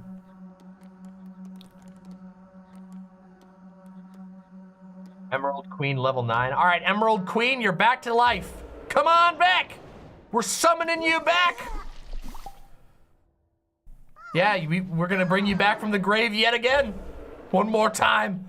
You're not allowed to die yet. How's our hunger levels doing? Can I see that? Yeah, our hunger levels are actually not so great. All right, feast time. We're throwing a feast. Feast, feast, feast, feast, feast, feast, feast, feast, feast, feast. Stray is all right, but the novelty wears off kind of quick. Oof. How about Dead Space or Blade Runner Enhanced? I was never really into the not Blade Runner. I like Blade Runner the movie. I was never really into the Dead Space games. Maybe I'd give him a chance, but it's not like super high on my list or anything like that. Gotta level all these people up. So many people leveled up in that sermon. Come on, everybody. All right, there you go. Gonna level you up. Let's get everybody all leveled up. Where's our level up people? Anybody else? Is there anybody else who needs to be leveled? We got a couple people. There we go, there's one. All right, then we gotta bring in the new imps. Ever play Rune Factory? I have never played Rune Factory. I don't think, at least. Maybe I did. All right, let's bring some imps in. Hold on a second. All right. Next on the list to be brought into the list is Bill Portley. Bill Portley. All right, we got to bring in Bill Portley. Oops, hold on, wait. Oh, here we go. All right, we're bringing in, wait, do we have the bear yet? Oh shit, do we not have the bear unlocked? Oh, I don't know if there is a bear. Oh, I forgot, I think there's not a bear. I think that was the problem. So we were waiting on Bill. Oh wait, there is a bear. We unlocked the bear. Bill Portley, blue bear. Yay! Bill Portley, welcome to the cult. We're happy to have you. Blue bear. We'll give you the little markings. Cute, strong constitution, and gullible. Hell yeah! Welcome to the cult, Bill Portley. Yay! We gotta make some more beds. All right, go get to work on the farm, friend. Next is, oh, it's Nuts. It's time to get Nuts into the cult. That's right. I don't even know if Nuts is here right now. Nuts. We're gonna put you in all caps because you know that's how we always end up saying your name. And Nuts says a Caucasoid dude bro. What? What am I supposed to do with that? What am I supposed to do with that? Caucasoid dude bro? There's, I guess a monkey? Monkey, monkey. No, the poop. White poop. White poop. There we go, there's our poop.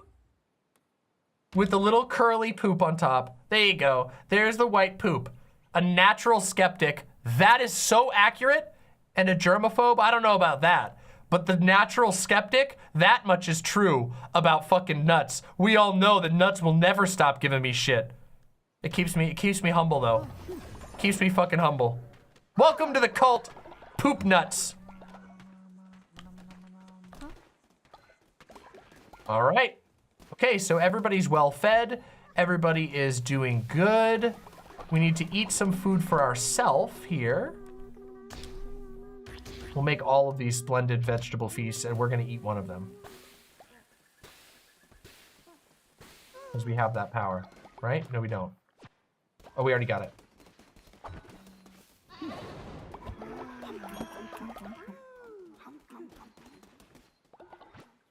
Yo, we need to build a couple more beds. We need more beds.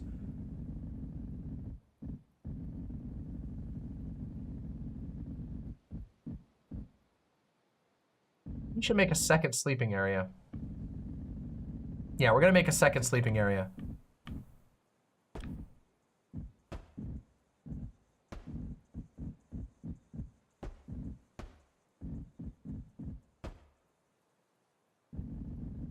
This is the second dormitory area. All right, and then we also need to build, there's another thing I wanted us to build, which was, we need some decorations for sure. Small stone candle, cute. Some cozy barrels, skulls. We gotta make this place pretty. We don't have a lot of flowers, but we could do it. Here. We'll start making this area pretty by putting a flower here, a flower here, flower there, flower here. Okay. So we'll put some flowers in there. I'm gonna go build these real quick. 1 second. So wait, we got Nuts and Bill Portley. All right, next time we'll get more people in. There we go. We're actually getting through the list. It's pretty interesting. We're getting pretty close down on the list, or pretty far down on the list, I should say, which is pretty impressive. One of the things that made me give up on symmetry in this game is the base decorations being off-center. Yeah, it's very annoying, but that's okay. We don't need to be symmetrical. That's fine. We don't need that. Who needs symmetry? Who needs that? I didn't know you could be poop in this game. Yes, you could be poop. Can I be in the cult? LB, I think you're already on the list, aren't you? If not, maybe we'll see. Maybe somebody will be so kind as to donate you in. It would be out of the spirit of the game for me to give away cult slots for free. Nah, just kidding. Maybe we'll see what we can do. All right, let me upgrade these damn beds real quick. Hey! Can a poop follower ask you to eat poop? Yes, I believe they can. What do you want? Glorious leader, says Frog Whisperer. Some elders have been cast from their cult and now seek a place to enjoy their final years. Maybe we should let them join ours. Yes. Yes, we shall. We got a free elderly follower. Hello, elderly follower. Alrighty, here we go. We get a new follower. Do you just need a sub to get on the list? No, any donation, $1, 50 cents, $2, a sub, any of them, just make sure you request that you want to be in the cult. Wait, you got a 3, all right, LB, all right, LB, you're good. All right, LB, you're good. We'll put you in the list. Since you got a sub a while ago. What do you want to be, LB? Tell me what you want to be. I'm feeling generous tonight.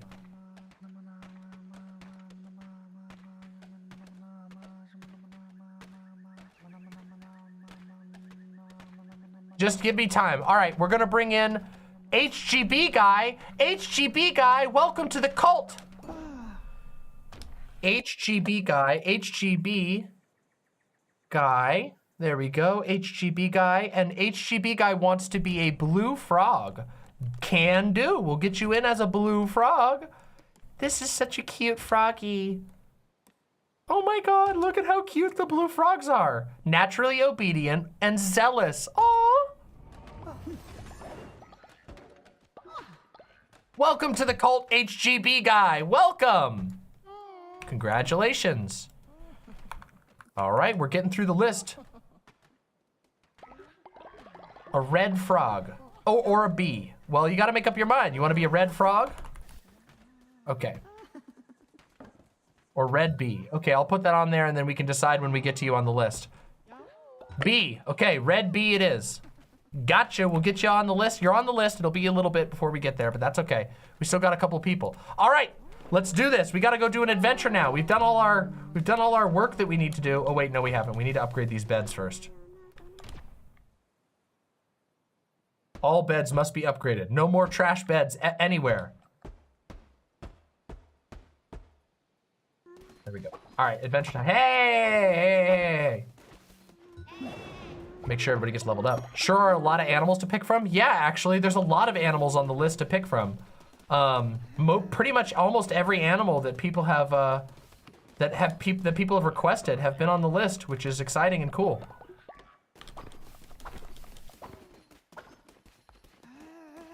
All right, here we go. Adventure time. No birds. Yeah, I don't think there's any birds in the game yet, which is a little funny. Maybe they're gonna add those in an expansion. We buy you, that's right. We buy every new critter. Yeah, it's too bad. I like birds. As you know, I'm a big fan of birds. I fucking love them. I freaking love birds so goddamn much. A new sky level with birds would be awesome. Needs dinosaurs? I think there is a dinosaur. All right, so we start with the Crusader Blade. All right, that's not very good, but it's something. It's better than nothing.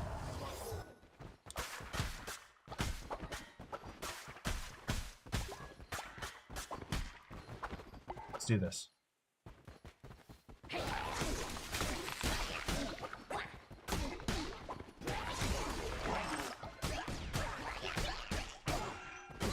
Ow.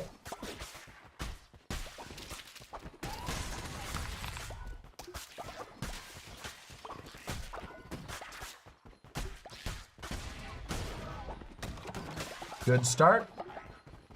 We took a little bit of damage, but it wasn't so bad. Giveaway time. Yeah! Crusader Kings 3!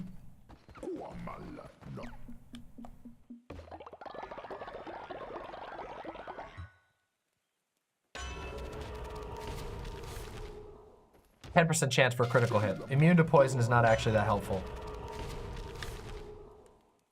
Extra heart or attack rate up by 1.25. Ooh. Gotta take the heart. Survivability is pretty much paramount in this game. After all, rule 1, do not die. Rule 1, do not fucking die.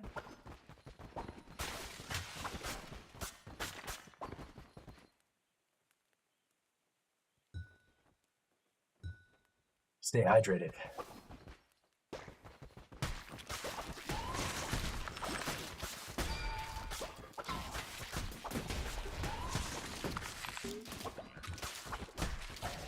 Oh my god, we forgot demons. That's bad. Okay.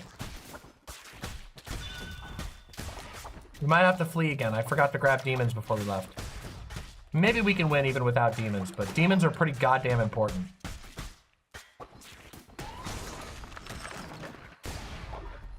How did I forget?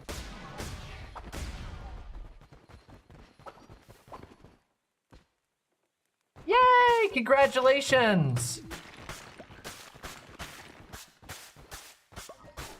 Everyone, don't forget to thank Fawn for doing such a kindness to all of us. Fawn is being very, very kind and helpful tonight, so make sure everybody gives a thank you to Fawn.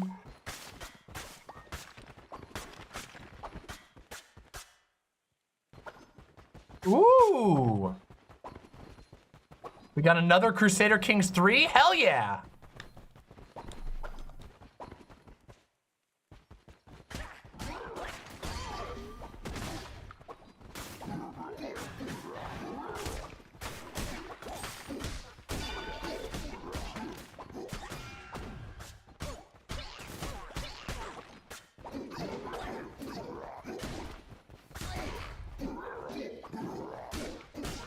Holy shit. This room is aggro. Oh my god.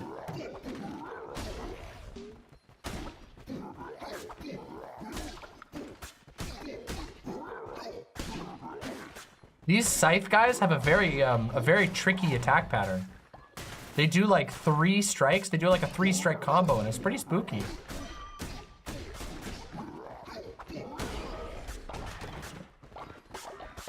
Hey, skull necklaces. Skull necklaces are very good.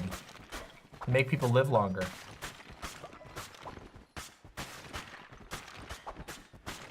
Good night, Femboy Low Poly. Thanks for coming by.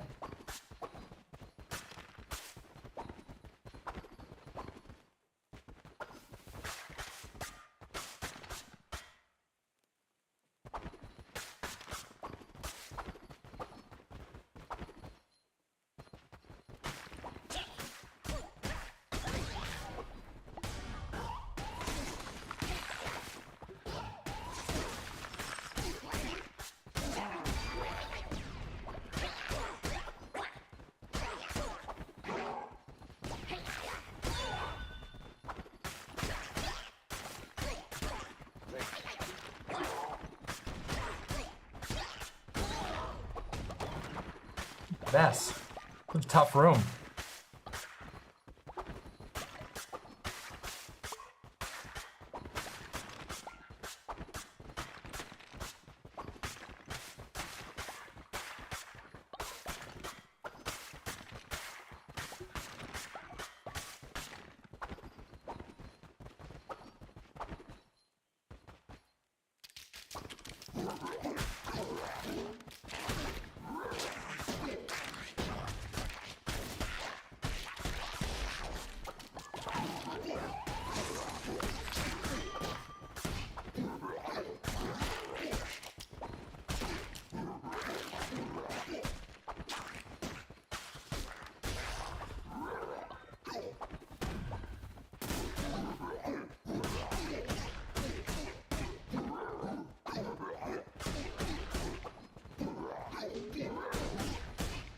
Look at this guy's freaking hell. Holy shit, this guy's fucking impossible. I mean, we clapped him, but I mean, Jesus Christ, it took like 14 hits. Fuck.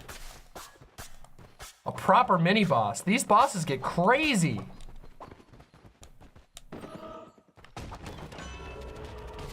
Hey, let's get a card here.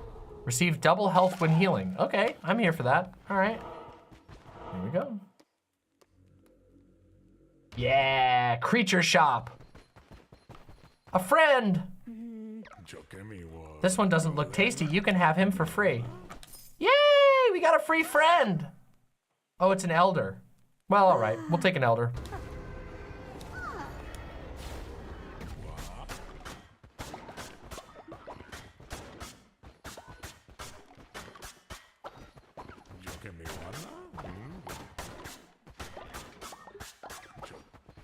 The whispers should show up on the website. You should see a little tab appear at the top of the chat where you can pop over and see your private messages.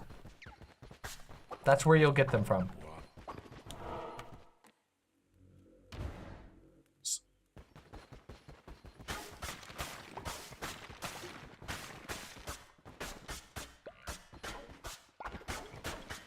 Oh no, the code didn't work.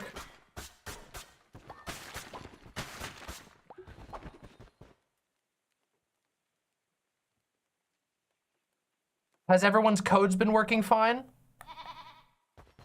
Fawn did, okay, we'll try the code again. If the code doesn't work, we'll make sure we get you a code. Apologies if any of the codes have issues. They should work, but we'll make sure you get it no matter what. No biggie. Just make sure you tell us if you have any issues with the code so that we can make it right.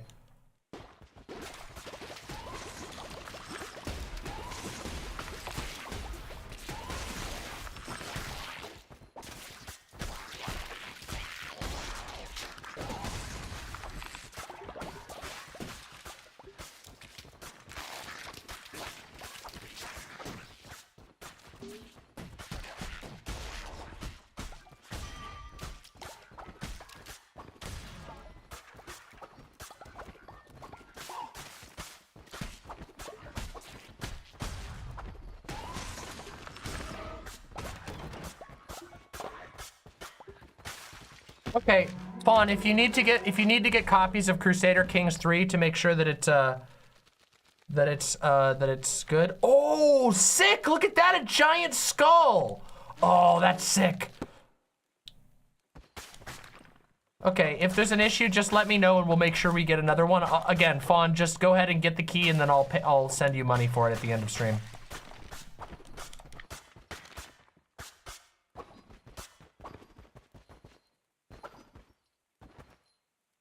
No, don't worry. You're not bothering at all. Sometimes we get there's an issue with the keys. Sometimes it happens. We'll fix it.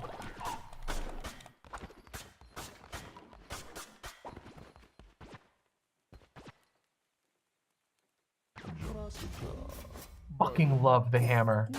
I fucking love the hammer.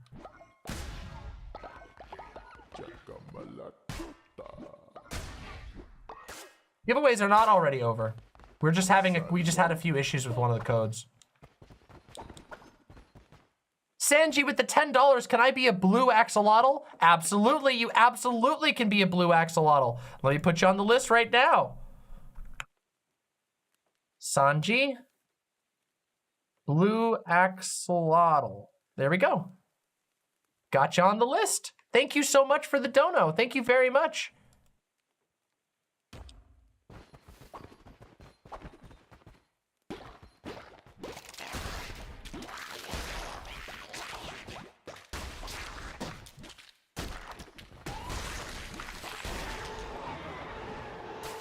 Ice spells and the hammer work very, very well together, which is always a very nice thing. I don't think I want the axe. The hammer is so good. Well, it's okay. We're still doing more. Don't worry. Don't worry. It's not over yet.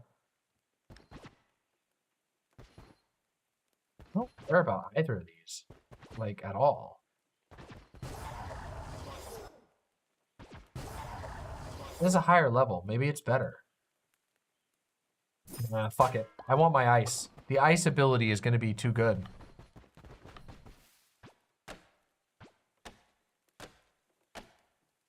I don't think I am worried about chopping this. Oh. Oh my god, it gave me 4 black hearts? Holy shit, that's awesome. What a sick ass room. Wait, we might actually have a shot against Shimura. We might actually have a shot now. That is awesome. What a sick room. I've never gotten that room before.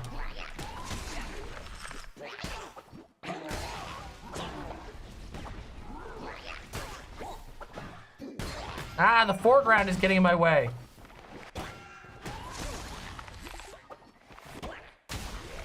Get out of my way, foreground. Why does it do that? Oh, damn it, I took way too much money because the foreground was in the way. Why does it do that? That seems like a bug. I don't think it's supposed to block your vision like that. Oh. That's all right, I still have extra hearts. Might be hard to beat Shimura with just this few hearts, but whatever. We'll give it a try anyway.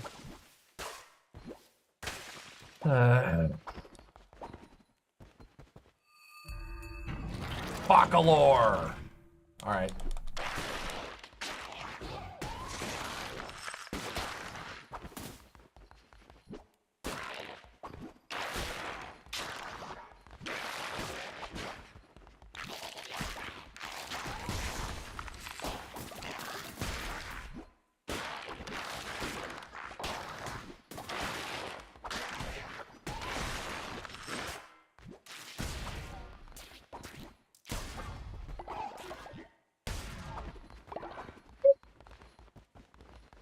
Come on, dude. Come on.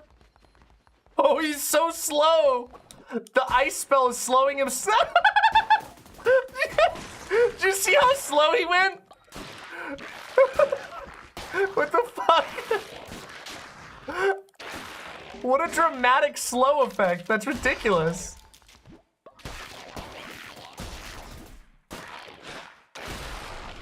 Blapped! Boom.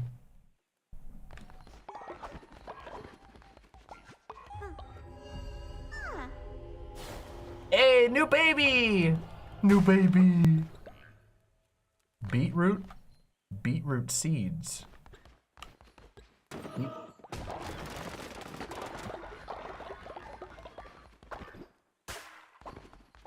Iced him. Wait, I've never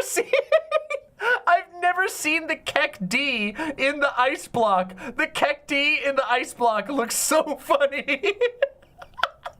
Oh, wait, the baby also looks hilarious. Oh my god. What the fuck? What the fuck? Oh my fucking god.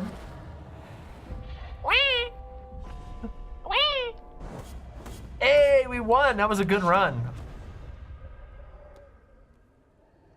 They tied the ice slow to the entire animation speed instead of just the movement. That is so funny. That actually looked hilarious.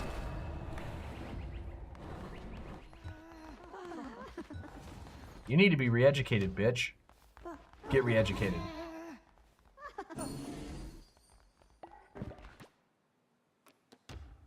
Free now. Now that you're properly re-educated. In the reformation camp. Alright, this person's hungry. Let's get some food. Alright. Fooding time. Actually, wait a minute. No, wait. Now's a really good time to do the, this thing. Sermon first, then we do the feast. Damn, not even the ice block can slow down the Keffelswiggler. Or the blob, for that matter. It doesn't really work well with the sus, does it? That's weird. That's unfortunate. The sus is such a good emote. Oh. We can't do the feast. Damn it. All right, sacrifice time. Time to sacrifice an old person. Who are we gonna sacrifice? We gotta sacrifice one of these old people.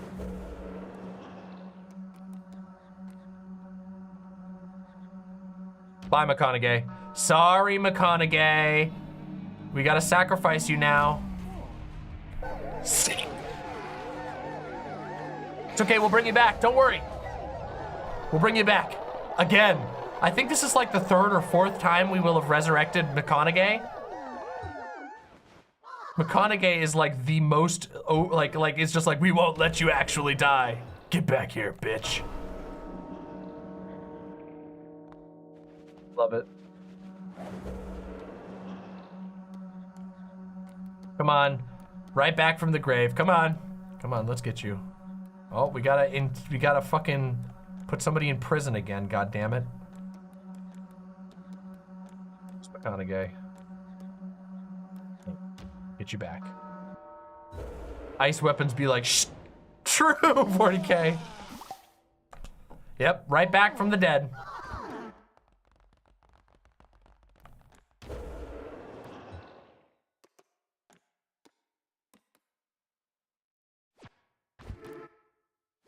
All right. Well done, everybody. Everybody's leveled up. Everybody's got all kinds of stuff. Look at that. Old person, level up.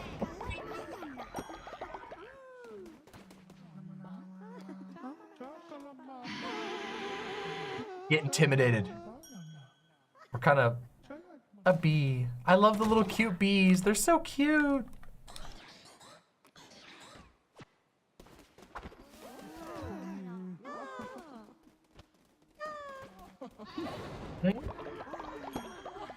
Yes. Leveling. Hey, don't get mad at me, you bitch. I'm talking to you. I got fucking shit to say to you. What are you getting mad at me for? I'm your cult leader. Who the hell you think you are? What do you think is going on over here? Who do you think calls the shots around this fucking part of the woods, huh? Show you. I'll fucking show you. Good night, Goddess Trans Girl. Thanks for being here.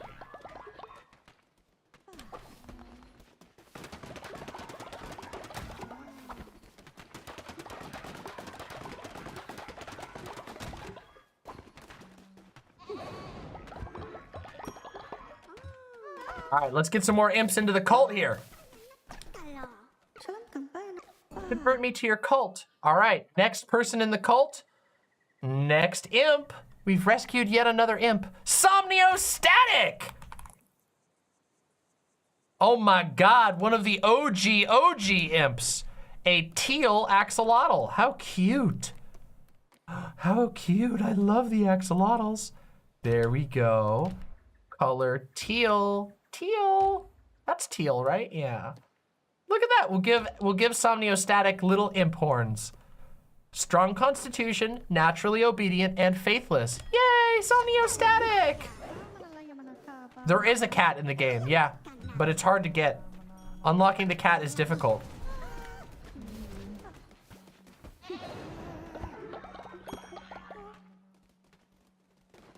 Because the cat is the cats are, they look like the final boss of the game, who is a cat. Duke Deserix! All right, Duke Deserix, you are in the game. You are in our cult now, and Duke Deserix has requested to be something scaly, which means we need to pick a lizard of some sort. Yeah, there we go. No color mentioned, so we get to pick the color here. We are going to pick orange. What a cute dinosaur. What a cute little dinosaur. With a little spiky head. Oh my God, cynical and a sloth. All right, welcome, Duke Deserix. Welcome. Are there bunnies in this game? Yes. How do we request an imp? If you want to be in the cult, you just have to donate any amount. It doesn't matter. It can be $1, 50 cents, whatever. If you donate, you just need to tell me what type of animal you want to be and what color, and then I'll get you in the game. Next is Bastard Collection. Bastard Collect. Well, we can't fit the whole name, so Bastard Collect will have to do. Bastard Collection, a red fennec fox. Oh my God, I love the fennec foxes. Where's the fennec fox? Is this the fennec fox? Is that the fennec fox or is that the normal fox? Is this the fennec fox? Wait, which one is that the fennec fox or is this the fennec fox? Is there another fox? Oh, there's the fennec fox. There's the fennec fox. a red fennec fox. Yay! We'll do the fluffy one. Fluffy one. Strong constitution, lazy, and faithless. It's okay, we accept you anyway. Welcome to the cult bastard collection. Welcome to the cult. Let's get you to work. Go worship. All right, real quick. We got 3 more into the cult already. Hell yeah, we're doing so good. We're getting so many recruits. How exciting. How incredibly exciting. Since I just subbed, can I have it be a teal raccoon? Absolutely you can. Phlogistina, a teal raccoon. We will get you a teal raccoon, absolutely. Wonderful. Let's continue. Let's do this.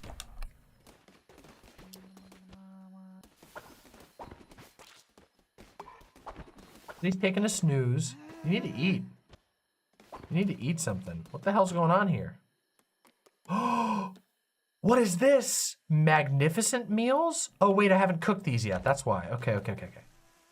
They were in the queue. I was like, wait, why are they down there with a star next to them? But I realized it's just because I haven't cooked them yet. Does a sub gifted to me count? Yeah. You know what? If it does, go ahead. Arrow, do you want to join the cult? Arrow, what do you want?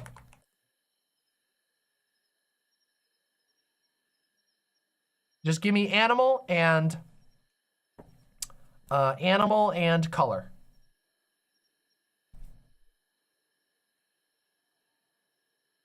Okay, no worries. You don't gotta pick right now if you don't want to. But if you want to, I can put you in since you were gifted one. Time for cozy. Comfy. Let's continue then. Well, you have a spot on the list if you decide you want it.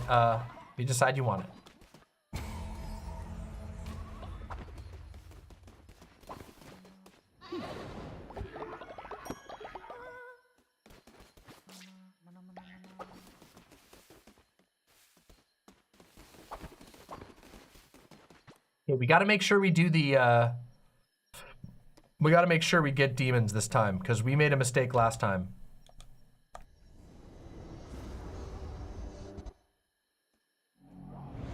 How recently were you gifted one? Today? Was it today?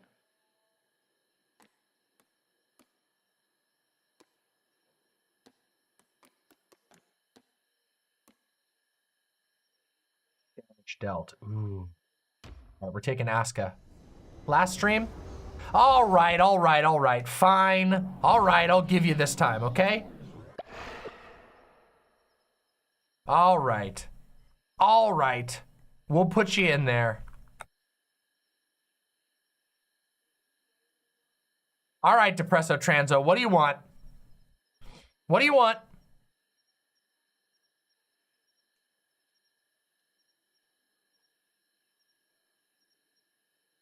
Neon cat. Okay, you're gonna have to wait till we beat the game then, because we don't unlock the cat until the end of the game. So you'll just have to, I mean, that's probably fine. Just keep in mind, you'll have to wait, yours will be in a couple of streams once we beat the game, because you don't unlock the cats until you beat the game. Just keep that in mind. As long as you're okay with that. It's okay. I'm being very generous tonight. Yeah, I'm trying to be. It's Impmas. I want people to feel good and have a good time. You all have been very generous to me, so I'm trying to be as generous as I can in return. I hope people don't get like bothered or worked up or whatever. I just want people to have a good time. That's all.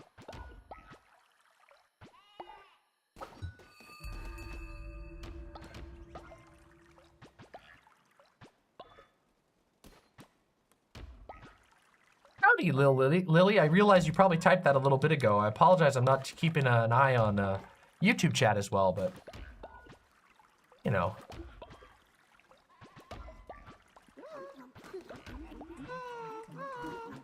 Oh, hello, you have a quest for me? Glorious leader, we wish you to take us on a spiritual journey, bend our conceptions of space and time with those mystical menticide mushrooms. Sure, we can do that. How much time do we have? We have a bit of time. We'll do that next time. All right, we need to get some food for people. Wait, hold on.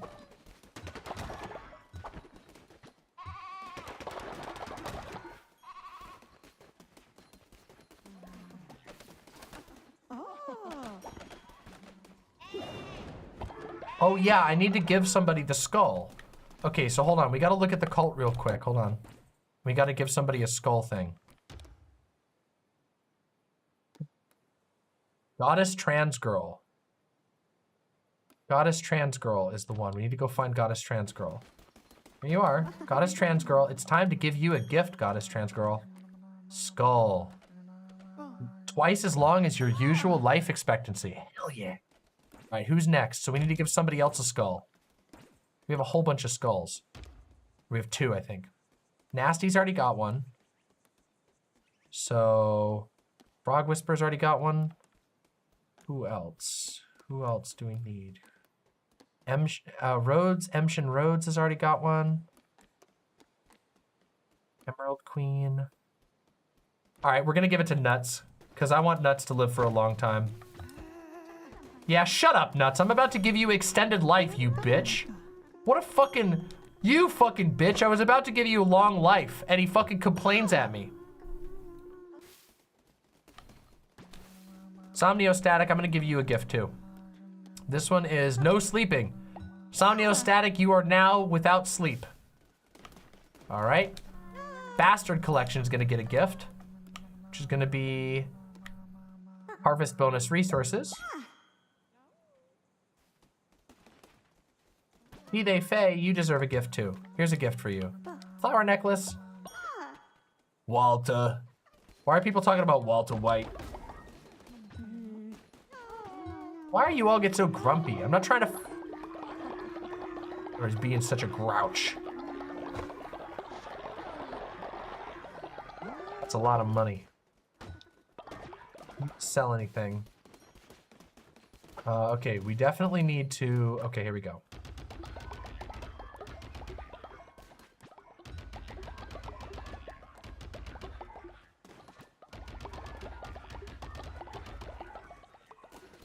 No.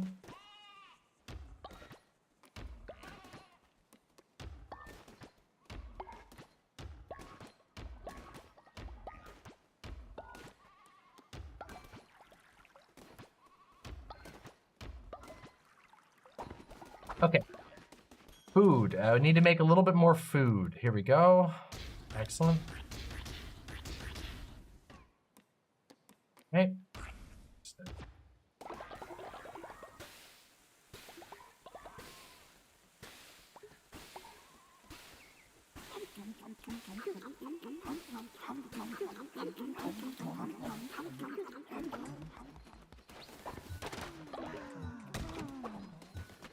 Okay, okay. We already did the sermon, right? No, we didn't do the sermon yet. Okay, so we have to make sure we do our sermon, and then we go on an adventure.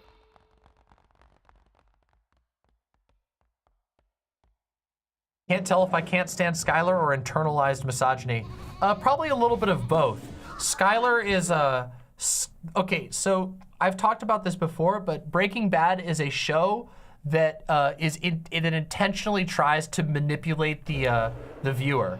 The show is constantly trying to like sort of pressure you to agree with Walt, and you see everything from Walt's perspective. So it's normal to watch the show and find yourself agreeing with Walt, even though Walt is like a giant piece of shit. That's part of the show. But Skylar, if you think about it, it's usually pretty simple. It's usually pretty easy to come to the conclusion that that Skylar is actually, you know, not really so bad of a person as people make her out to be sometimes.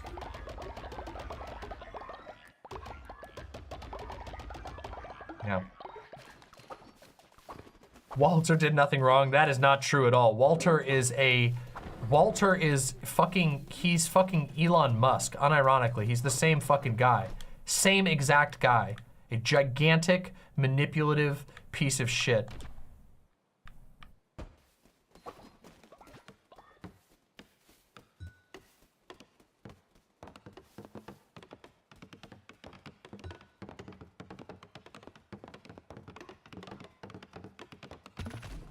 I'll have to give Bojack another chance. I don't know what you mean by that. All right, let's get some friends here. All right, we're gonna definitely take Emerald Queen this time. Yeah, Walter White is a gigantic piece of shit.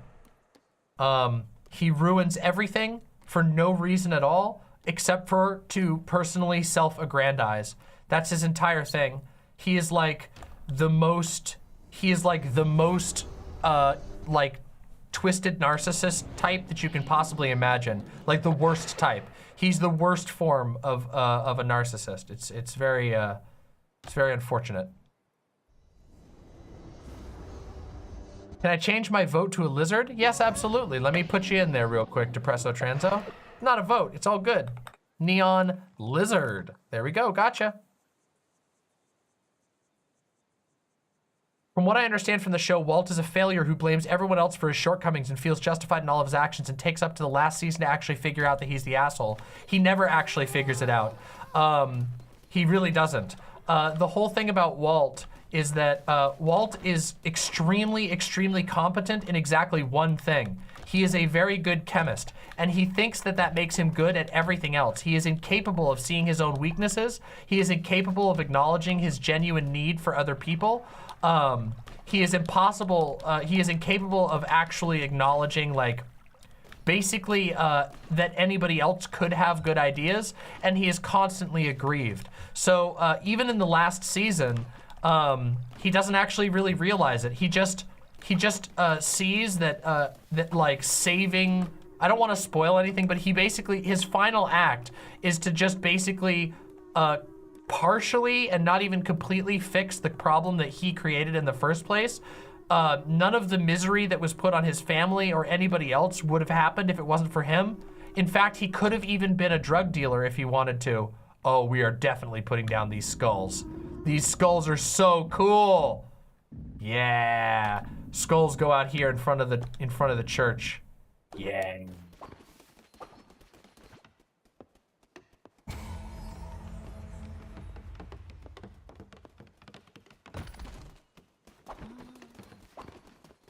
Is that lava in the eyes? I think it's actually candle wax, which is even cooler in my opinion.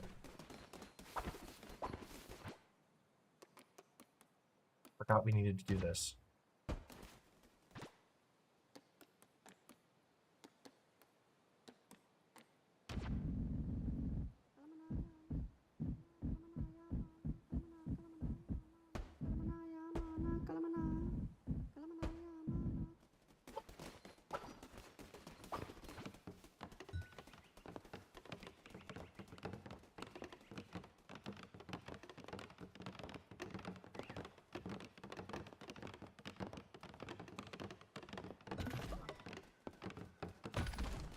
Aubrey in YouTube chat says, I haven't watched Breaking Bad since it originally aired, heavily considering a rewatch. Oh, I think you would enjoy that quite a lot. I highly recommend watching Breaking Bad. Breaking Bad is incredible television. It is basically the peak of the genre of premiere television. I can think of basically no other show that does quite as good as Breaking Bad at being the platonic ideal of premium premiere television. It is so goddamn good.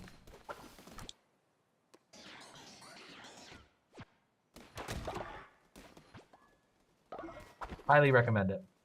It's a fantastic show. I just watched it last year, fully, and it was a well worth the watch.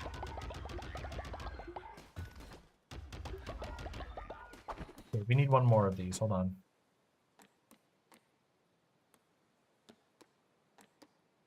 Seeds.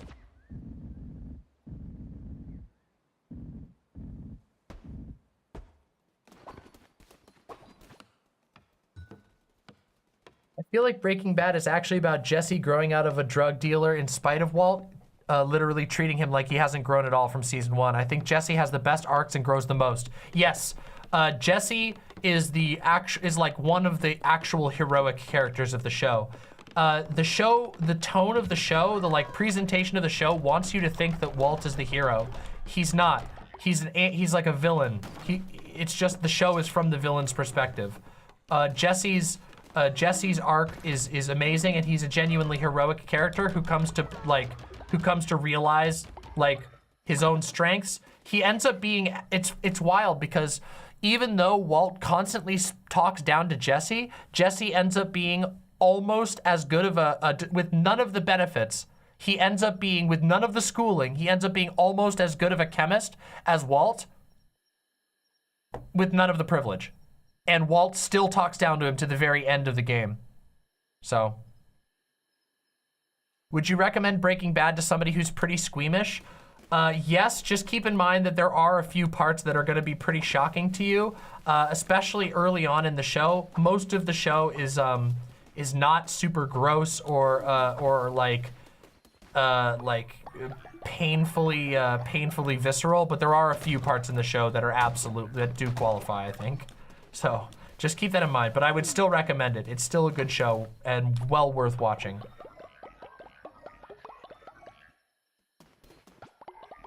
I didn't really give the show a chance because meth is so common where I live, making it kind of a meh deal for idiots and stuff. So I didn't follow the drug dealer plotline as I knew many. I get that. Have you heard of the 40K show? I have not. I didn't know there was a Warhammer 40K show. I don't know if it's out already or if it's in production. I've not heard of it. It sounds interesting. All right, let's go do an adventure. We gotta go do a quest. We're gonna do one more quest and then I gotta stop for the night because my back is getting really tired. But we'll get a few more imps in here real quick.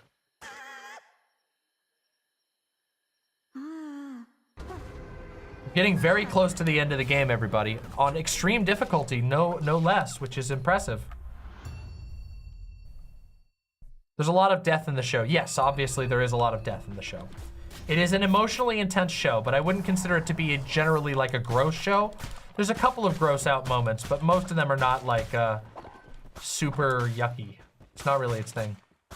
Hey, Pillow Willow, welcome to the chat. Hey, everybody give some love to Pillow Willow, brand new website imp. I don't know if you're from YouTube chat, but if you're new, welcome. Come one, come all to a place of wonder and delight where all that glimmers is gold, guaranteed. Midas's cave opens in 7 days, or opens 7 days. Ooh. Killjoy 40K says, I think it shows that Walt is literally not that special and is just an average chemist with delusions of grandeur because he helped start a Fortune 500 but didn't have the stomach to stick with it while it was a nothing company. Yes. Well, actually, he probably did have the stomach to stick with it, but he got heartbroken. And Walt is a person who cannot grow.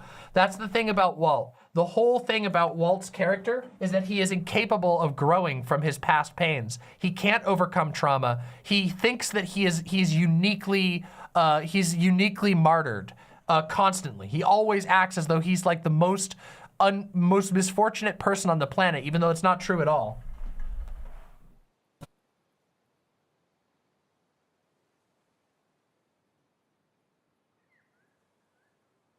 Yep, Walt can't handle being anything but the main character. Which is ironic, given that he's the main character of the show. Oh boy, here we go. I am not what I once was. Though no longer wise, I am no fool. I know the end draws near. I can take some comfort in the confession. The blame hangs heavy around my neck. I introduced him to the ideas of change, for my domain is knowledge, and knowledge is ever evolving. An organic state of being for myself, but for him, most unnatural. Death cannot flow backward.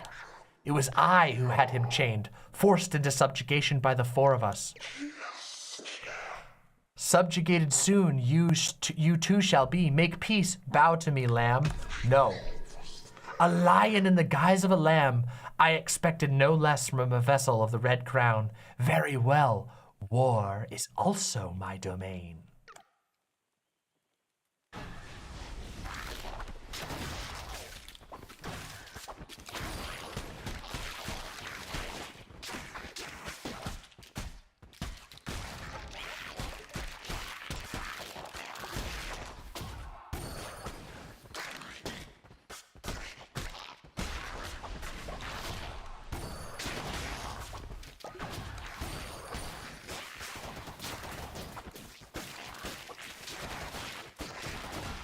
Yikes!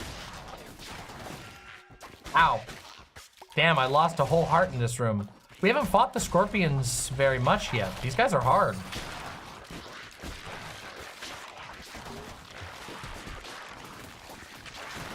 Oh my god, what a room!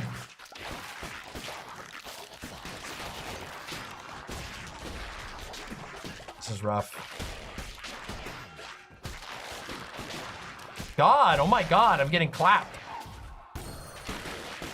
I didn't know why I got hit those last 2 times. I guess I must have just been in the range of the hitbox.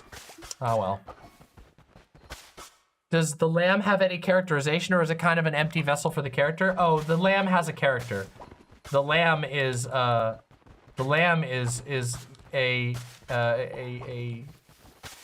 I mean, obviously you get to make some choices, but in my opinion, the lamb has a lot of characterization.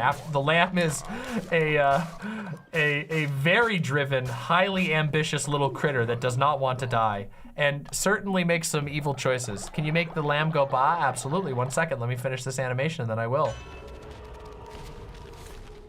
Fire a projectile whenever you swing your weapon. Holy shit, that's awesome. Here we go.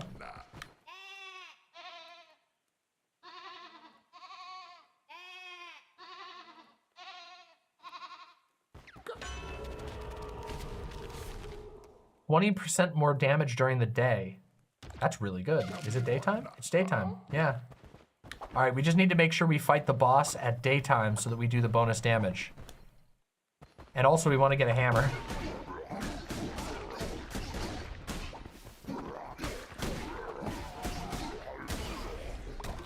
The lamb is Walter White? No, not our version of the lamb at least. Our lamb is more like Gus. Interestingly, Gus is also like a pretty dark character in a lot of ways, but Gus has some heroic elements, which is a big part of the show. Gus is basically what Walter White wishes he was.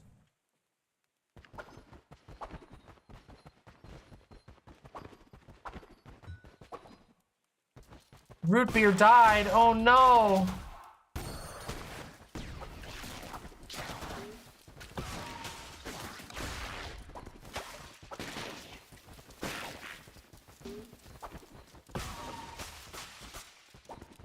What the hell is this thing? Oh my god. I don't remember these things. What an attack pattern, that's weird. So it can hit you with its mouth and it can hit you with its spikes. So you need to attack it from behind and watch for the spike activation. Okay, that's good to know. The lamb needs to cook. Yeah, lamb needs to learn how to cook some meth. Well, in this game you get to use psychedelics, which is kind of cool, I guess. Ouch.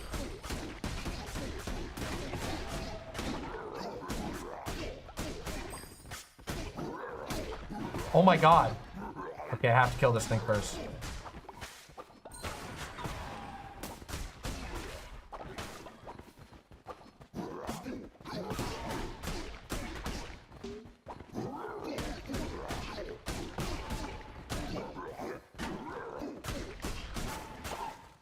We need some survivability. This is rough.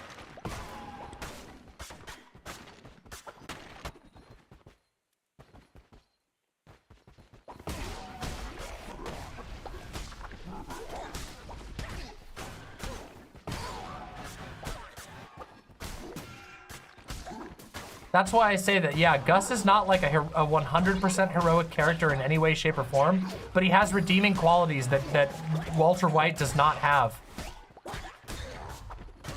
And I've said this before, but I think that Breaking Bad, especially, Breaking Bad is a I don't know, it's a meditation on various forms of masculinity, especially toxic masculinity. That's like sort of one of the main things, in my opinion, of the show, at least in my read of it. And Gus represents a form of toxic masculinity that is not entirely eclipsed. It's not like all negative, but it's still not good.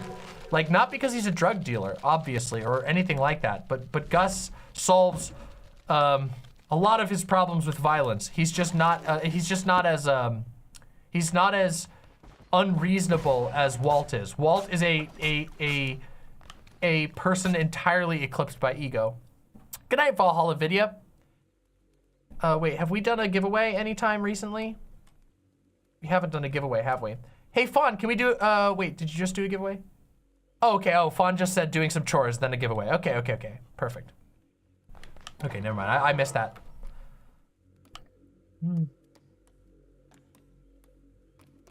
Do this one because we got to get the imps. Damn, thank you all. By the way, can I just take a second and say, hold on, let's take a moment and put me on the big screen. Thank you all for being here.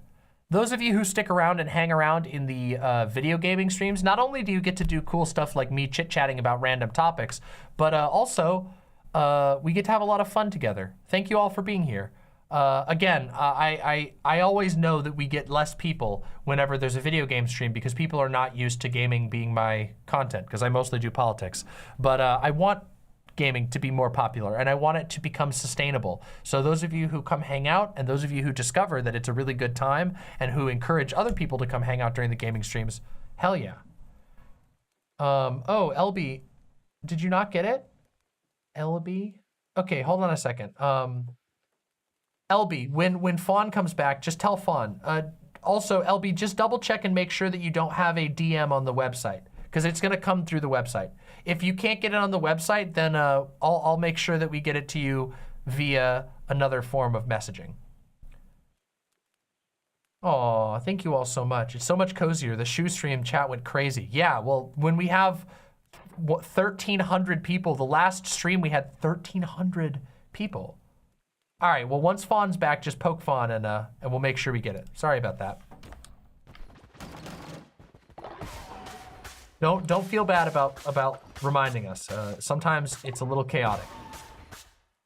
Killjoy says, one of Walt's greatest faults is that he can't identify what he's fucking up as a drug dealer because he doesn't think he can fuck up, despite him constantly fucking up, and then he leaves behind evidence directly leading to events later in the show. Yes, Walt is incapable of owning his mistakes. That's one of his biggest problems. Oh, thank you, Maki Pocky. That's incredibly inspiring to me. Oh, darkness. Oh, suffering. What say you, Lamb? Do you embrace the cruelties of this world? Life is misery. May I join you? May we swim in the misery of our minds together? Yes, you may. Oh, oops, I forgot to put the screen on. Oops, I'm so sorry. Thank you. Sorry, that was, do you see? This is why I don't worry about pests poking me a little bit, because sometimes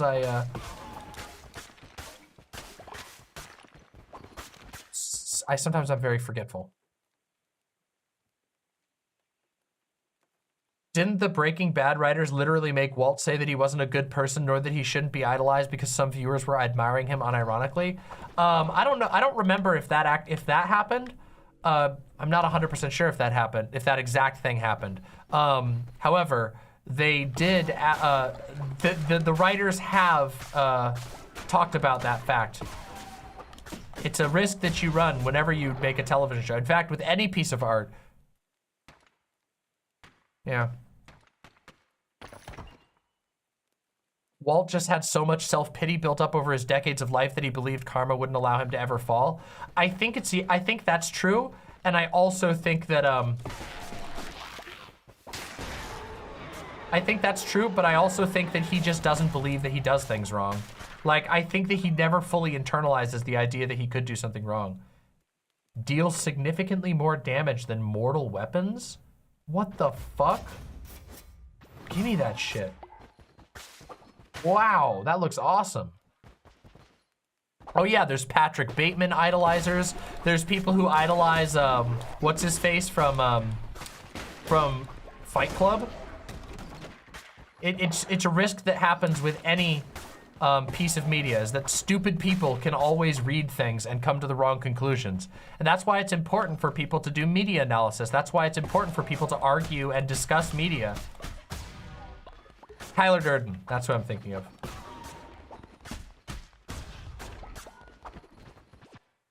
Oath of the Crown, a devastating melee attack that also has a chance to possess impacted enemies.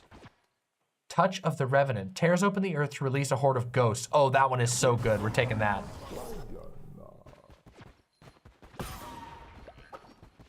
I think we're gonna beat that. Oh yeah, the Homelander people. Those people are extra stupid though. If you can't understand like that Homelander is obviously a bad person that you're supposed to fucking hate, like I think you actually have to have like, I don't know, it's a special type of dementedness that allows people to idolize Homelander. You have to be like, I feel like you almost have to be an evil person.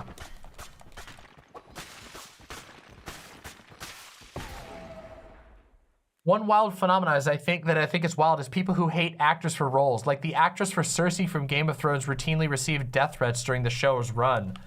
That is just, oh, like, again, I feel like that's an issue, like that's a mental health issue, right? Like if you can't tell the difference between a fictional character and the actor who plays the fictional character, I feel like that has to be like, I don't know if that, like, I don't know, that's a wild thing. That's absolutely disturbing to me.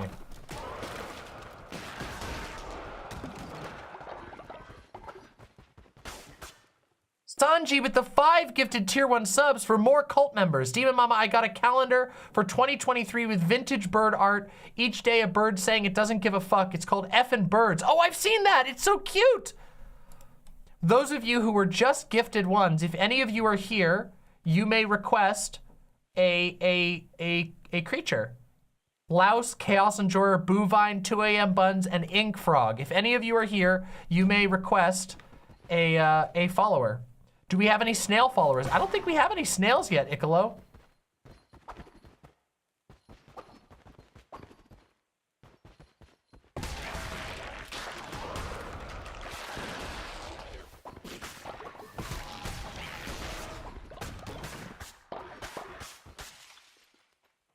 Yo, that's awesome, Silent. That's great to hear. Hope you're doing great.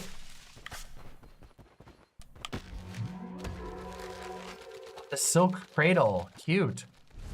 Ink Frog, Dark Green Frog, absolutely. Let me get you on the list, Ink Frog, Dark Green Frog.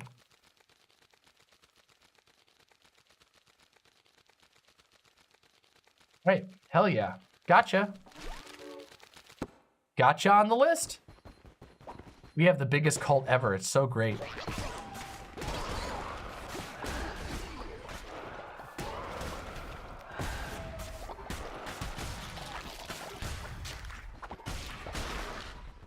Yes, we're gonna, I think we'll be able to win this one. We're not yet to the boss yet. We have a few, I think we have 1 or 2 more runs to do before we fight the actual boss, but I think we can actually beat the mini boss.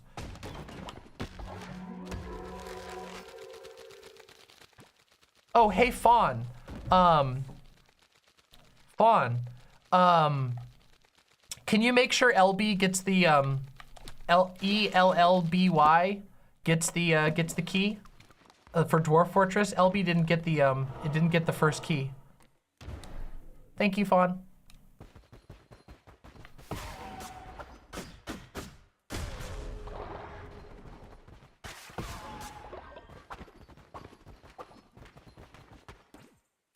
Camcast says, I like booba milk, so easy sympathy. Homelander epic. All right. All right. Okay.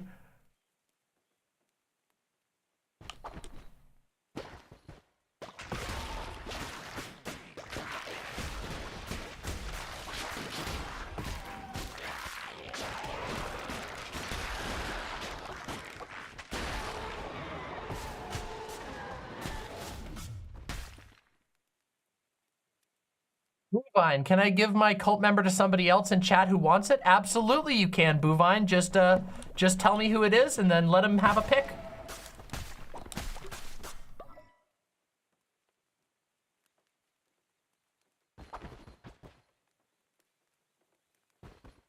I don't want either of these. I think I want the one that I have right now.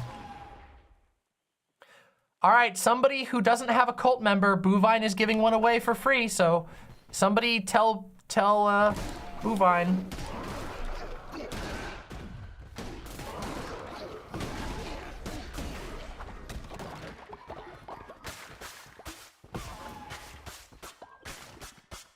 Boovine, you just at me when you have the one.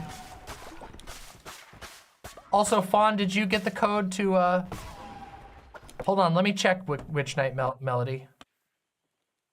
Witch Night Melody. Are you Witchy Mel? Is that the same person? Are you Witchy Mel? Did you used to go by Witchy Mel? We have a Witchy Mel on here. I don't know if that's a different Mel.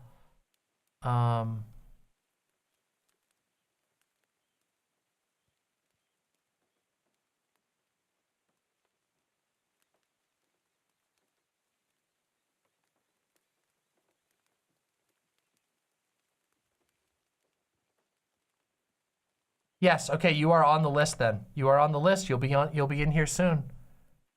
All right, excellent. Let me just find out who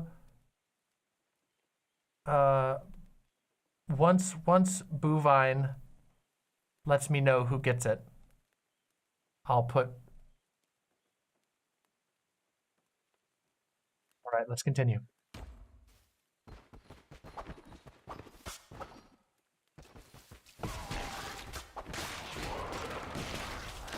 The sad thing is I know exactly what you're talking about with the take me to Snurch thing. I know exactly what you're talking about. Unfortunately, oh, I hit a bomb. Oh, we have really low HP. That is unfortunate. Roomy Red. All right, Roomy Red. Roomy Red, you're the winner. Roomy Red, what do you want to be? Give me your info.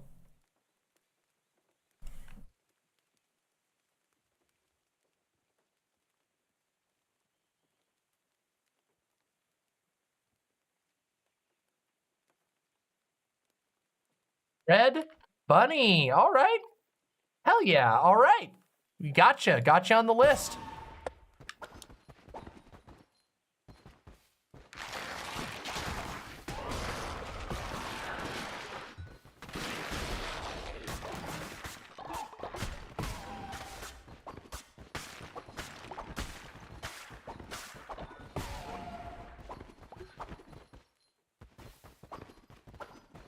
Hope we can beat this boss.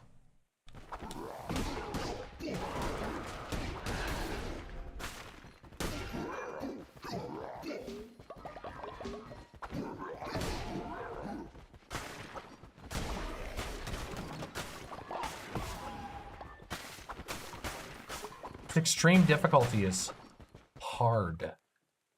Fucking hard. Snurch. My roomies and I have been Snurch posting for months now. I'm so sorry. I know exactly what you're talking about. Bonjour, Demon Mama from Ontario, Canada. Hello! From Seattle. I hope you're doing well. I hope you're doing really well. Thank you for being here, Camcast. Welcome to the chat. Based off the Touhou series. Interesting. Huh, interesting. That's quite interesting, actually. Okay, are we gonna actually be able to win this? We're gonna have to find out. All right, here we go.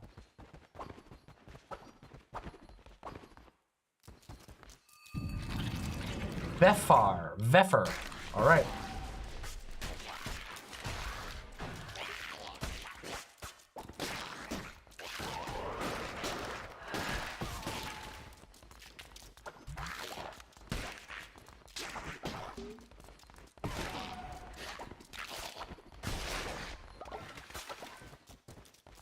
Yikes.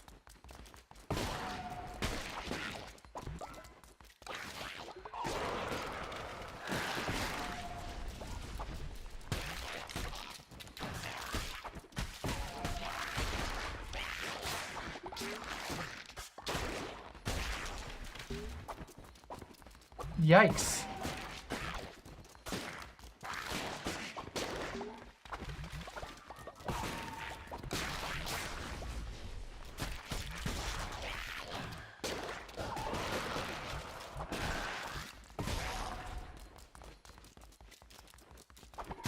What a hell of a boss.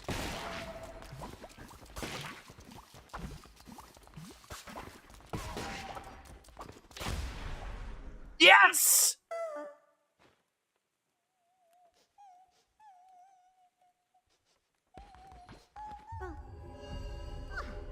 Fuck yeah.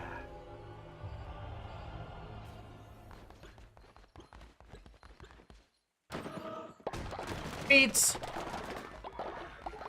You fucking did it. God damn, that was sick. Hell of a boss as a show. True, true. We get to go back to the cult now.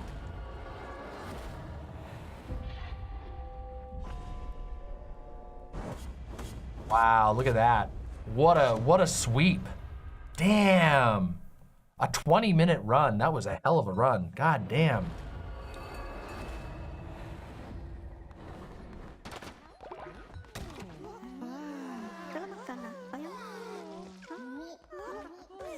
Oh, sick.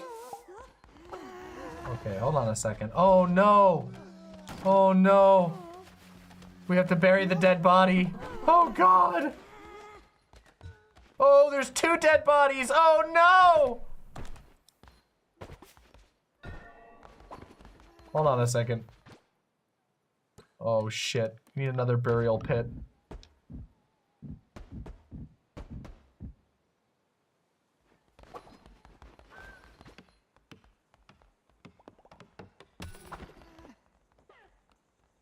Oh, another person died. Oh no. I will bury my dead, but oh, they're all vomiting. What's happening? No.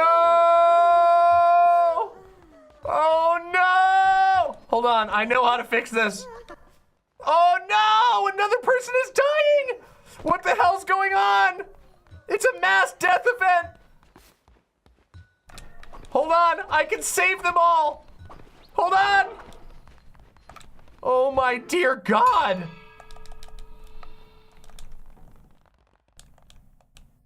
Oh no. Literally just chain deaths. Oh God, what a mess. Okay, hold on a second here. First off, feast. Everybody needs to eat food. Feast up. Nom nom nom. That is a lot of sick critters. Yeah. Feast first, then brainwashing to complete the quest. Making them gather in church during a pandemic. You think God? You think your God deserves to not be? Do you want the pandemic to get worse? You better worship during the pandemic. You better worship. Holy shit. Are you kidding me? Why do you think Christians went to church in the real world? Because of course you're not gonna fucking disobey God or whatever. I mean, obviously there are better ways to do it, but hey, it's God.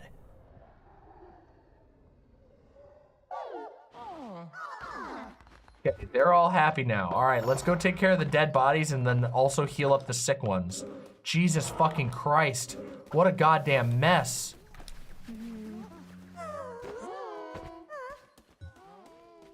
Come on.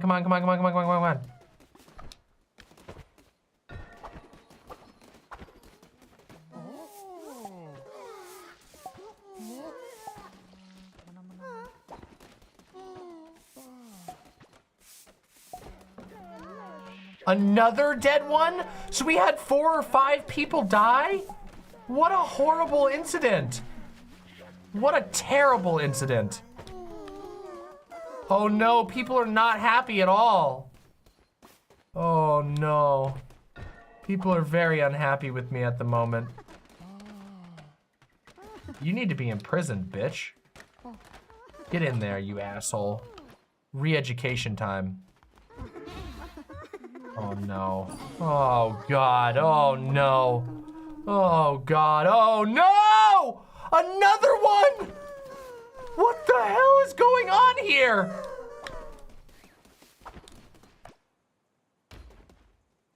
Healing Kimberwolf.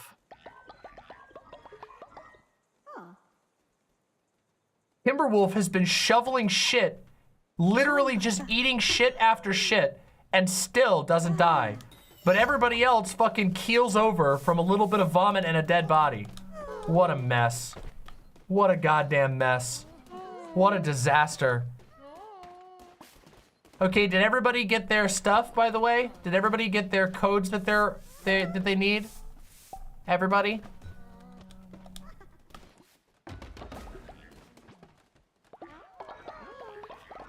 Oh, we'll finish it, don't you worry. Oh, we're gonna finish this damn game. Don't you fucking worry. This person needs to go to bed. Go to bed. Sleep. Where's the other person who needs to go to sleep? You. Go to bed. Why are you not sleeping? Go sleep. Okay. We need to upgrade some of this shit.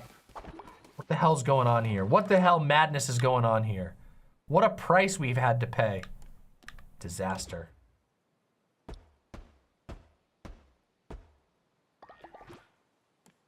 Disaster.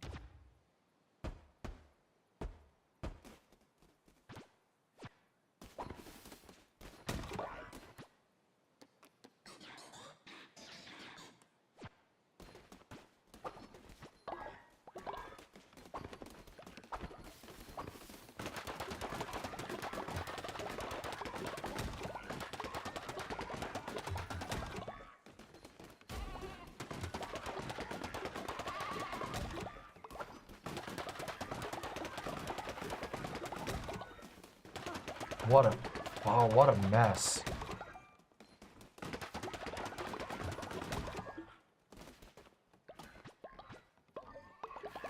Hold on a second now.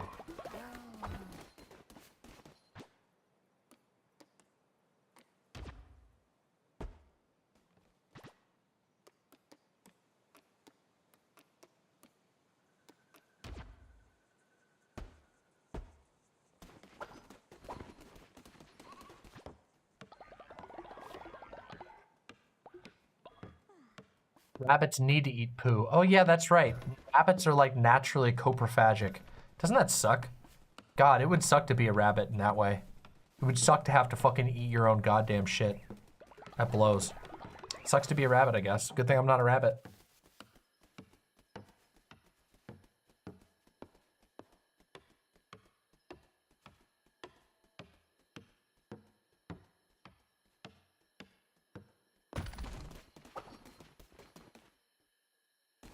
All right, let's get some people in here real quick.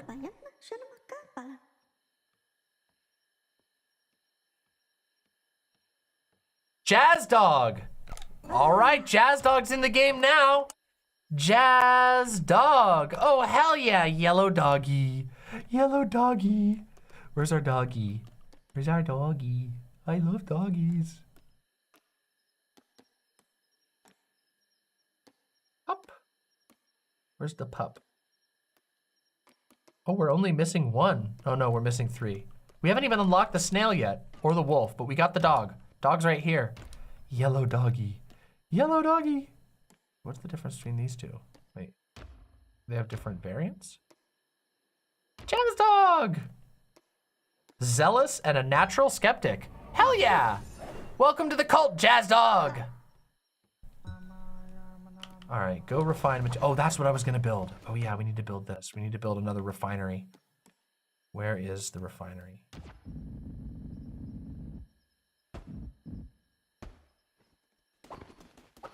All right, next is that guy who could. Well, we're gonna leave that guy who could as a bat.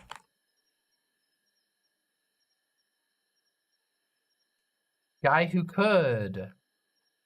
That guy who could, it says my choice. So I'm gonna choose the bat and we're gonna make a pink bat. No, a purple bat. Yay, lavender bat. Lavender bat with little markings.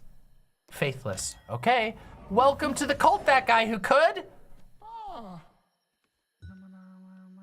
You get the snail by finding snails across the different shop areas. Oh, good to know. All right, next is Endless Wonder. Yay! Welcome to the cult, Endless Wonder. Endless Wonder wants to be a black and white tiger.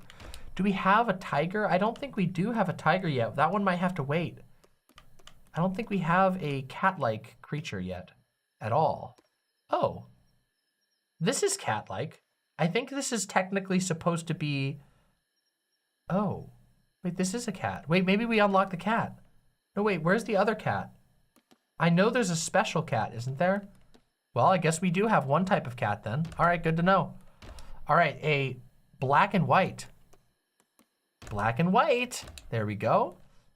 We'll give little angry eyes, that's cute. And we're gonna name correctly Endless Wonder. Oh yeah, it's the end game reward. Oh yeah, that's that's like the fluffy cat or whatever, the one that looks more like the boss. Coprophiliac. Oh boy. Strong constitution and faithless. Welcome, Endless Wonder. Wow, we're getting through we rescued so many imps tonight. We rescued so many fucking imps. Great feeling, huh?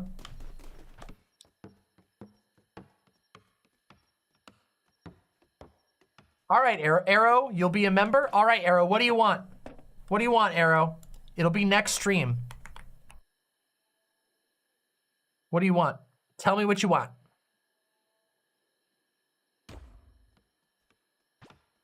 I have a snail tattoo. Don't tell my mom. Okay, I won't. I promise I won't tell your mom. I don't unless somehow your mom is somebody that I know and I don't know that they're your mom. A deer? Hell yeah. Any color preference? You want to be normal colored deer?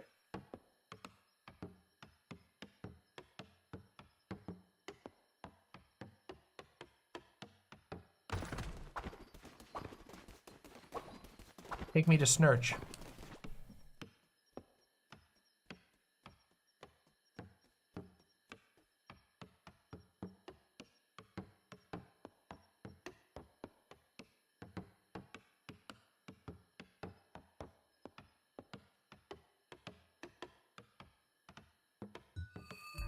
Just relaxingly building in the middle of the night, you know.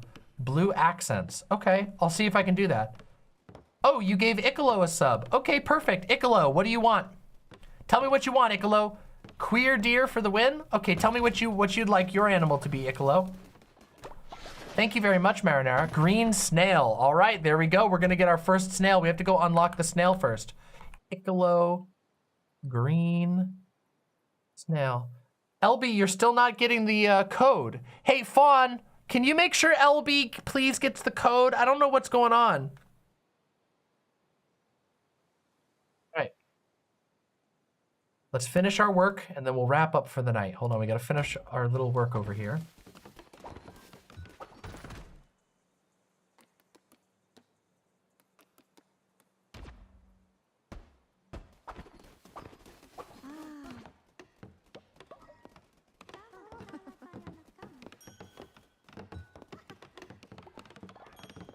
Jazz dog grieving at the grave. Oh, damn.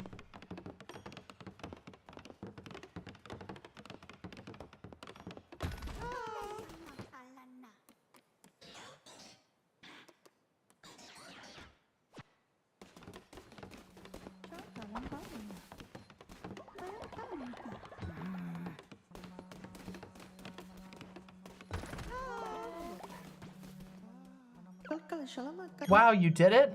Thank you. Yes, I did.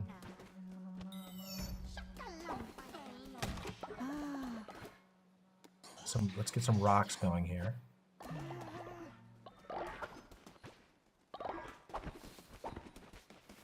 All right, all right, all right.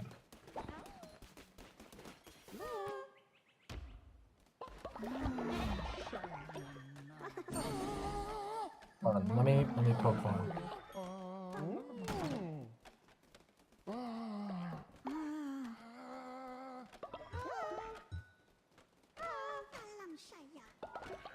Okay, Fawn's got it. All right, Fawn's working on it. All right, so let me save the game. I'll quit for now. Well, welcome back.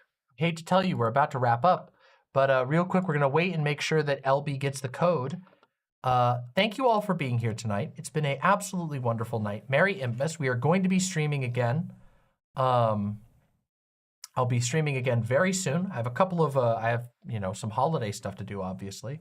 But I thank you all for being here and for supporting me and for having fun. I hope you all had an absolutely wonderful stream. I know I had a lot of fun. As soon as I get confirmation from LB, then we'll be in the clear. But I'm starting to get tired, if you can't tell. My snails are one of the animals that can be true hermaphrodites. I know, it's pretty cool, right? It's pretty cool, right? All right, good. Well, it's sent at least. Remember, my lovely imps, much, much communal love to all of you. Please connect with each other on the Discord. Please connect with each other on social media. Look out for one another. Take good care of one another. And whatever you do not fucking die. LB. Okay, LB, Fawn is going to help you in chat. Don't worry, the chat stays going even after stream. It's a Steam code, and it will come through this website's DMs. So just work with Fawn in the chat real quick, and we'll work it out. Don't worry, it'll be, the chat stays going, all right? Much love to all of you. Don't fucking die. Merry Impmas, and I'll see you all very soon.